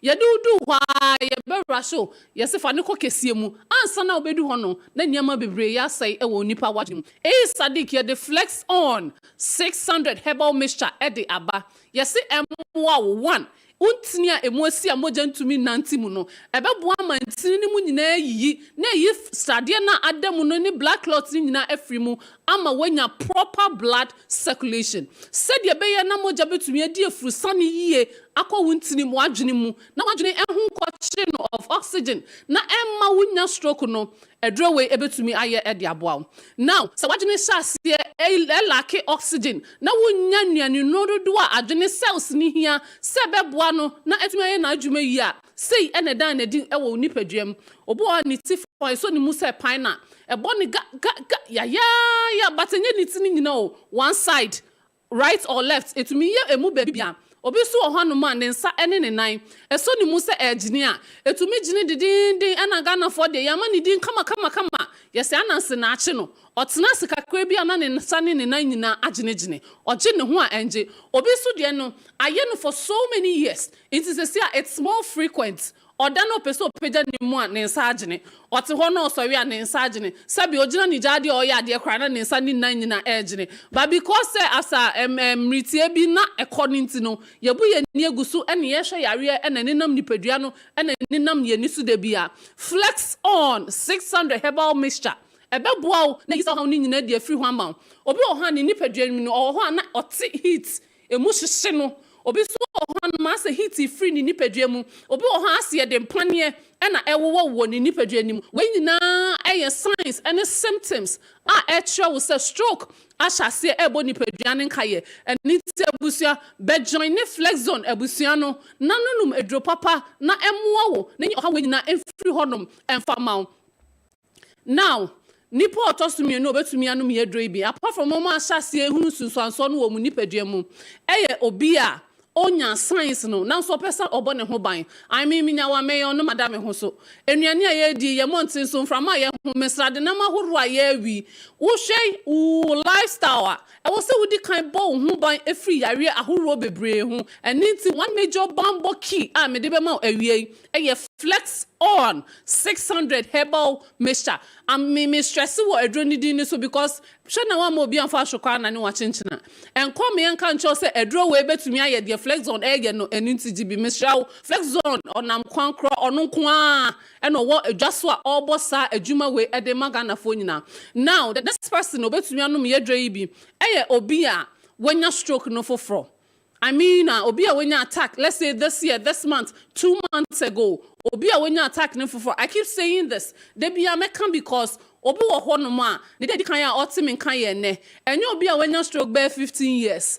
Body no Nyankopon in such a way that the more awonu munro no, ebedu mrebi no, wenya edru papa na ntimi anso yare na no a, body ne betro. Now edrobi anya adwuma ye won nkofo ahoro bebre e wo hono a omonya stroke so many years omo one life support ade omo chance si a said that mama wo emefa omonko enye sa stroke ni bi ye ka omonya ne foforo na body ni hia recovery in tentem e pedro papa bi anom na nyama sesa e wo nipadua anim no ubetumi ama won sa aka flex on 600 herbal mixture and when wasema we yedre hu say ya to apeti Ghana half an baby a okaishi drugline uko nungwa Broadway herbal ukwa obenya bi ato Ekus pharmacy e wa shaman Little George e wotema except the Lord herbal shop so e was so manya Christ is the answer. Benyak, Mensa, Nimzi Pharmacy and Herbal, and so Ewa Takrade, Kolinak, Misty, any Apidank, any Ozone's Chemist, and so Ewa Kumase.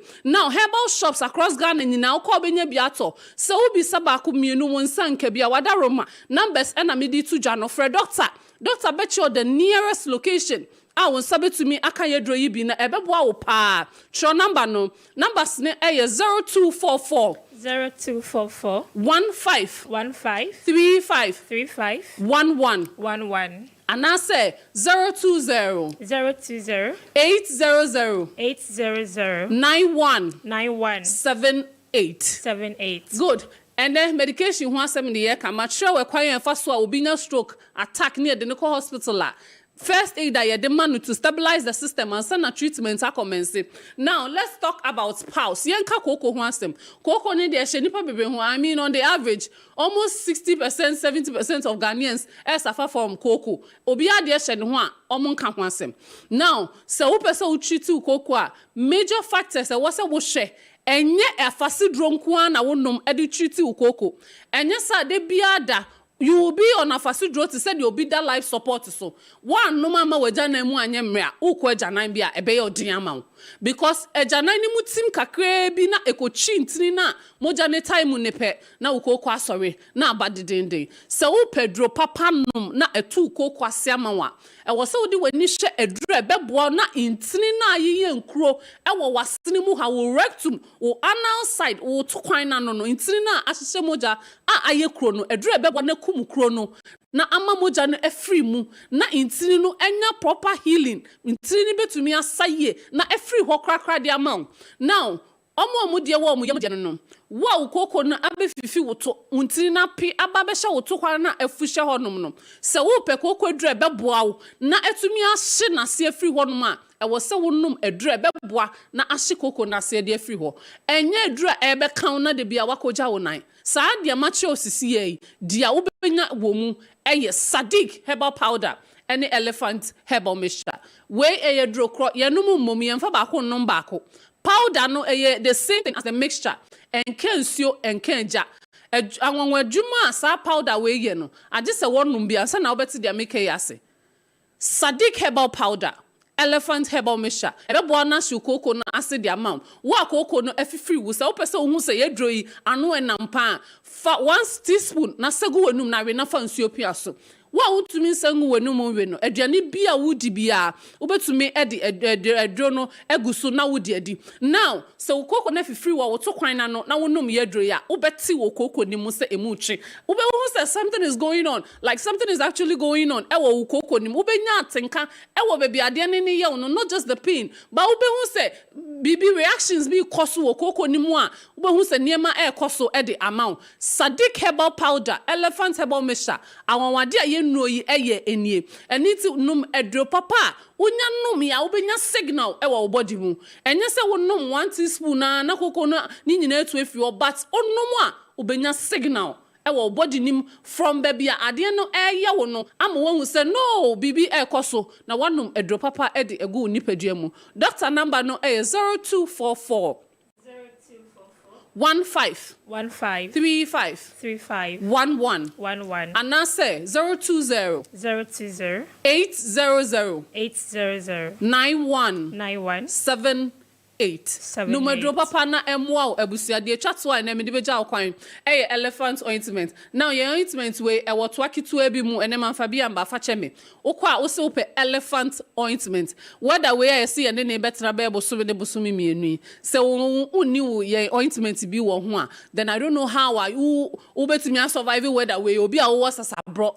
obi a wo to dwani usisi mu ewe minim how I betumi survive it without your ointment boa honam eni oyaw bia ewo mu nti wo de be sha honam bia no eni na eno anka se rewra ni paduanim akoyi oyaw ni nyina e de afiri mu de amount wo kotodwe house sasabro ahoro no tefa kotodwe ni so faraba etare so nafa bandage e boso emia mu enye bandage na be sayare no se de be ye na edro ni mpopa nti na me se fa we nyina e fam so no emritie bi ubehu sa ahunyiyi ano se ni nyina afiri honum e de amount fryen e was 0244 153511 and now say 020 800 9178 asempa me di free a Sadiq Herbal Center edebro ewiani macro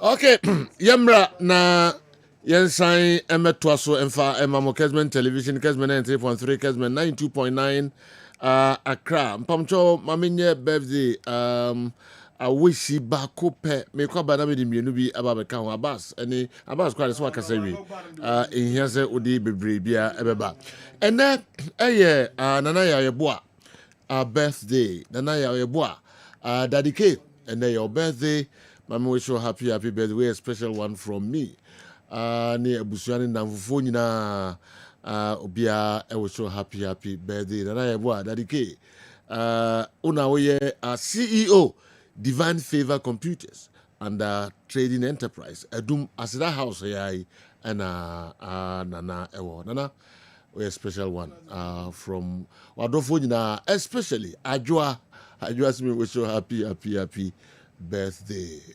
We are sweet. Enjoy. Okay, Abbas. Kakra me de kind me ni as penny aba no aba no. Kakra we are 30 seconds go meet me. I'm say if you are the akado you the ball no win Mercedes it di actually practicals. Na ye de ne yaka practicals na street sense. Na de kan ball. Ye de hu no.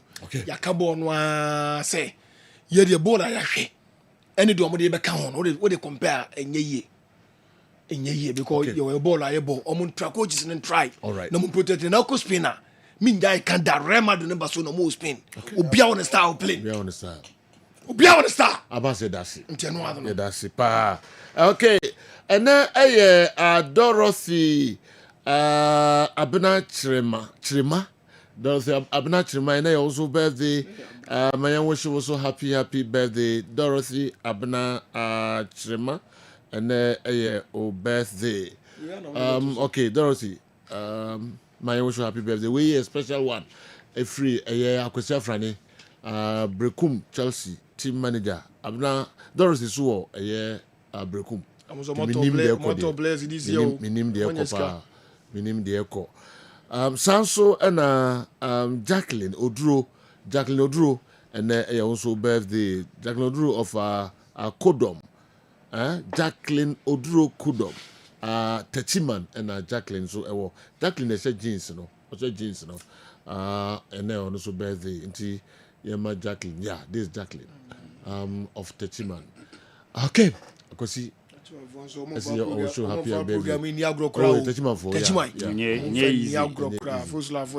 yeah. And no, Big Joe. All roads lead to Ahifa. Kumasi City Mall. Okay. Now also I konya se bibia gidigidi bia. Ye pese obia se bia son se bia bru. Na no dru bedwem. Obia ba bia wotie ne se ne a wotie bia no kotoko ho asem ye pese otimi ka bie na ye fa ne de ye adwuma. Ena mpanimfo bi so tete office a ompese wo so yi wo taku ni wo sempoa etso etimi de bua kotokoma ne yeye beta akonya wo de sore ne wo de efa ka nti onya no sabe na ya bie sa akonya no e de ama obia se register for abu census no na wa be register for abu census bia no kotoko ho asem bia se ne kotoko ko bia no o wa no so otimi ka bie na wo so otimi e kire wagen because we are contributor enti no eso timi kan ya wo pe say amanfo busaye na himfo no masan won prayers papa be yesram ya momfa prayers papa mo ko Africa mo nkogumu wani mu asene adan say aba pay prayers papa e dia ko Africa ejian fabu census so say aba ko Africa ne ebe ya dia ejian fabu census so enti yesese eda kwasiada mo amon register ye no mo hia ye mu bia mo busa ne a ye be kire okoye register no ne register bia mo na momra na eda kwasiada no yam pa prayers afu front so a ya fa omo no yam pa omo ntoma ne yam fa omo nkire mo ye wie so anya sponsors ye omo so be tie achi ama se na Africa ye kono aso ayi edimo nyina momra eda kwasiada Kumasi City. Where is lawyer Safuduku? Last week he said that Kumasi Asante Kotoko is not going to play the champion of champions at BBNE because that's the home ground of BBNE Gold Stars. Now that Galka has scheduled the top four to be played at Baba Yara Stadium, what will he say now? Hypocrisy at its peak. I wonder why Achi hasn't said anything about it. Faisal, anyway, a free UK and Abre. Hypocrisy at its peak. Wow. Before the opinion of okay. You know, opposite of Akoba. Yeah. And of Akonima. Oh, family, me for baby. Okay. Baby, na me. Anita Boadu. A birthday. James Boadu. The wife. Oh, okay. Wow. James' wife. Okay. Man Ponti and then birthday. Okay. Madam Anita, I will show happy birthday. We couldn't say many FDs no we show happy birthday. Now coupon share on your case. Okay. Hey, and that's where Ike birthday. Ike, Dr. Ike. Oh, okay. Yes. Dr. Ike. You know, I also happy birthday. And do baby na man for some test one fee. Do birthday. Okay. Happy birthday. Ike, Yami Unsha na Onya Okase. NTK, most messages by 100 or thereby Muba Ukraine American. And men how send some message or say calls are when yan nano. And so who be that now or the men Yankopon. na at the right time obe revenge nsɛm no nyinaa that's how okay no ontimi nka so oboa na we revenge baby sɛ nka sɛ ba akopɛ so bi abɛyɛ n'adwuma na obe wie ne sika na wache no na me be keka ne tiri mo de na onyi sika ne nsɛti ending ama amanfo the calls and hanadwe but man they usuba ho asɛm also my attack no unprovoked into at the right time obeyi ma no ntimi twɛn no Tacheke ko chano on famra Tacheke ko chano okay Tacheke ko chano okay but info ba ko pɛ da ye pija ye mu oh too bad and then come on maybe a coffee you know hello yes coach is not brutal hello good afternoon hello good afternoon Joe about your James ko so am Joe James ko yeti opa ni Joe mi da sin Joe we dey say modi kaka na me aduma Saturday float no asem na me aduma Sunday so na lunch no e ba so kama pa first na ma membo solo aba so na membo obin sekire ni osesibi ba ma fa so akomport o mu na ma ehun se ebenya election a peace ba ntia me adum so na tu wie so ade obelu so no on so ba bonchen na on bejintum kama na asundwe mpi eni ba kotoko na jo me say hard friends wo mo band na do mo so no dela na so atwam be say mu se na mo tue sika na band no on benya kwa reserve players ana be say me hu because they say dela na twam ne na kacha ba say on kan team wasem no yo wadi ka wie ba me ka because mra say so mo so ayo se be enya obi be once a band in down mo so enka forever o mu tue sika no kwa enka o the baby turn dia ma maka no see okay Abbas asoma James go eso eka no see you pia kra band na so na say mo go kan kro be me de kan pia wo ka was as say like kan na me so do you know the number of people who have called me after your comments? You simply attacked me unprovoked. You better come out with unqualified apologies or else I will initiate my countermeasures. Okay, me tell na okay. Doso me nkan hwe bi NTK that's it. So countermeasures that's it. I'm ready. I'm prepared for you. And then me have man to bombo abo. EPJ mu why NTK. About 2 abatu. Okay. This is okoto airtime obeji. Only platform. So ko be koto airtime. DJ KA up next. Umetinyo papa. Ono anso osan to be the abuaba DJ KA yes MRKA yes but so me busa no majas is play okay popular request okay about Kilentiana enyu bia by friend Kilentiana na opedia abi akwa no so wala fa bo no say okay you say oh boss boy oh masa korma KA bra